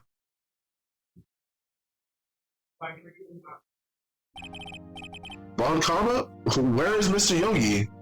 Under arrest, Your Honor. I saw no room for error in his confession. Then the defendant Miles Edgeworth is innocent. In this case, at least. Hey, a win is a win. A win is a win. Turn me up, turn me up, FN. Very well. Will the defendant please take the stand? There are a few mysteries left unsolved. Still, you are cleared of suspicion for this particular case. So I would like to pass judgment on the murder of Robert Hammond. Any objections? I don't believe it. Why isn't Von Karma saying anything? Very well. This court finds the defendant, Mr. Miles Edgeworth, not guilty. You know how we get down. Oh. That is all. This court is adjourned. Objection! Did someone just say objection? It wasn't Von Karma? Wait, but that means no. Edgeworth? Your Honor, I object to your judgment. What do you mean? I'm not innocent at all. Have you heard? Johnny Yogi killed Robert Hammond in revenge. But revenge for what? Nick, Edgeworth is trying to confess. He's going to say he's guilty. He's going to tell them he was the murderer in the DO6 incident. He's going to tell them he killed his own dad. What do? I'm gonna leave it to Edgeworth. He knows what he's doing. He knows what he's doing. He knows what he's doing. He knows what he's doing.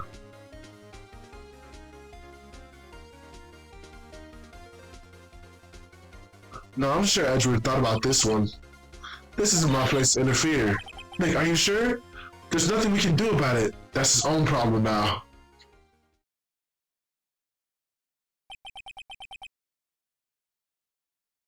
For 15 years, I had a reoccurring dream, a nightmare.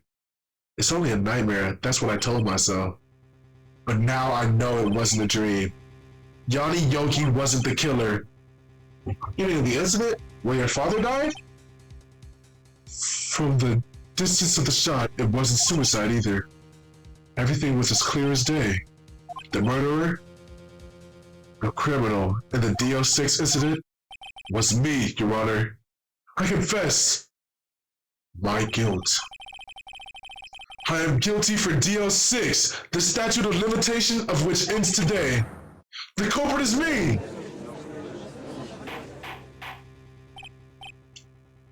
Order. This is certainly unexpected. The defendant declared innocent is confessing to a different crime? A crime for which the statute of limitation runs out today? I'm not really sure how I should deal with this. Bah! It's obvious. We hold a trial right here, right now. We tried this man for his crime of 15 years ago. I think I would like to take a 5-minute recess. During this time, I would like to consider the appropriate course of action to take. Court is adjourned.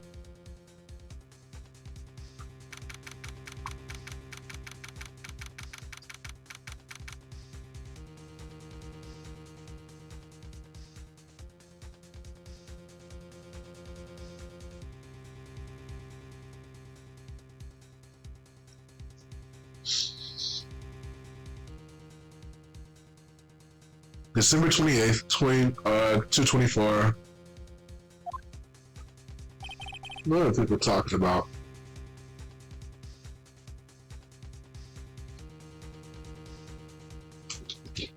I'm sorry, Wright.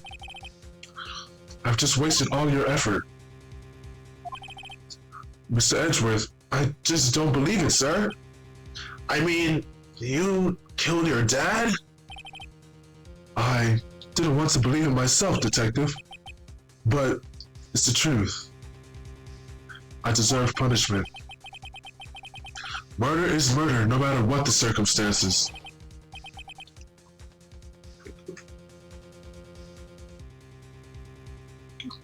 This is crazy. Just crazy.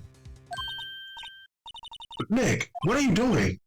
Huh? Oh, I was just reading through the court record once more. I'm getting my case ready. Your case? For what? Isn't it obvious? I'm gonna prove that Miles Edgeworth is innocent. What are you talking about, pal? He just admitted to it. He confessed that he did it. In court. I'm sorry, Edgeworth, but I don't believe you're a nightmare. What? It's just a dream. It's not real. The truth is right here in this court record. In any case, tighten your belt. The real fight is just beginning. I'll prove you're innocent. Just trust me. Right.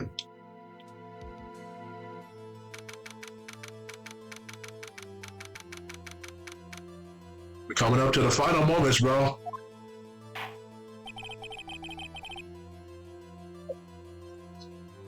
Now I would like to resume our trial. Judge, Miles Edgeworth has admitted to his own guilt. He has confessed his crime. Let's begin by hearing his testimony. Then, though pointless, let the defense do their cross-examination. Though it's unconventional for me, I'd like to run this one by the book. I see. Does the defense have any objection? No, Your Honor.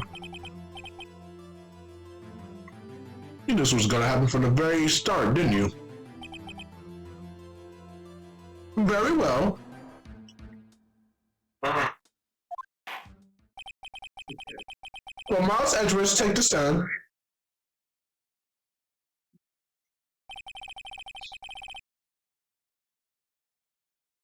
Oh, yeah. How y'all doing today? Hope y'all doing good. These streams are mad long. Not gonna lie.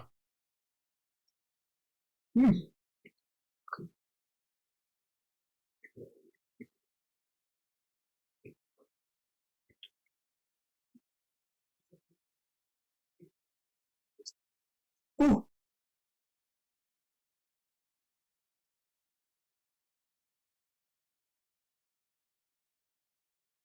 Will the witness please state his name and profession?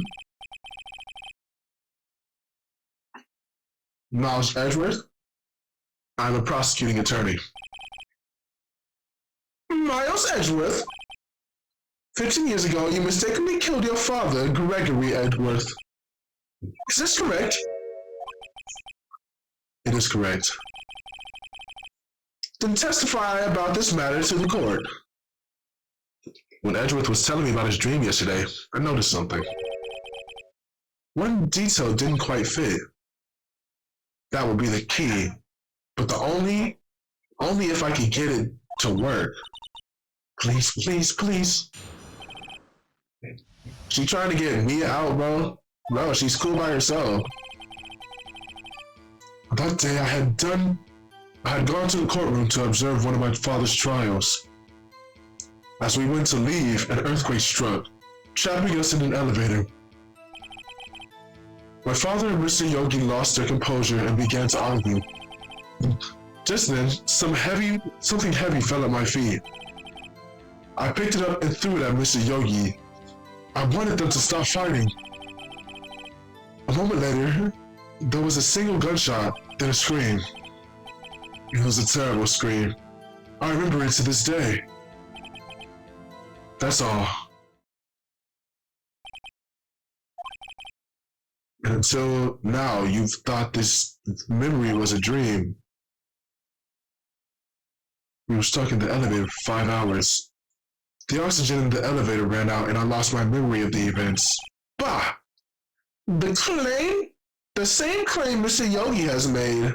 Very well. Mr. Wright, your cross-examination, please. Yes, Your Honor.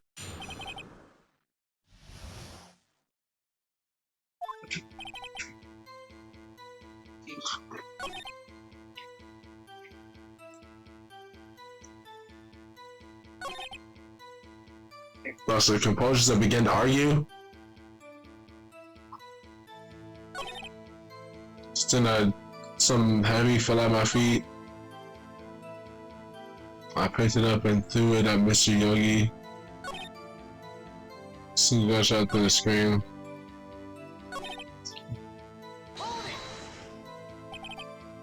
Gunfire once? Yes. I think after I flew through it, I lost consciousness. Since then, it echoed in my head every day. The gunshot and that horrible scream. The scream.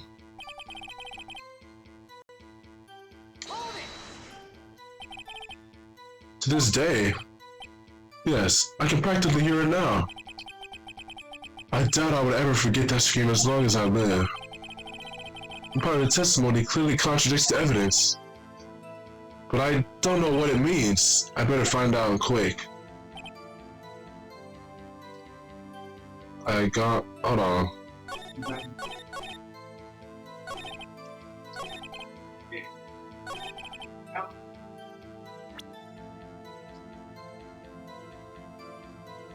That's what I'm saying. So like,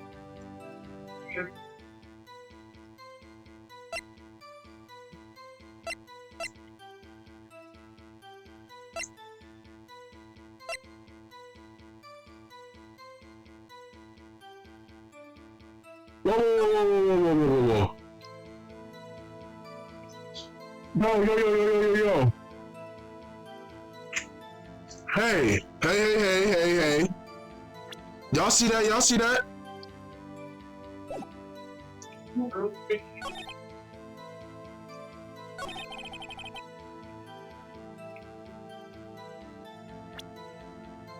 I know y'all saw that. There's 2 gunshots though. One hit the elevator door.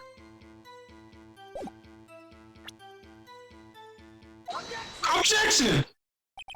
How can there be only 1 gunshot if there's 2 holes? Then everything faded.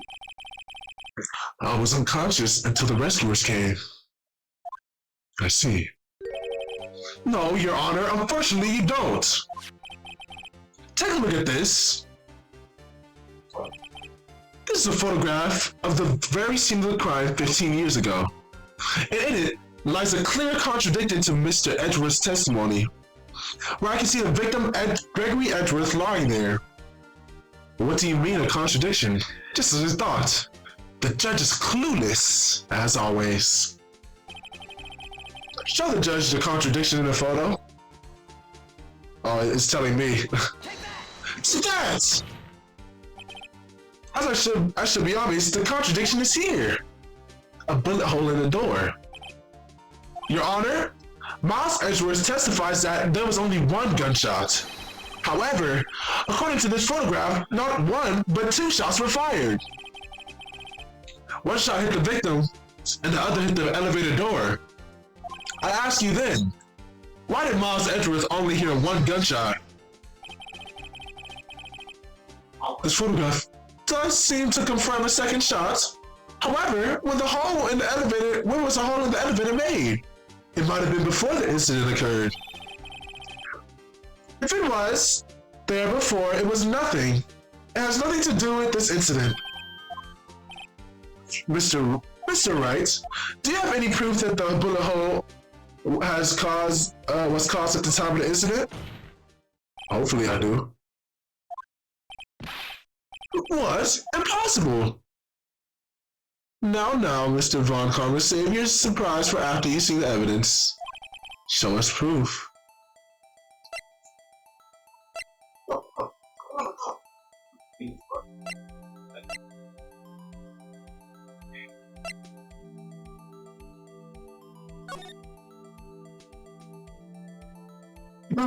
No oxygen! Whoa!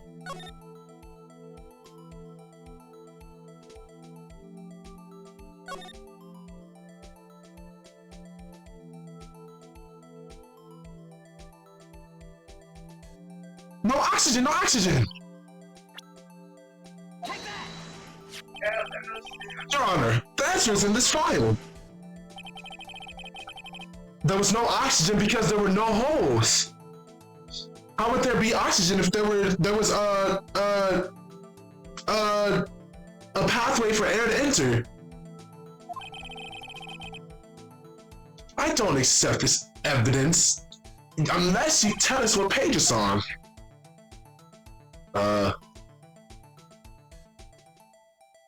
It's on the first page, of course. Mr. Wright, please think how you feel about having to look at this evidence time and time again.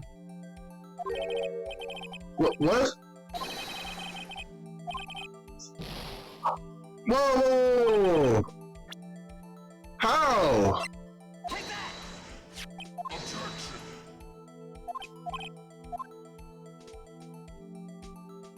The page shows the link between this bullet hole, the DLCs, the victim. Okay, it was that. And I just skipped over it. I'm stupid. Miles Edgeworth only heard one gunshot, yet the murder weapon was fired twice!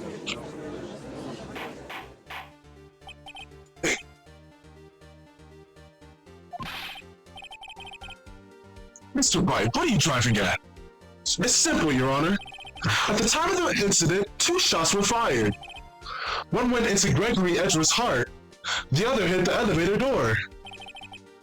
Remember that the defendant lost consciousness after the shot he fired rang out. In conclusion, we must agree that the second shot was fired by someone else.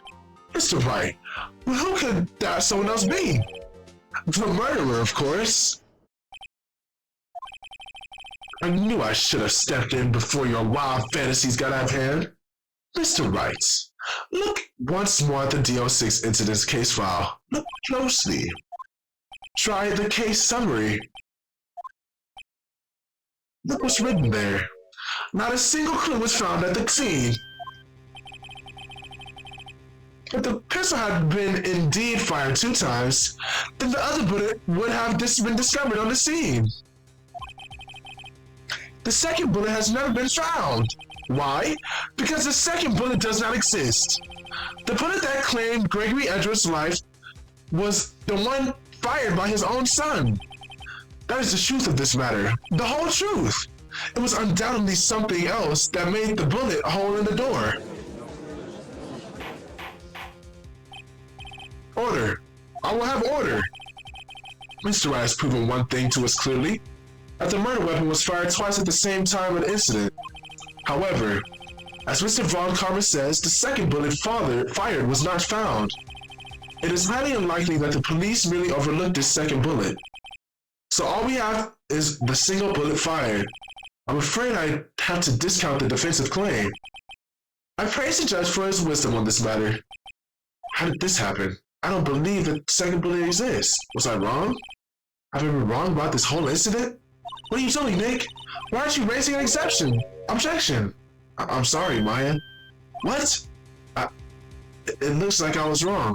Nick, if the second bullet wasn't there, then all my conjectures are for nothing. No, but you said you'd do it, Nick. You said you'd get Edgeworth to declare innocent. I'm sorry. It's just, when I saw the photograph, I thought that 2 shots had been fired. I was so certain of it, I thought I'd won.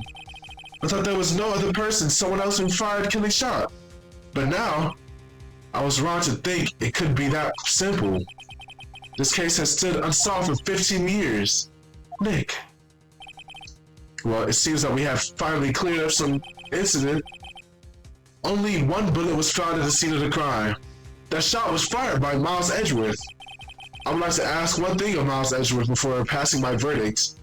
Have you been paying attention to the trial so far? Yes, Your Honor. Do you have any objections? No. No, I do not. So you killed your father, though it was not your intention? Yes, I did. Oh no. He's accepting the guilt. Very well. The statute of limitation on the murder of Gregory Edgeworth runs out today. Therefore, I must pronounce a verdict on the defendant today and right here. Right now! Indeed. Does anyone have any objections? I've been here before. It's just like my first day in court. There's so many things I know I should be saying, but my mind's gone blank. I can't find the words. Mr. Wright, I have an objection. You're bald. I object. Mr. Wright, on what grounds do you claim? Nick, I don't know. His case is so perfect. Oh no. Ah! It must exist. The second bullet. What? What did you just say? Nothing. The second bullet must exist? But where? Someone took it.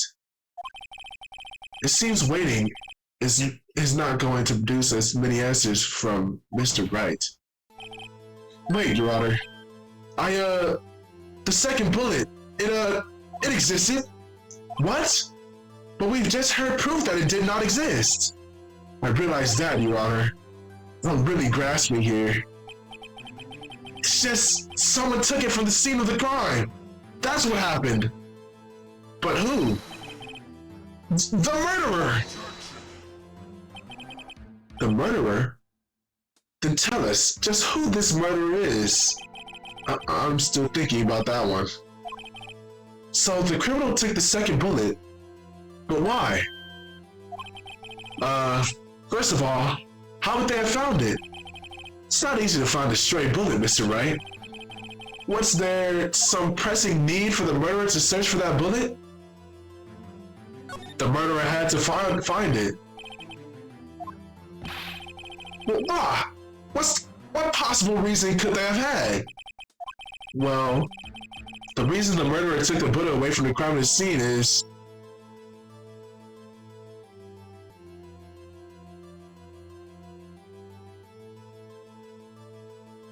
the murderer was cautious. The bullet would be proof.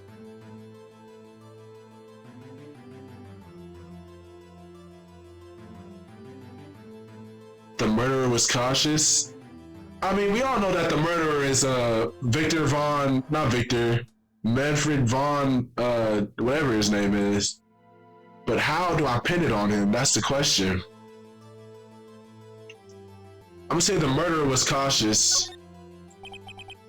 Well, the murderer was a very cautious sort, you see. That's why the murderer had to search for that bullet. If that was the case, then they should have taken the bullet from inside Gregory as well. Why would they only take one of the two shots fired? Oh, right. Whoa, why?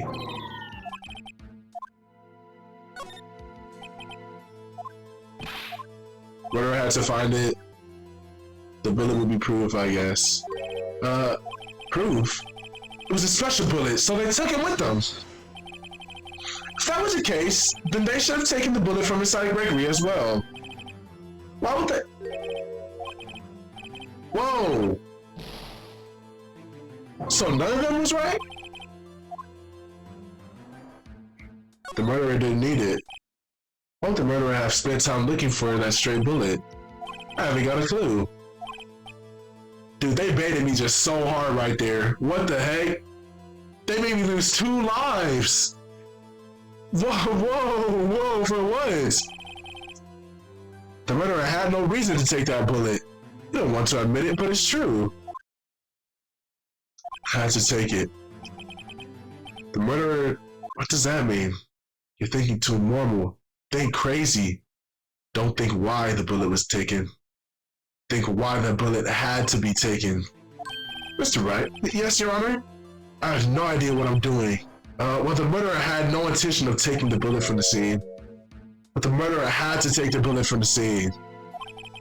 Well, for instance, maybe the bullet hit the murderer. The bullet hit the murderer? Just saying, for instance. I mean, if it hit you, you would have to take it with you. It's not like you can perform surgery right there, you know? Wait a second. I was just talking off the top of my head, but what if that's really what happened? Let me get this straight. So at the time of the murder, the murderer himself was shot? And they left with the second bullet still inside of them?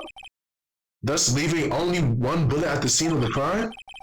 Yes, I guess that's how it worked, yes. But there's a problem with that. The other two people rescued from that elevator, Miles Edgeworth and Johnny Yogi, were both unharmed. So that would mean the murderer came from outside.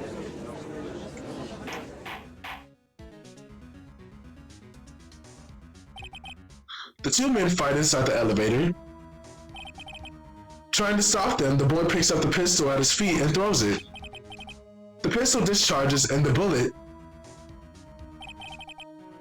goes through the elevator door and hits the murderer outside. The boy loses consciousness. Then the murderer opens the elevator door and sees the men inside.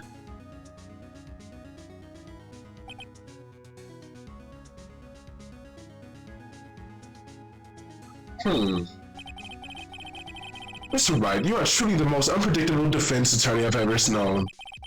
I can tell you're grasping, yet I can't deny the possibility of what you say.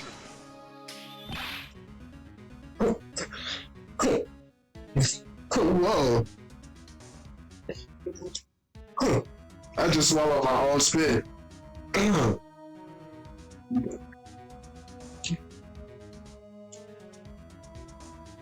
What are you saying? Deny it! No one involved with the incident was wounded. There was no murderer. No one wounded at the scene at the time of the incident. He's right. I can't think of anyone. Hey, Nick. Huh? I just thought of something really crazy. Crazy? Remember what Grossberg says yesterday? Gregory Edgeworth, Delta Blotus. Yep.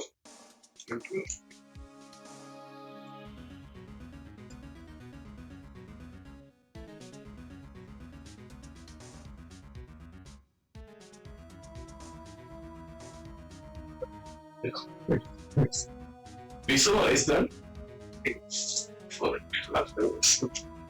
I've never played the games before, did it? I really enjoy it.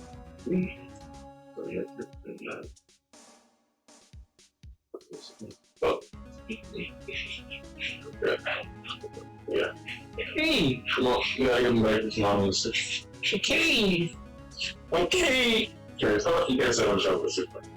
Why did you say anything? It's really bad. Yeah, I just wanna zoom around it. Bring people out.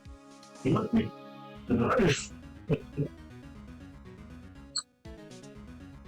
Alright.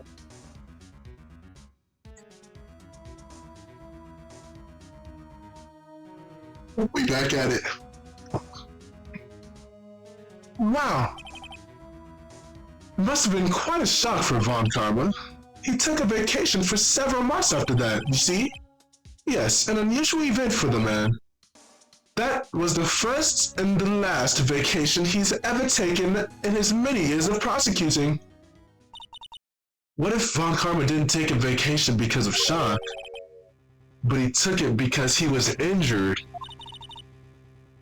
Which would mean, it could only mean one thing. He was the murderer in the DO6 incident.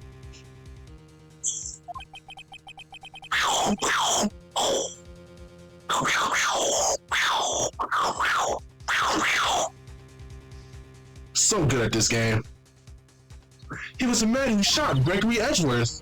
It was Von Karma. Oh man. Something wrong, Mr. Wright? You seem dazed. No, Your Honor. Well, you have indicated the possibility that the murderer came from outside. Can you give us the name of your suspect? Should I come out and say it now?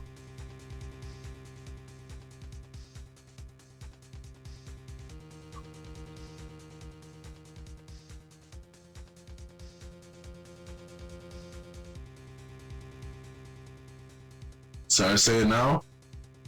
Should I save it for a better time? You know what they say? There's no better time than the present! Your Honor, there is a suspect, a lone suspect. Well, this is certainly interesting news. Very well, Mr. Wright. Who is your suspect? My hands are shaking. V what? Von Karma! Von Karma.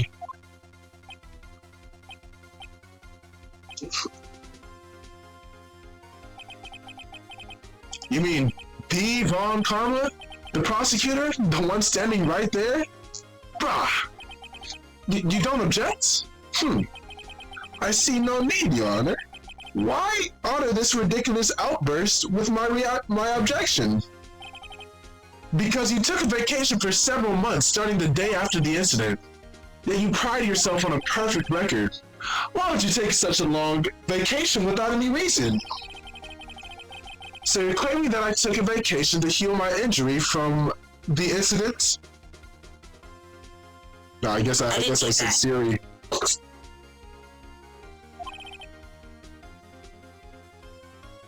Hold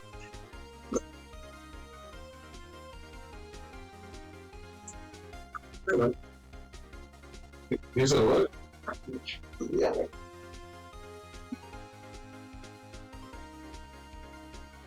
I'm just finishing up the case, actually. He's finishing up the case. It's literally finishing up the case. So good.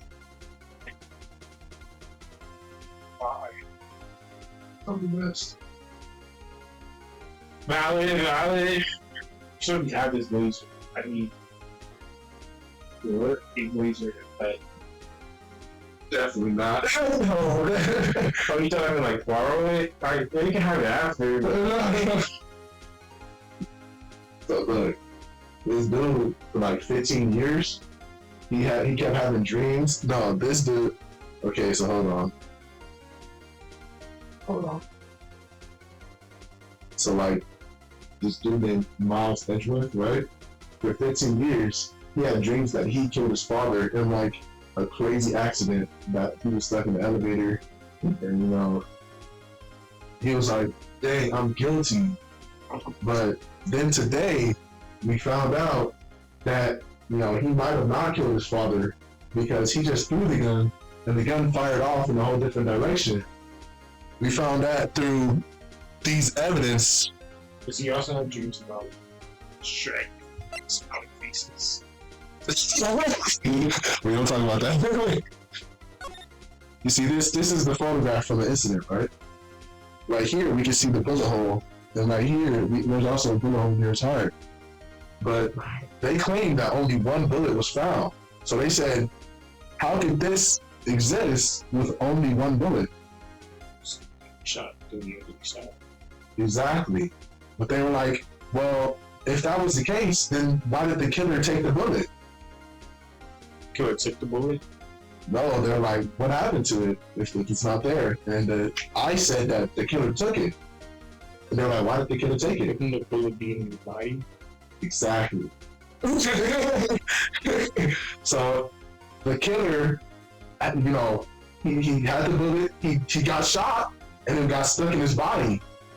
And just so coincidentally, after this accident, the prosecutor that's going against us now, this guy,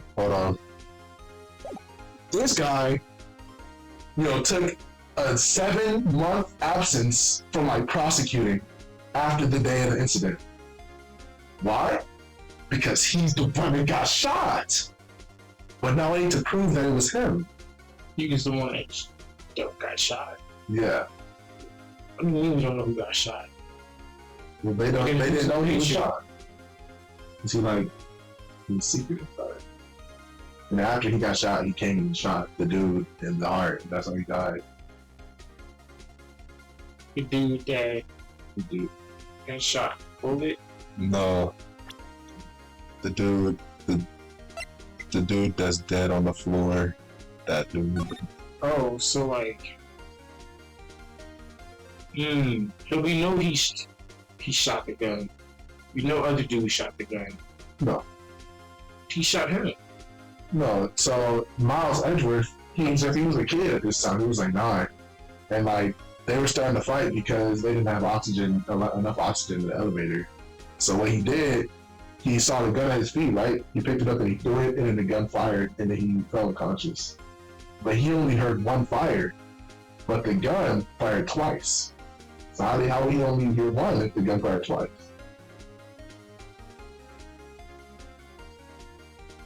No, I mean, it seems like he. He died. Okay, so who hurt him? Hmm?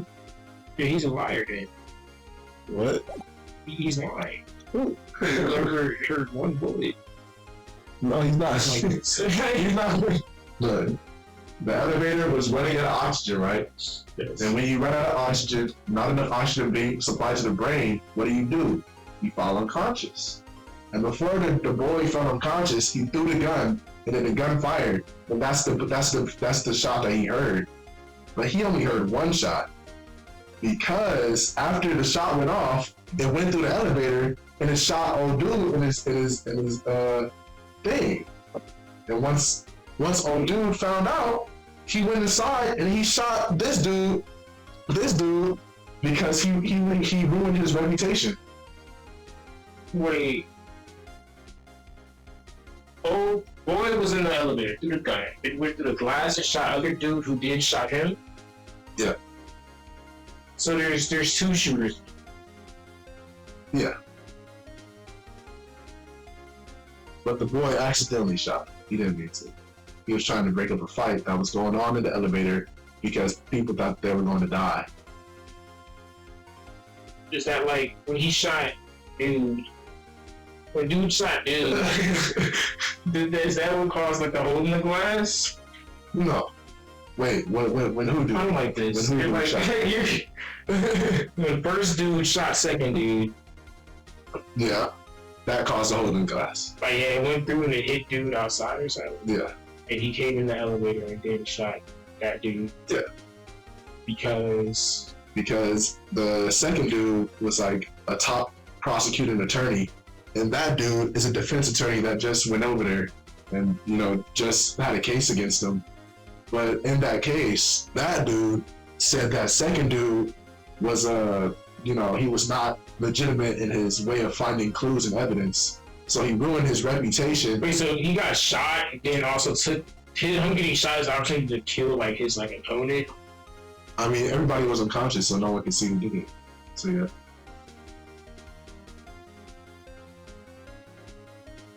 But how do you know that like The gun fired twice? how do you know like he came in the elevator and shot something? That's what I proved. Oh, it's like he could be like really innocent and like you just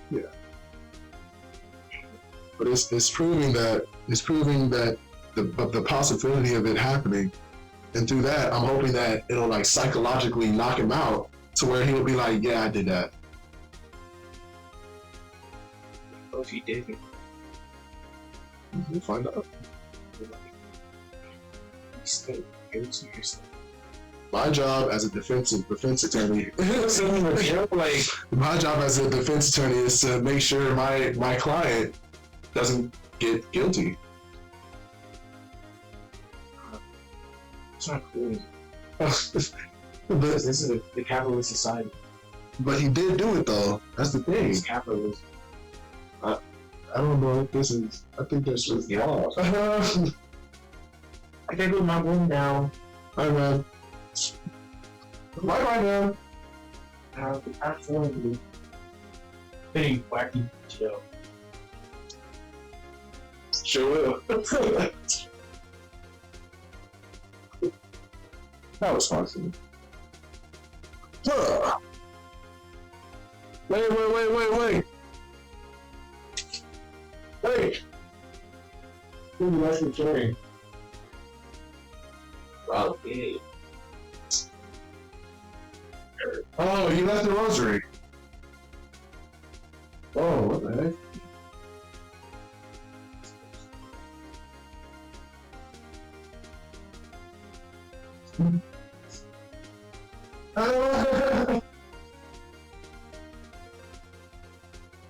Sure, man.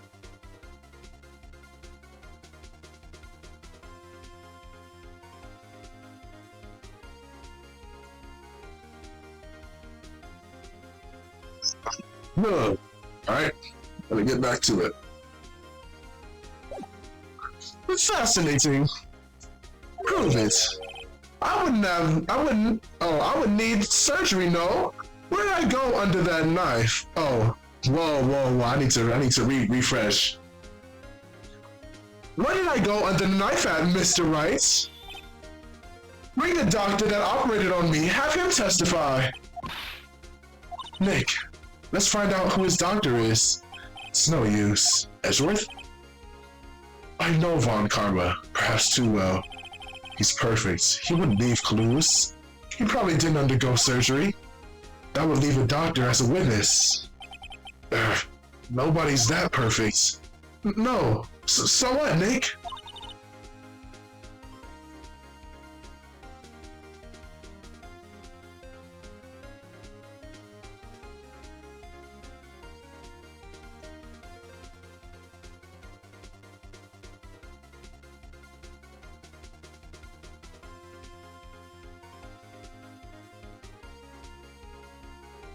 This is the most I've opened my door on stream. Did Karma pull the bullet out himself? That's insane. No, couldn't have. You can't just pull bullets out of yourself. Wait, what does that mean? The bullet has to be somewhere, but where? Tis. Well, Mr. Wright, can you produce evidence to prove that I was shot?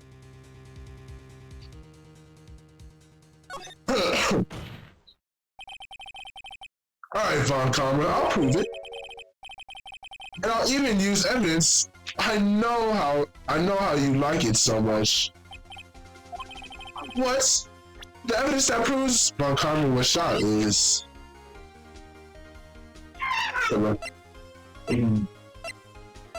Oh, are you streaming right now? Yes. I'm not letting that move so let I don't want to beat you now. I want to say it. Okay, better. I just done it. Is this Pheonix Wright? Oh shit. What's up, stream? Go ahead. Sorry. Oh shoot, what's that? Too long, man. He was too long. I just want to let everybody know Spellman is having midnight pancakes. That's what it is. Yeah. Oh yeah, no, that's what Kate. Oh, actually, I saw her earlier. I did. I forgot to. Did I even show you some of the things? You saying she told you about midnight pancakes and you show So bitch, I don't know. We know. I really didn't know we could go because she said like, oh y'all having the same thing tomorrow. So I'm like, oh, I don't know. We can go. Yeah, our shit is not here. You definitely won't. Spellman's gone. What about fat ass is hungry and he gets to see. No, fat bro. Do it, man. Shit. Hey, look, if we finish up this essay before 11. So this is one of the last you got in here, bro. It's gonna go on for time. How many views you got? Right before she comes back. Next, no idea. Probably just one. Or like even still, that's all you need. Shit, bro. Tonight. Live. And you need to leave at 10:45 no matter what. You need to leave 10:45. Yeah, to go over something. Oh, you sir, you. So one of y'all come to me, so I just don't walk in there. Yes. No, I'm down. Oh yeah. Bro, I'm telling you, I will assist in any way I can. No, I'm coming no matter what. But look, you need to understand, bro. Do you follow this on like the first one?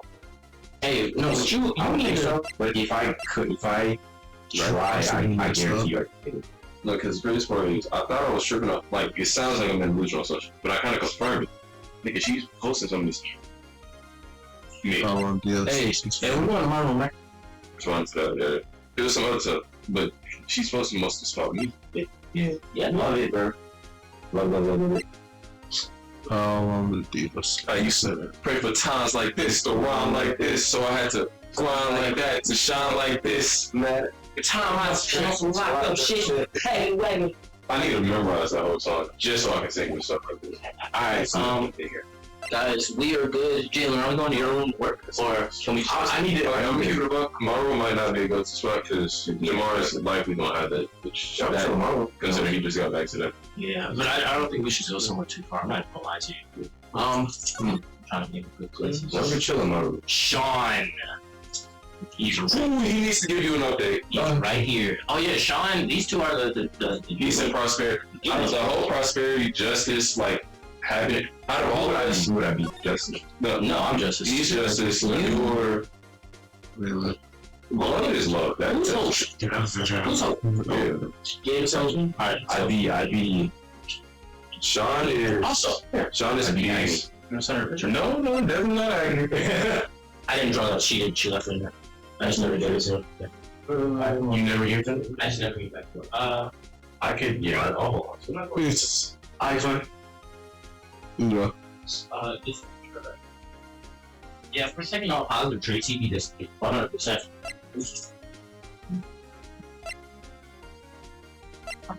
Hey, if I can bring Caroline back, so I will.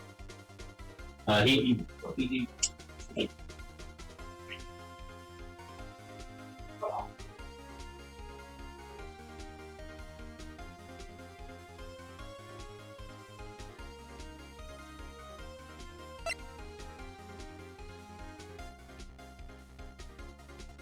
What am I missing? An old photograph. Written on his back.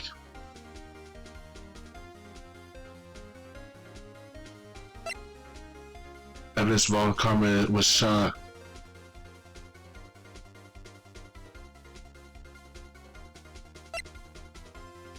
Mm-mm.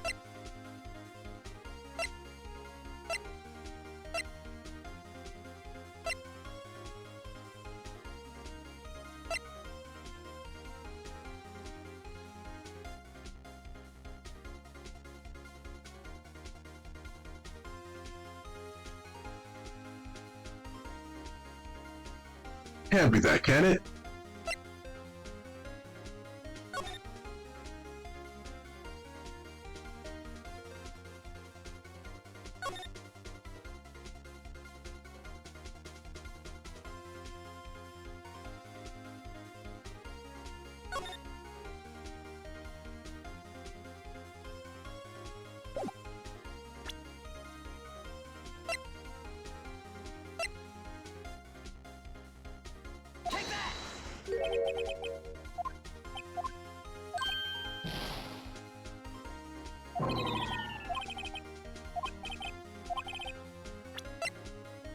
Oh, I almost pressed present. Oh my gosh, that scared the heck out of me.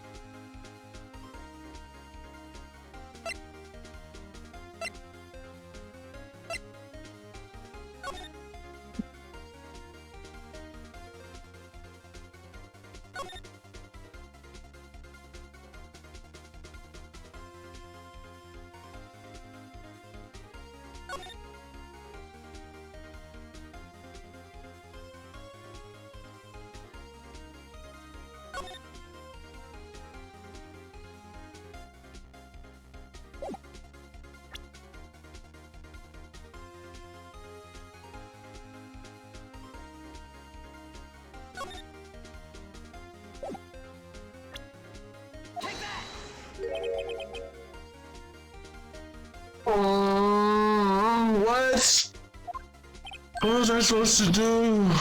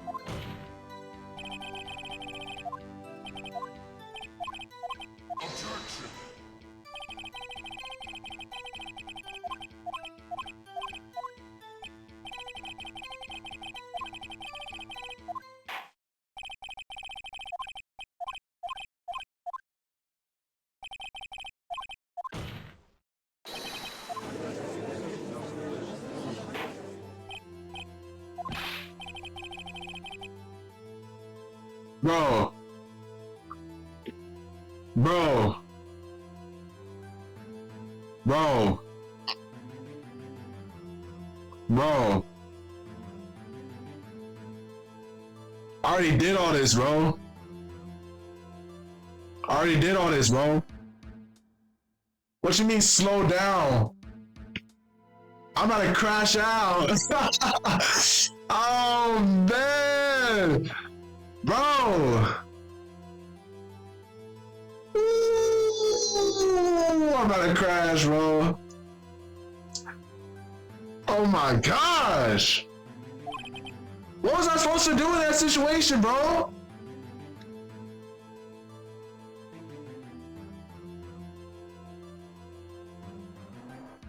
Oh my gosh, bro.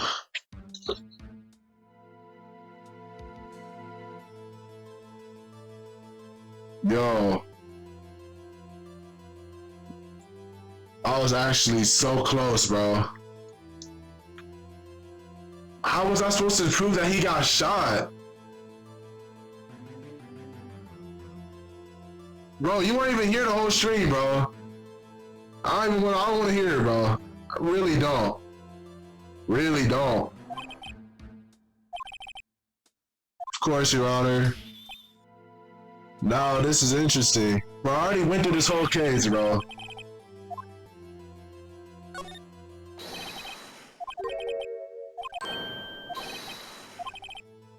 Figures that they could. Sure, bro. Sure, bro. If this man is Mr. Yogi, then he has a clear motive.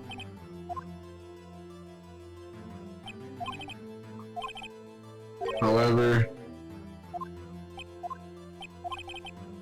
allow me to reintroduce lost his memory. This is it. I have to do this now. This got nowhere. How are you gonna do? Your Honor.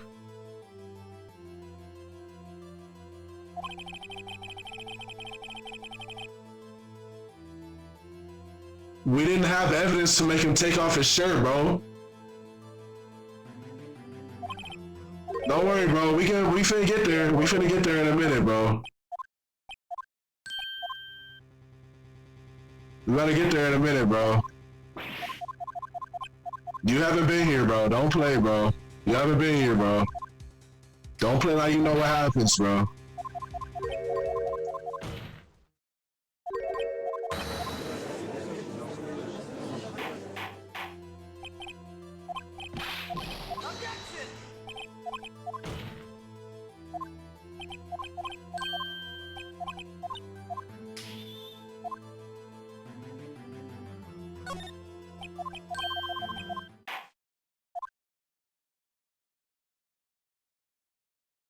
Yeah, but you gotta be here to know the evidence behind why I lost the case, bro. Dude. You gonna find out, bro. Just calm your tits while I get there, alright? This case was so long, bro. Cannot believe I lost it like that.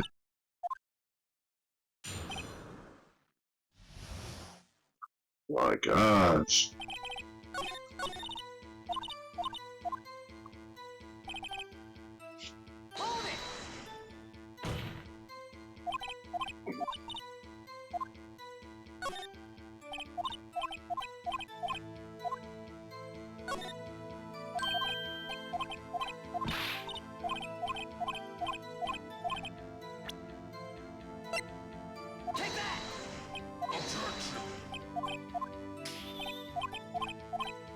I'm trying to get back where we were as fast as possible, bro.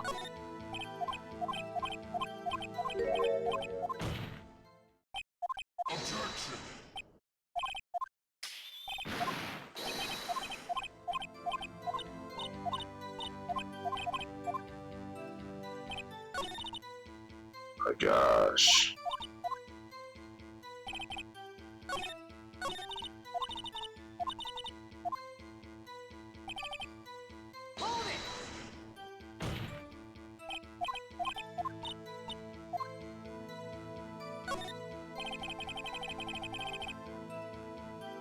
Yeah, it is. Sure wish somebody else was here to help me out.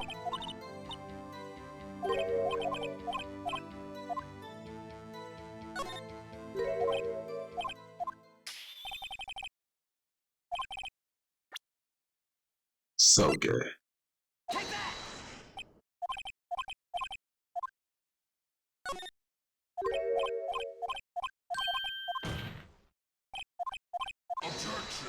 I'm cutting all this out, bro. I'm cutting all this out and I'm gonna post it on YouTube, bro. Cutting all this out, bro. Cutting all this out, bro. Cutting all this out, bro.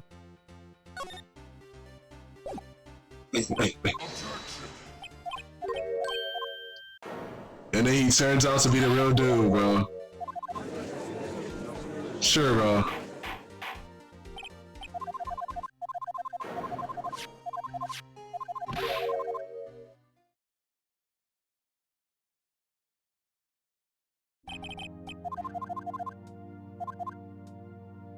Dude, I was so far ahead, bro.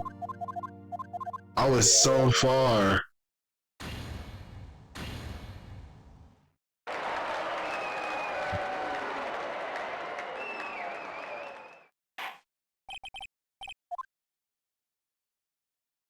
I was so far ahead.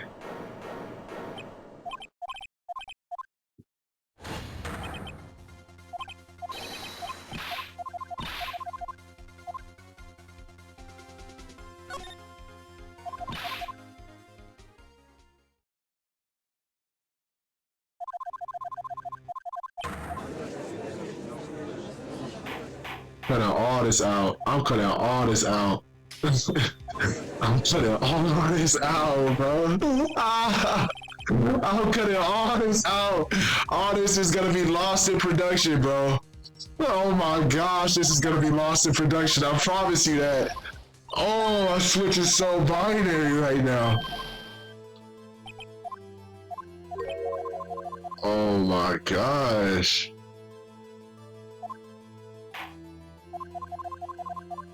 Oh.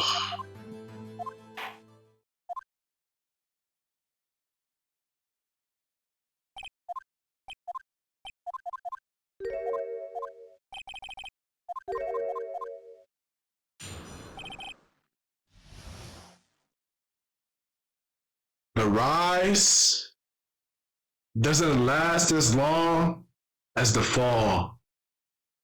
Let me say that again. The rise from 0 to 100 real quick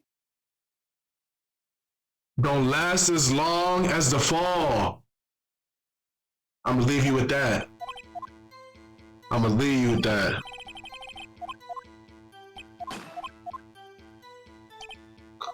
I'm gonna leave you with that.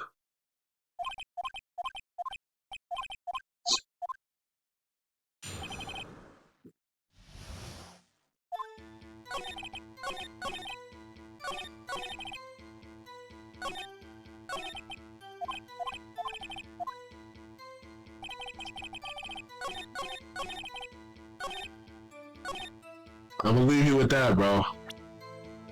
That's for your own interpretation, bro. Promise you that.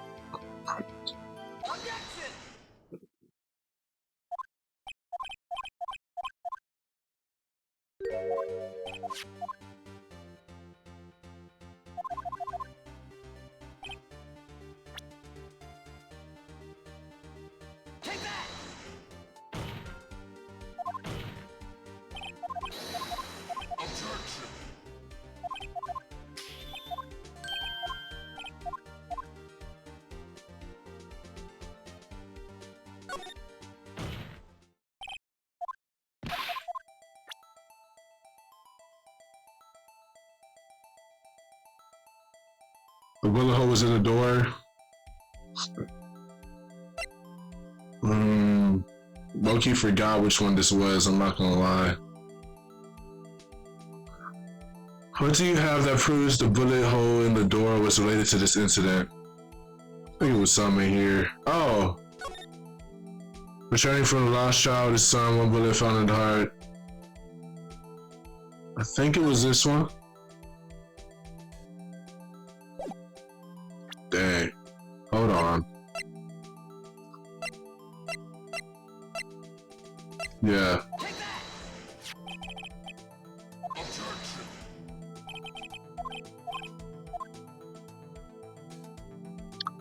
If I remember correctly, it was in the victim's data. There we go.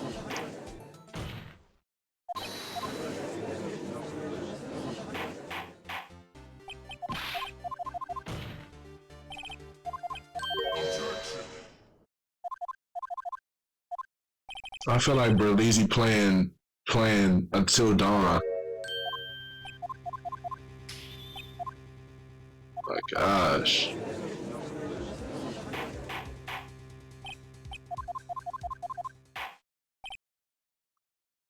I was up so high. I was having so much fun. I don't care about no final sales on Friday, bro. Why are you telling me this? Ooh.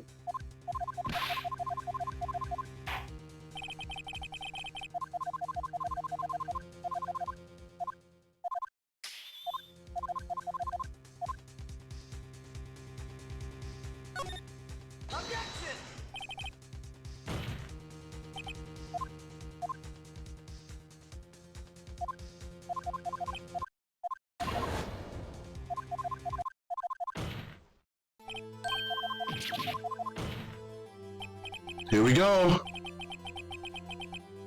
Want to take a break? Nah, we back. We back where we was. We back. It's the end. It's the end. Turn me up. Turn me up. Okay.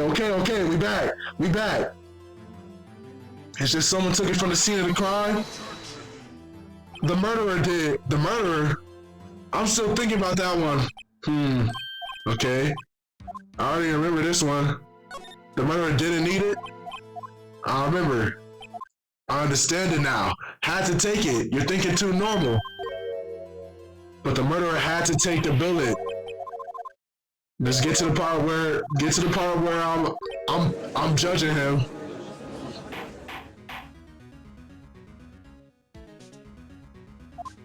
I'm not deleting this, bro. They need to see that I'm human too. Cause if I'm perfect all the time, they gon' prey on my downfall. They gon' not want me to win. But you know what? We stay up. We stay up because we show that we can fall just the same. I'm gonna leave y'all with that one. The bullet goes through the elevator door and hurts the murderer outside. The boy loses consciousness. Man, my camera's not even focused on me, bro. Opens the elevator door and sees the men inside.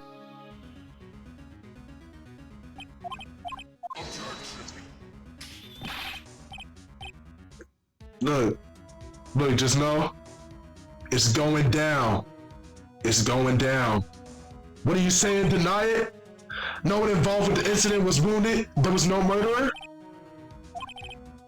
He's right. I can't think of anyone. I just thought of something really crazy. Cause he took a 7-month break, right? He took a 7-month break and he come up showing like nothing happened? Nah. Right after the accident, he was injured, which would mean he was the murderer in the DO6 incident. It was Von Karma. Okay.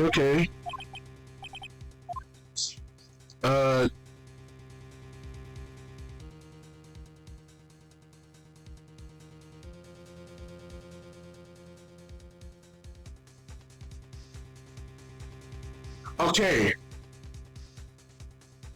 Maybe where I went wrong is because I said say it now. But we don't have any proof that the bullet, right? That he was shot. We have no proof. So this time I'm gonna go the opposite way. I'm gonna say save it for a better time.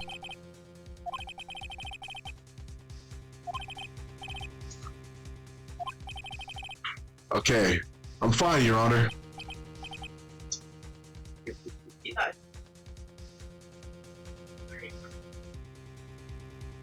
No, bro. No.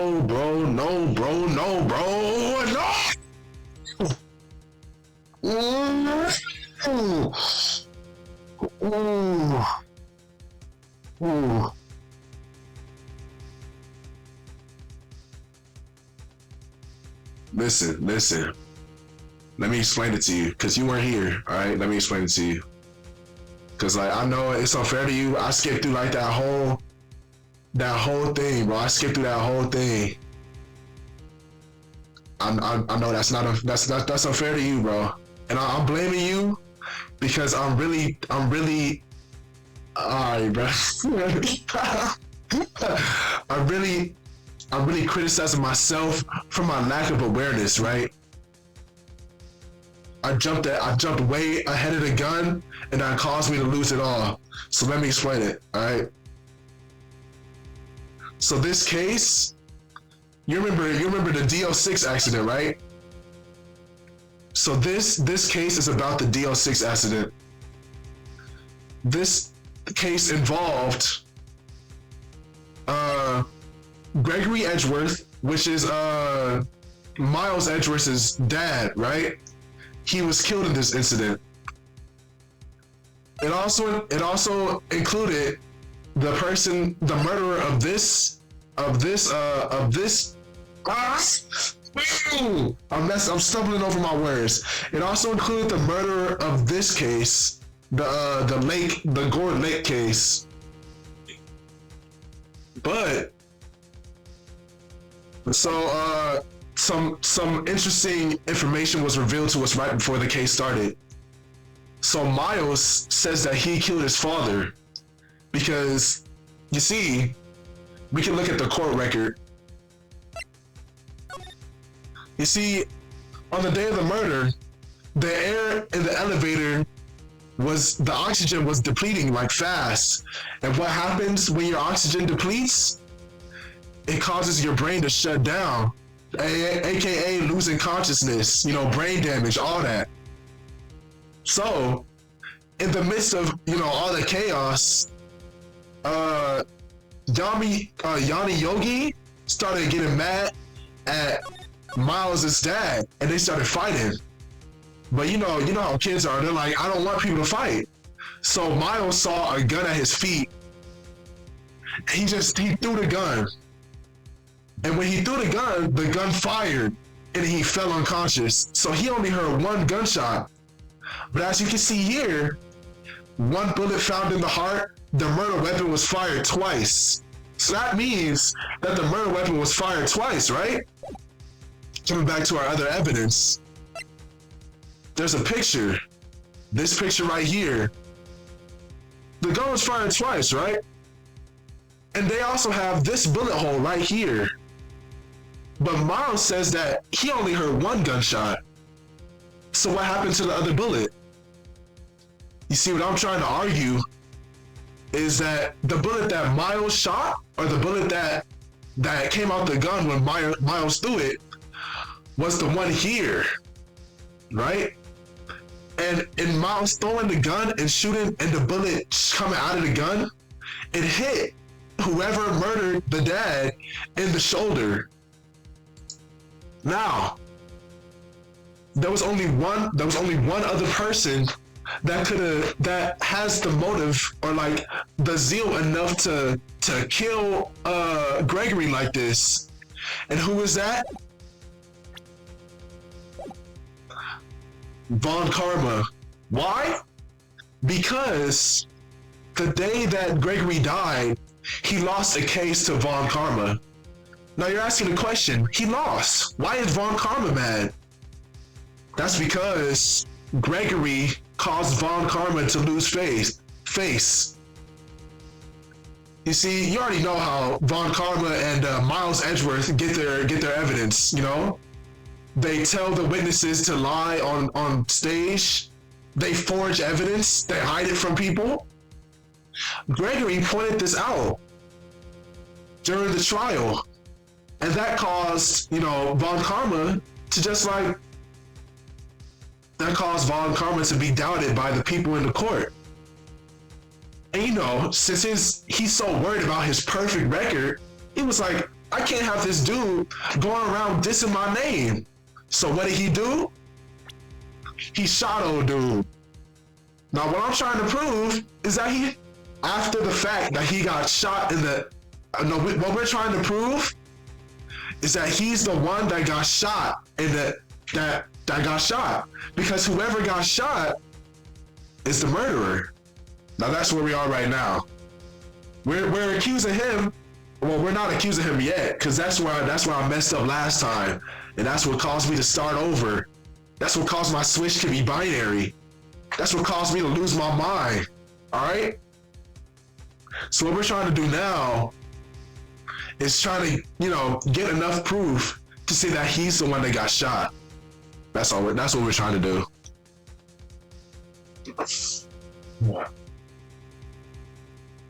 I'm glad I explained that, because now I got my thoughts in order, and now I can really kill this case. Tisk, tisk, tisk. Shall we carry on with the trial then?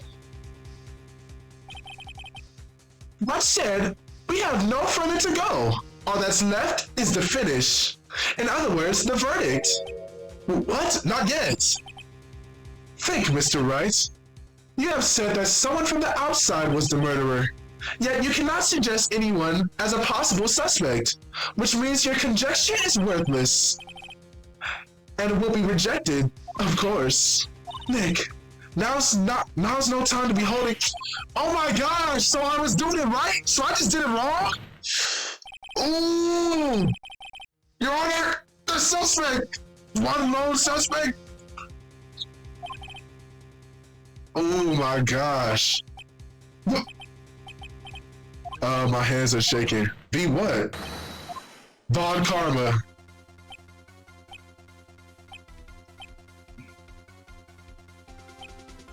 You mean the Von Karma? The prosecutor? The one standing right over there? Wow. You don't object? Oh, I see no need. Why honor this ridiculous outbreak with my objection? Because you took a vacation for several months starting the day after the incident. Yet you pride yourself on your perfect record. Why would you take such a long vacation without any reason? So you're claiming that I took a vacation to heal my injury from the incident. Fascinating. Prove it. I would have needed surgery, no? Where did I go under the knife at, Mr. Wright? Bring the doctor that operated on me. Have him testify. Nick, let's find out who his doctor is. It's no use. Edgeworth, I know Von Karma perhaps too well. He's perfect. He wouldn't leave clues. He probably didn't undergo surgery. That would leave a doctor as a witness. Did Von Karma pull out the bullet himself? That's insane. No, he couldn't have. You can't just pull out bullets by yourself. Yeah, you can. Watch the anime. Somewhere, but where? Can you provide...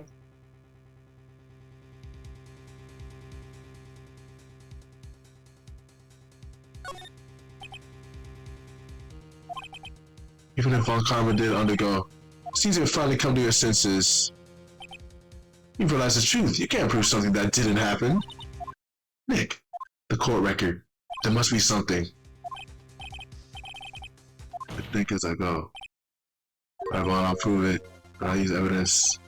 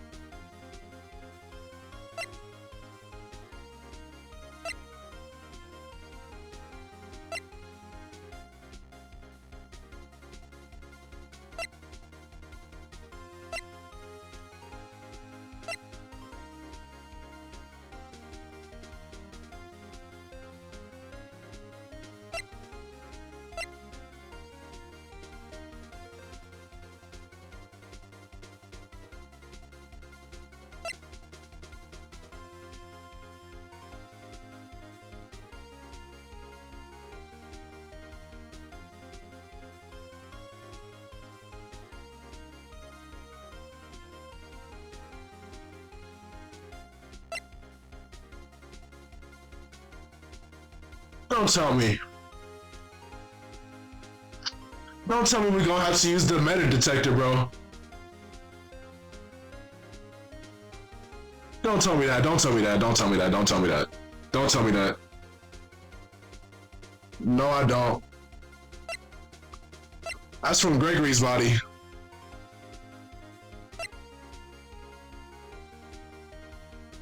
And this is from the recent victim's body.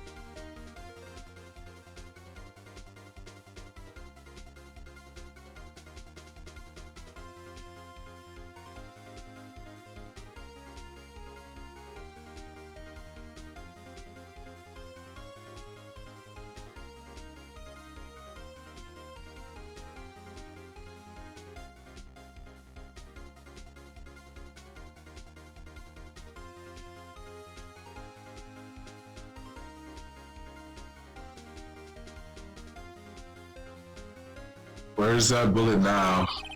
I think it's unlikely. Von Karma performed surgery on him, so you don't mean I do. There's a possibility that the bullet is still inside of Von Karma.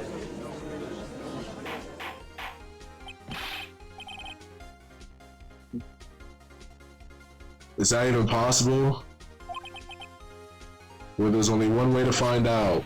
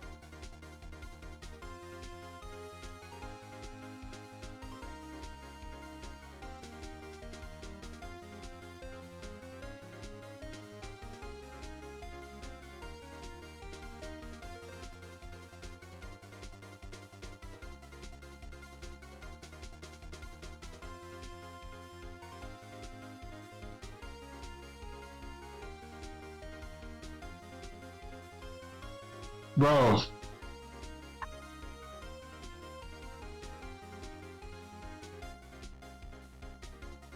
We already used the metal detector to solve it.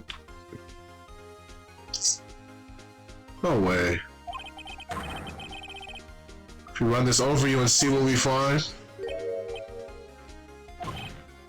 I refuse.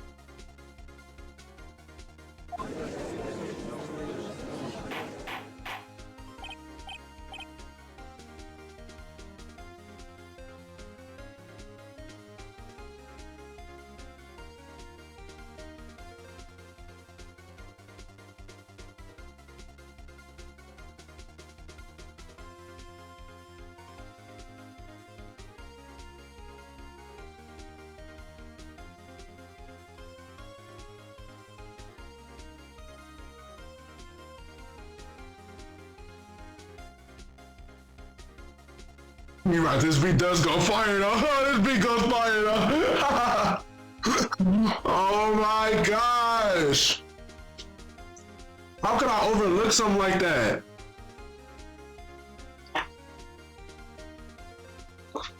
I thought because we used it earlier in the case that we were just holding on to it for no reason. But then I should have known. Oh, he said he was getting rid of useless evidence. Oh my gosh.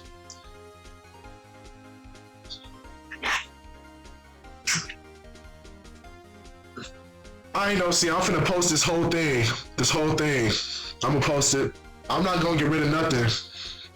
Except that break that I took because I was using the bathroom. I'm gonna get rid of that. No, I'm not. Bobby go fire. I'm gonna just post it. I'm gonna make a VODs channel, bro, so I can just post my streams. Oh my gosh.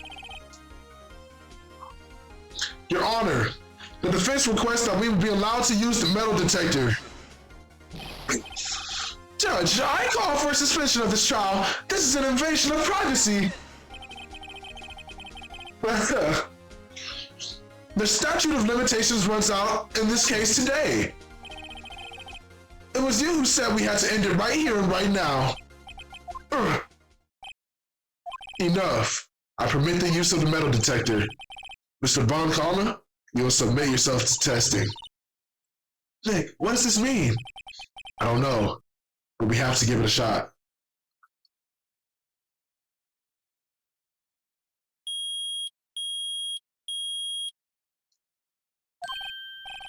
It reacted. Something's inside the shoulder.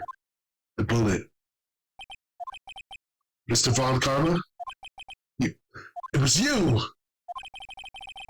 I was afraid this would happen, and so I remained silent. Indeed, there is a bullet in my shoulder. However, it has nothing to do with this incident. What? I was shot in the shoulder long before the DL6 accident. I claim that the bullet in my shoulder has no relation to DL6.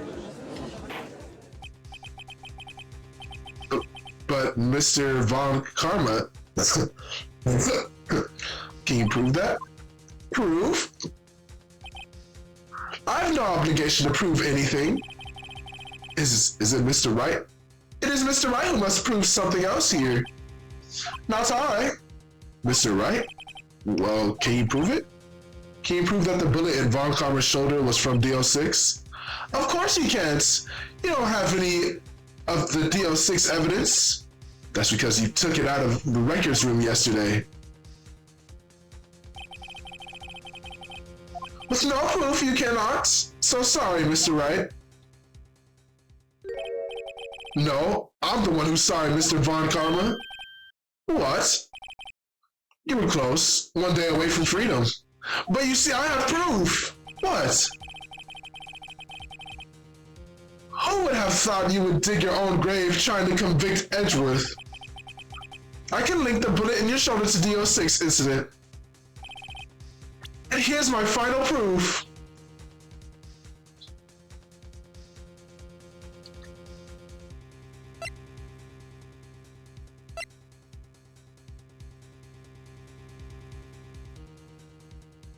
Bro, what now, bro?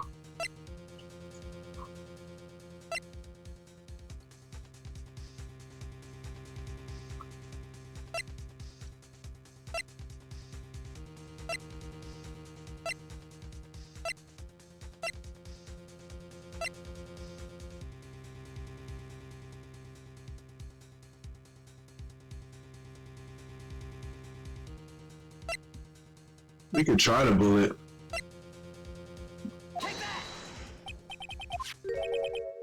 The bullet?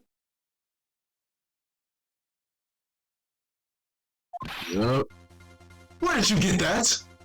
This is the bullet used in the DO6 accident.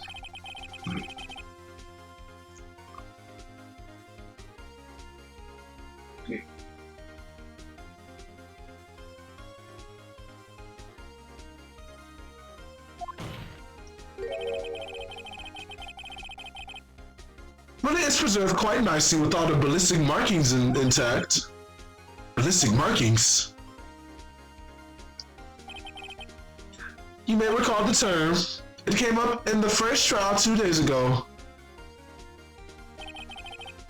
Ballistic markings are the fingerprints of a weapon? All bullets fired from a gun are marked with that weapon's unique pattern. By examining the markings, you can tell which weapon fired the bullet. It's quite accurate. We have 2 bullets in our possession. One bullet that's removed from Gregory Edgeworth's heart. The other, Mr. Von Karma, is the bullet is buried in his shoulder. We can analyze both bullets. Then if the markings match, we would know that both bullets had been fired from the same gun. The very same pistol, in other words, the murder weapon. Mr. Von Karma, you'll let us remove the bullet from your shoulder, won't you?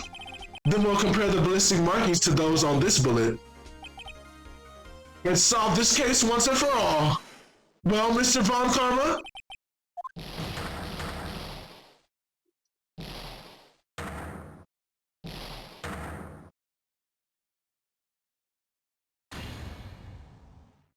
That scream. I've heard that scream before.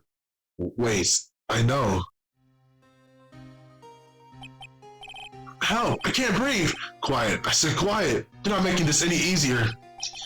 Stop breathing my air. I'll stop you. Stop breathing my air.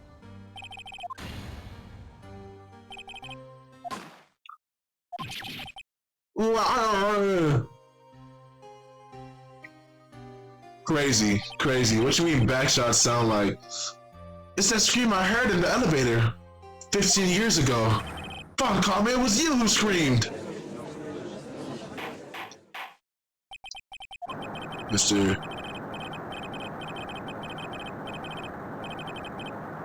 You would dare defy me. So it was you.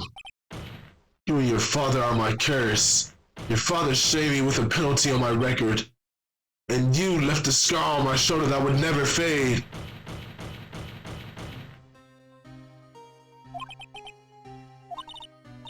Von Karma, it's not like you to make this kind of error.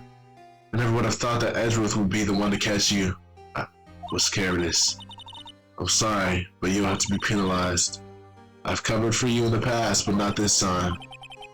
Edgeworth! It was a shock like none I've ever known. Me? Penalized? It took hours for me to regain my composure. Suddenly I found myself in the darkness. I was in the court records room. I must have wandered in there without thinking where I was going. The room was pitch black. The lights must have gone out. I went out into the hall and felt my way to the elevator. I pressed the button, but nothing happened. Then, there was a noise. I was in pain. A horrible burning pain in my shoulder. Just then the lights came back on. The elevator door opened before my eyes. I saw 3 people inside, all lying unconscious from oxygen deprivation. Much to my surprise, a pistol lay at my feet. I knew then it was destiny.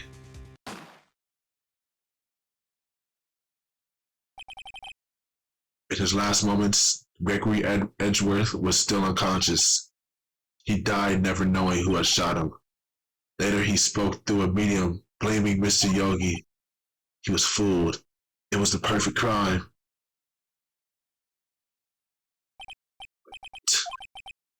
Who would have thought another man would have come to open that elevator door? Judge, what are you doing? Do your job. Bring an end to this miserable charade. Now, end it.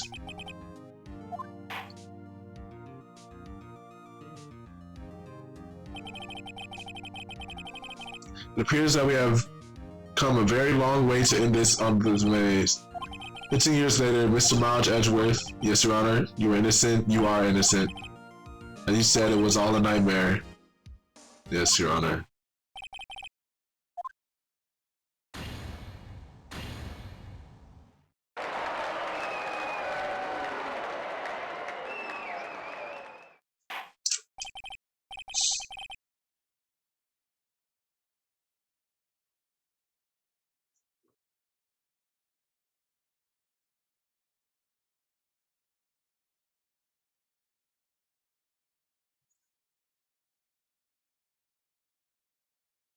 Not believe this, bro. I think this is the first time I've ever been mad at a video game. Besides that stupid freaking Chromacopia obby and Roblox. I hate that obby. This freaking sucks. You see his face? Von Karma looked even paler than usual. He's pretending to be all cool, but inside, you crushed him, Nick. Crushed. I gotta say, I'm impressed. It was pretty close, though. I was sure we had it. I know, I was on the verge of tears the whole time myself. But now it's all a good memory. No, I didn't beat it, bro. So it's finally over, huh, Edgeworth? Yeah. I'm not sure how to say this. I know. Try thank you for one. I see. Thank you, Wright. You're welcome. I think you could have done better than that. Sorry, I'm not good at this sort of thing. You have a lot to learn, Edgeworth. She's got you there. Whoop. Amazing, pal. Yo, when is this dialogue gonna end, bro? I'll never forget this. I owe you one, pal. It's a night, let's party. Dinner's on me. Yeah, my salary went down a bit this month, but who cares? See, Mr. Edgeworth, you should take a lesson from Detective Gumshoe. That's how you say thank you. I see. Whoop. I feel foolish. Don't worry. Take it a little time, you'll get used to it. It's been 15 years. Hey, y'all. Y'all were having a great time in there. Thank you. Yo, Edgeworth, congrats. Thank you very much. I knew you were innocent from the start, of course. Just look at you. You wouldn't stick your head in the cookie jar even if no one was there. You were the witness on the first day of the trial, weren't you? Yeah, well, let bygones be bygones. Anyways, what are you doing now, Lotta? Who, me? I went back to college. I gave up trying to be an investigative photographer pretty quickly. Really? That's too bad. Isn't that the hot dog guy from the park? Huh? It's over, Nick. My life's over. Oh, Nick. I'm not long for this world. Fiance, she's going to live in Paris. Paris, Nick. She's leaving me behind. You should have seen that coming. Yo, Edgy, there you are. Yes, here I am. Congrats, Edgy. Here, a little gift from me in celebration. Celebration? That's unusual for you. Harry Butts, you come a long way tonight, pal. My treat. Thanks, looking forward to it. Yo, Nick, that's the suit that questioned me. When he says treat, that's not police talk for prison food, right? I think you'll be fine, Larry. Right. Yeah, what's up? That envelope that Larry gave me, it's got money in it. Well, yeah, that's not strange. People give money away to celebrate sometimes. It's $38, right? No way. Larry's the one that stole the money. How did he do that?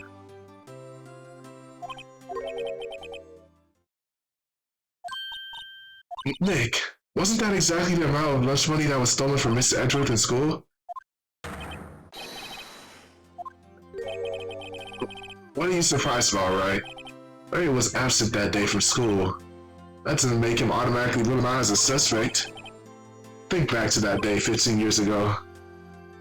Larry took the day off, but he was bored, so he came into school anyway. Then he saw the money lying there, and the rest is history. Edward, you didn't know, did you? I suspected. I just couldn't picture Larry protecting you like he did that day. Everyone was saying you did it. The whole class was against you, remember? Yeah, too well. Right? You may not know this, but we used to have a saying back in school. When someone smiles, it's usually the butts. I know. Really, right? I'm surprised you didn't figure it out. Well, this sure is an unexpected turn of events. Huh? You should have told me. I don't know, Nick. It was 15 years ago. Don't you think the statute of limitations has run out, Mr. Edgeworth? There you have it. Where does that leave me? I became a defensive attorney because of what you two did. Well, you have always been somewhat of a insufferable emotionalist. Yeah, and you get worked up too easily too. The death sentence for both of you. But if only I'd known, I'd have become a prosecutor. The same goes for me, only the other way around. Last time I thought that I might have killed my father. I became a prosecutor in part to punish myself. If I had known the truth, I might have become a defense attorney after all.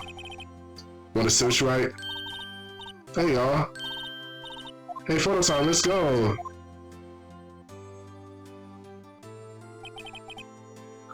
Took us out from town that night. We celebrated Edgeworth's newfound freedom, even though Edgeworth himself was still in dissension.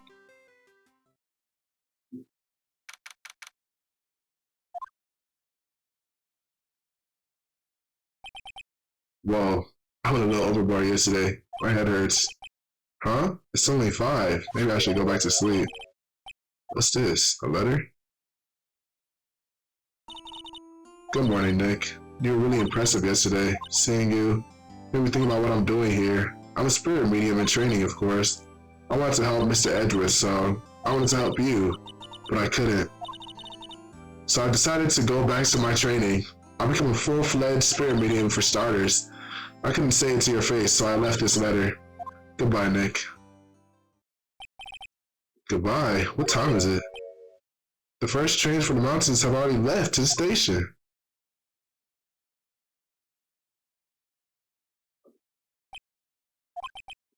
I guess I'm too late. Hey, Nick. So, you're leaving. Yeah, it's hard being a spirit medium who can't talk to spirits. I think you'll do fine without me, Nick. Be good, okay?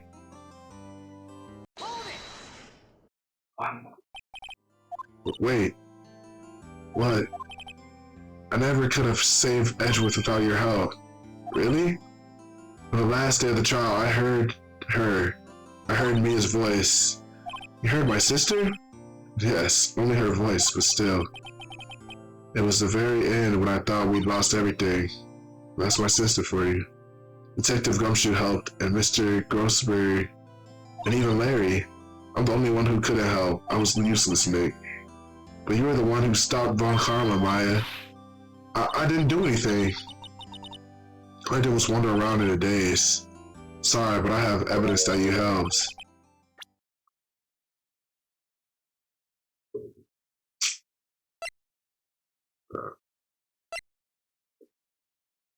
I don't care.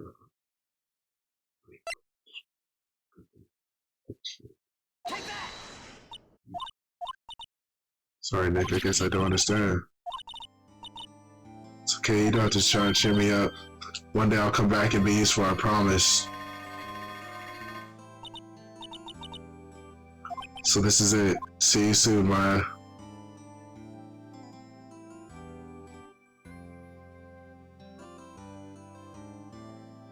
Thanks, Nick.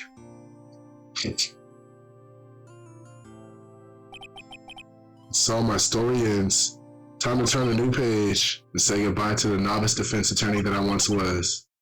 Now a new story begins with the same old crazy cast of characters.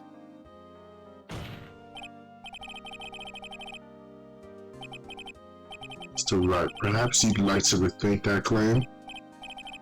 Yes, Your Honor. Uh-oh, guess I got a bad feeling about this.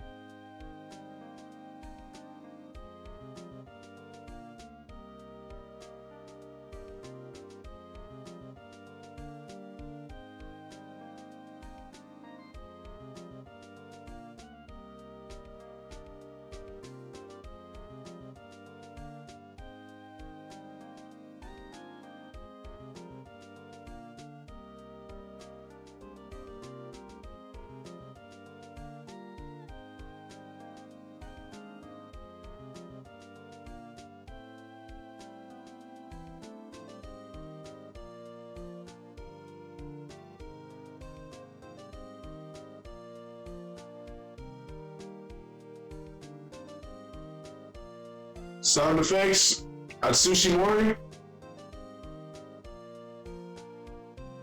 Sound effects were on point, y'all. Not gonna lie. I don't want to ruin any kids' dreams, you know.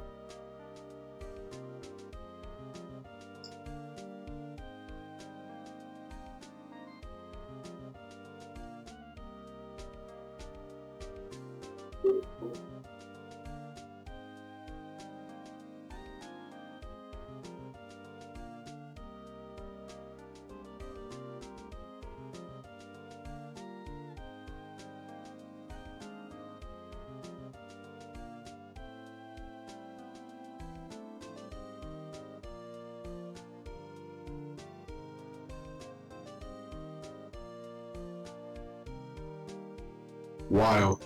Wild. What you mean HT if he was white? It's crazy.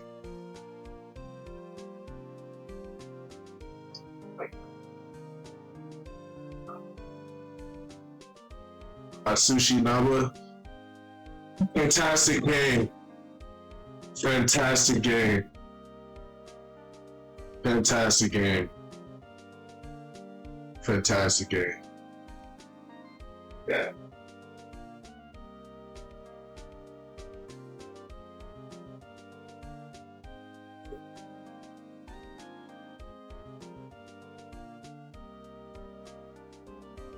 Executive producer Shinji Mikami.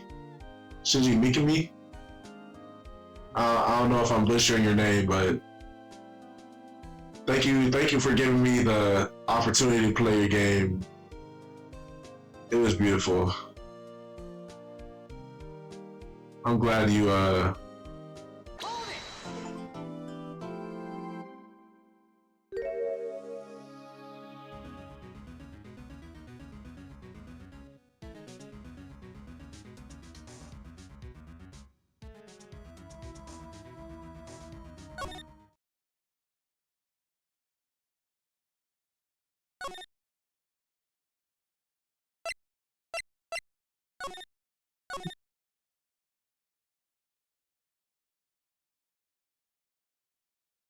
Oh my gosh.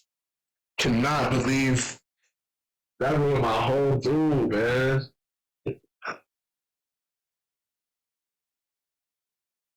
Over a metal detector?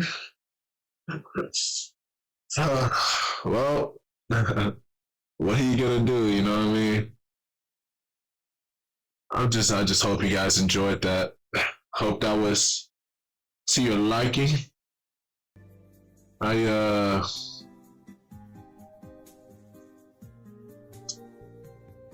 kind of stupid. No, I was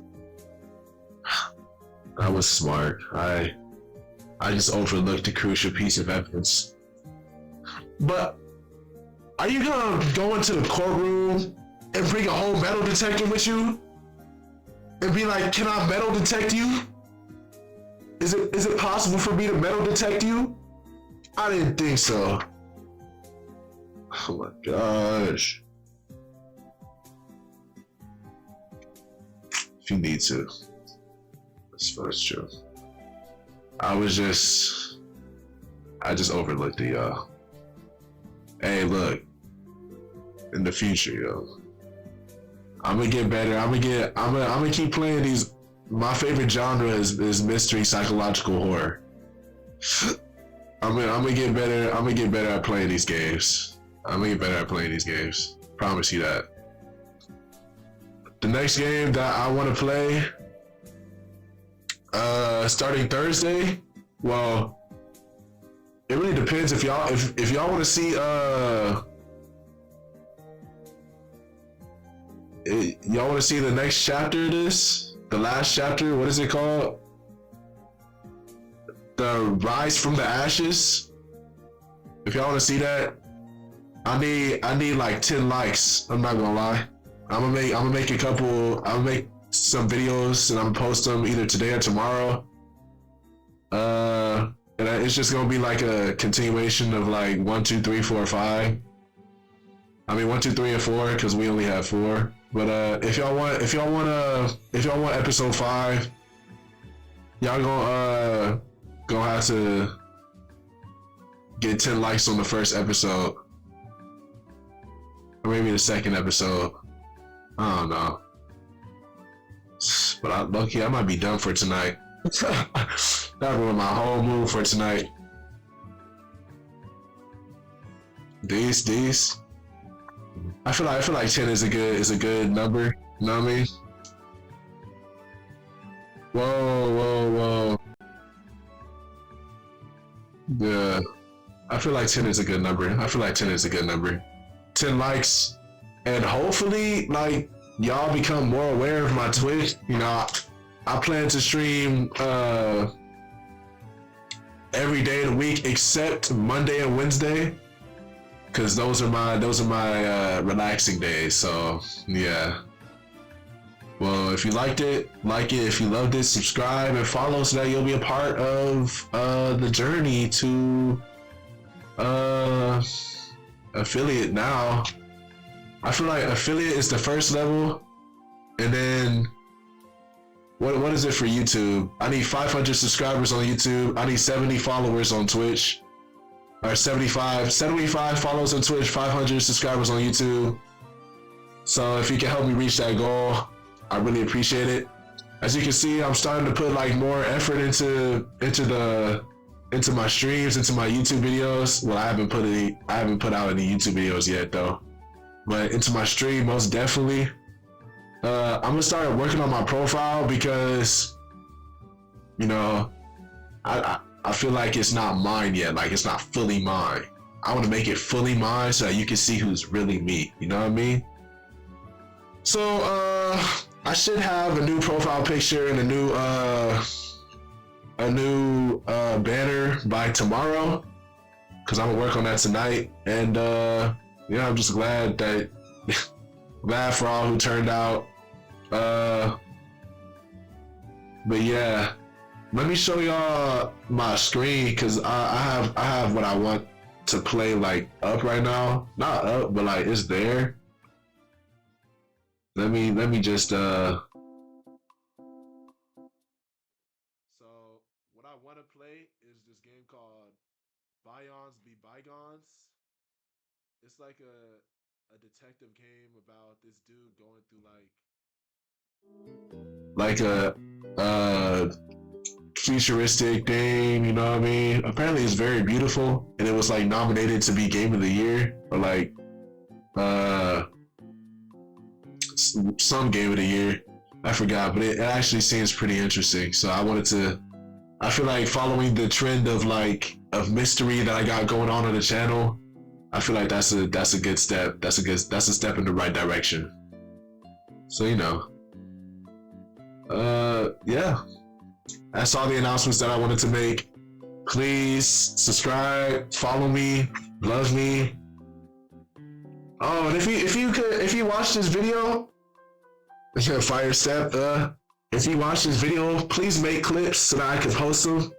I don't know what's funny to people. If you find something funny, you just end up just like making a clip of it. I'd really appreciate that, cause like I know people be watching my streams back, but I can see your views. Okay, so if you find something funny, just take a little clip of it, send it. You don't even need to send it. You just need to take a clip so that I can just know that you clipped it. Then I'll just put it up on social media. Anything. Like don't be shy. Don't be shy. Put some more. I know this is like very like weird that I'm just taking off my shirt like this, but like it's hot. I'm hot. I'm mad. I feel rejected.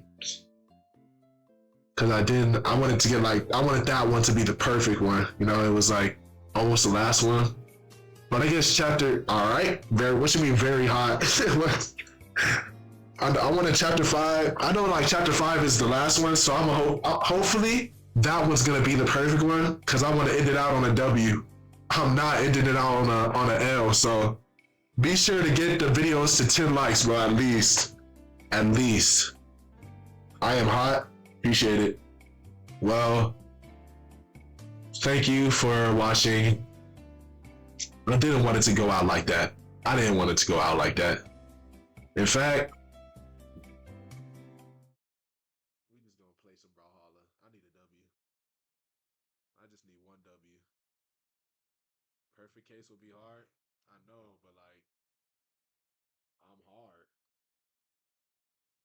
I'm hard, so it's fine.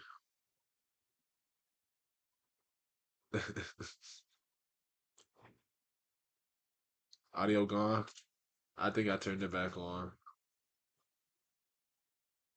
Did I? It's back. It's back. I bet.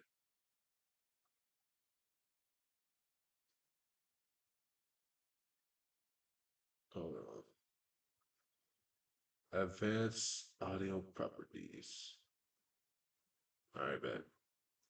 Because it was starting to echo in my ear, and I'm already annoyed to the max. So I was just about to crash out.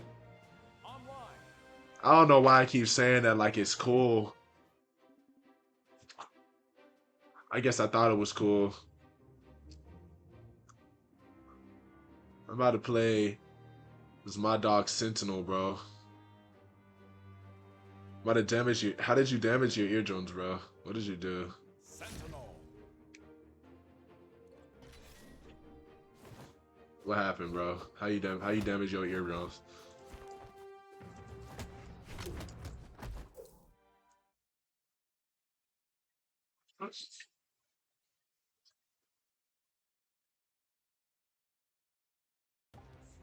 The first one I'm getting, stream ends. 2, 1, brawl. Oh my god, no way, no way! Oh, I was about to say.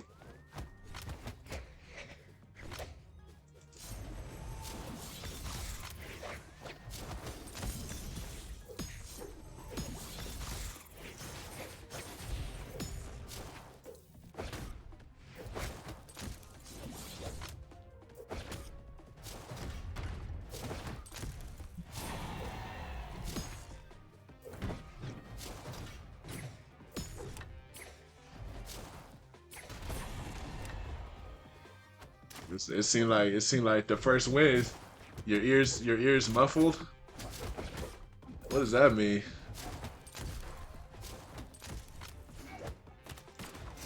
Like Loki don't suck balls.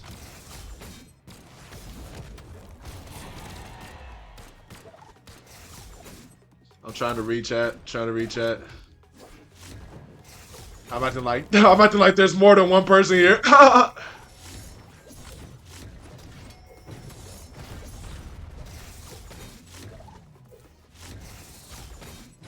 Crazy.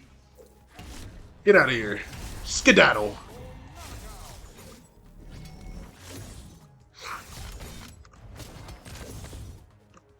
What? I already won. Like, there's no doubt in my mind that I won.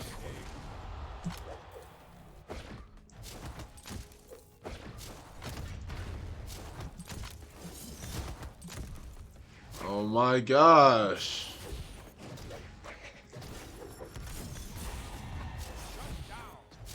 W ain't coming.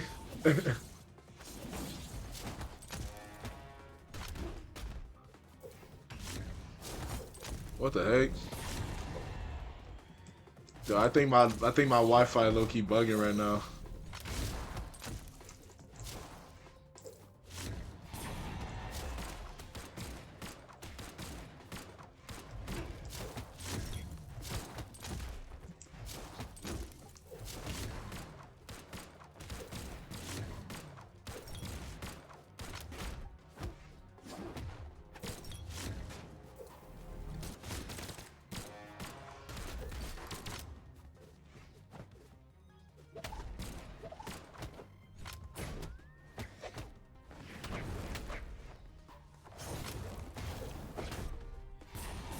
Whoosh.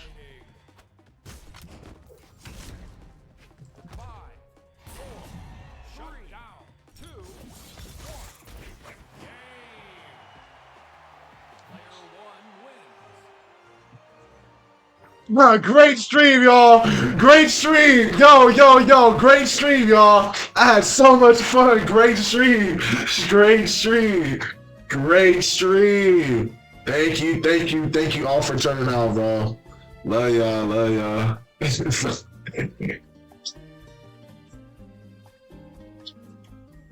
Woo! Oh man, that feels good. All right. Appreciate y'all for tuning in. Love you for real. Follow, subscribe, get the video to 100 million billion likes, and stick around for the ride. Peace, bro.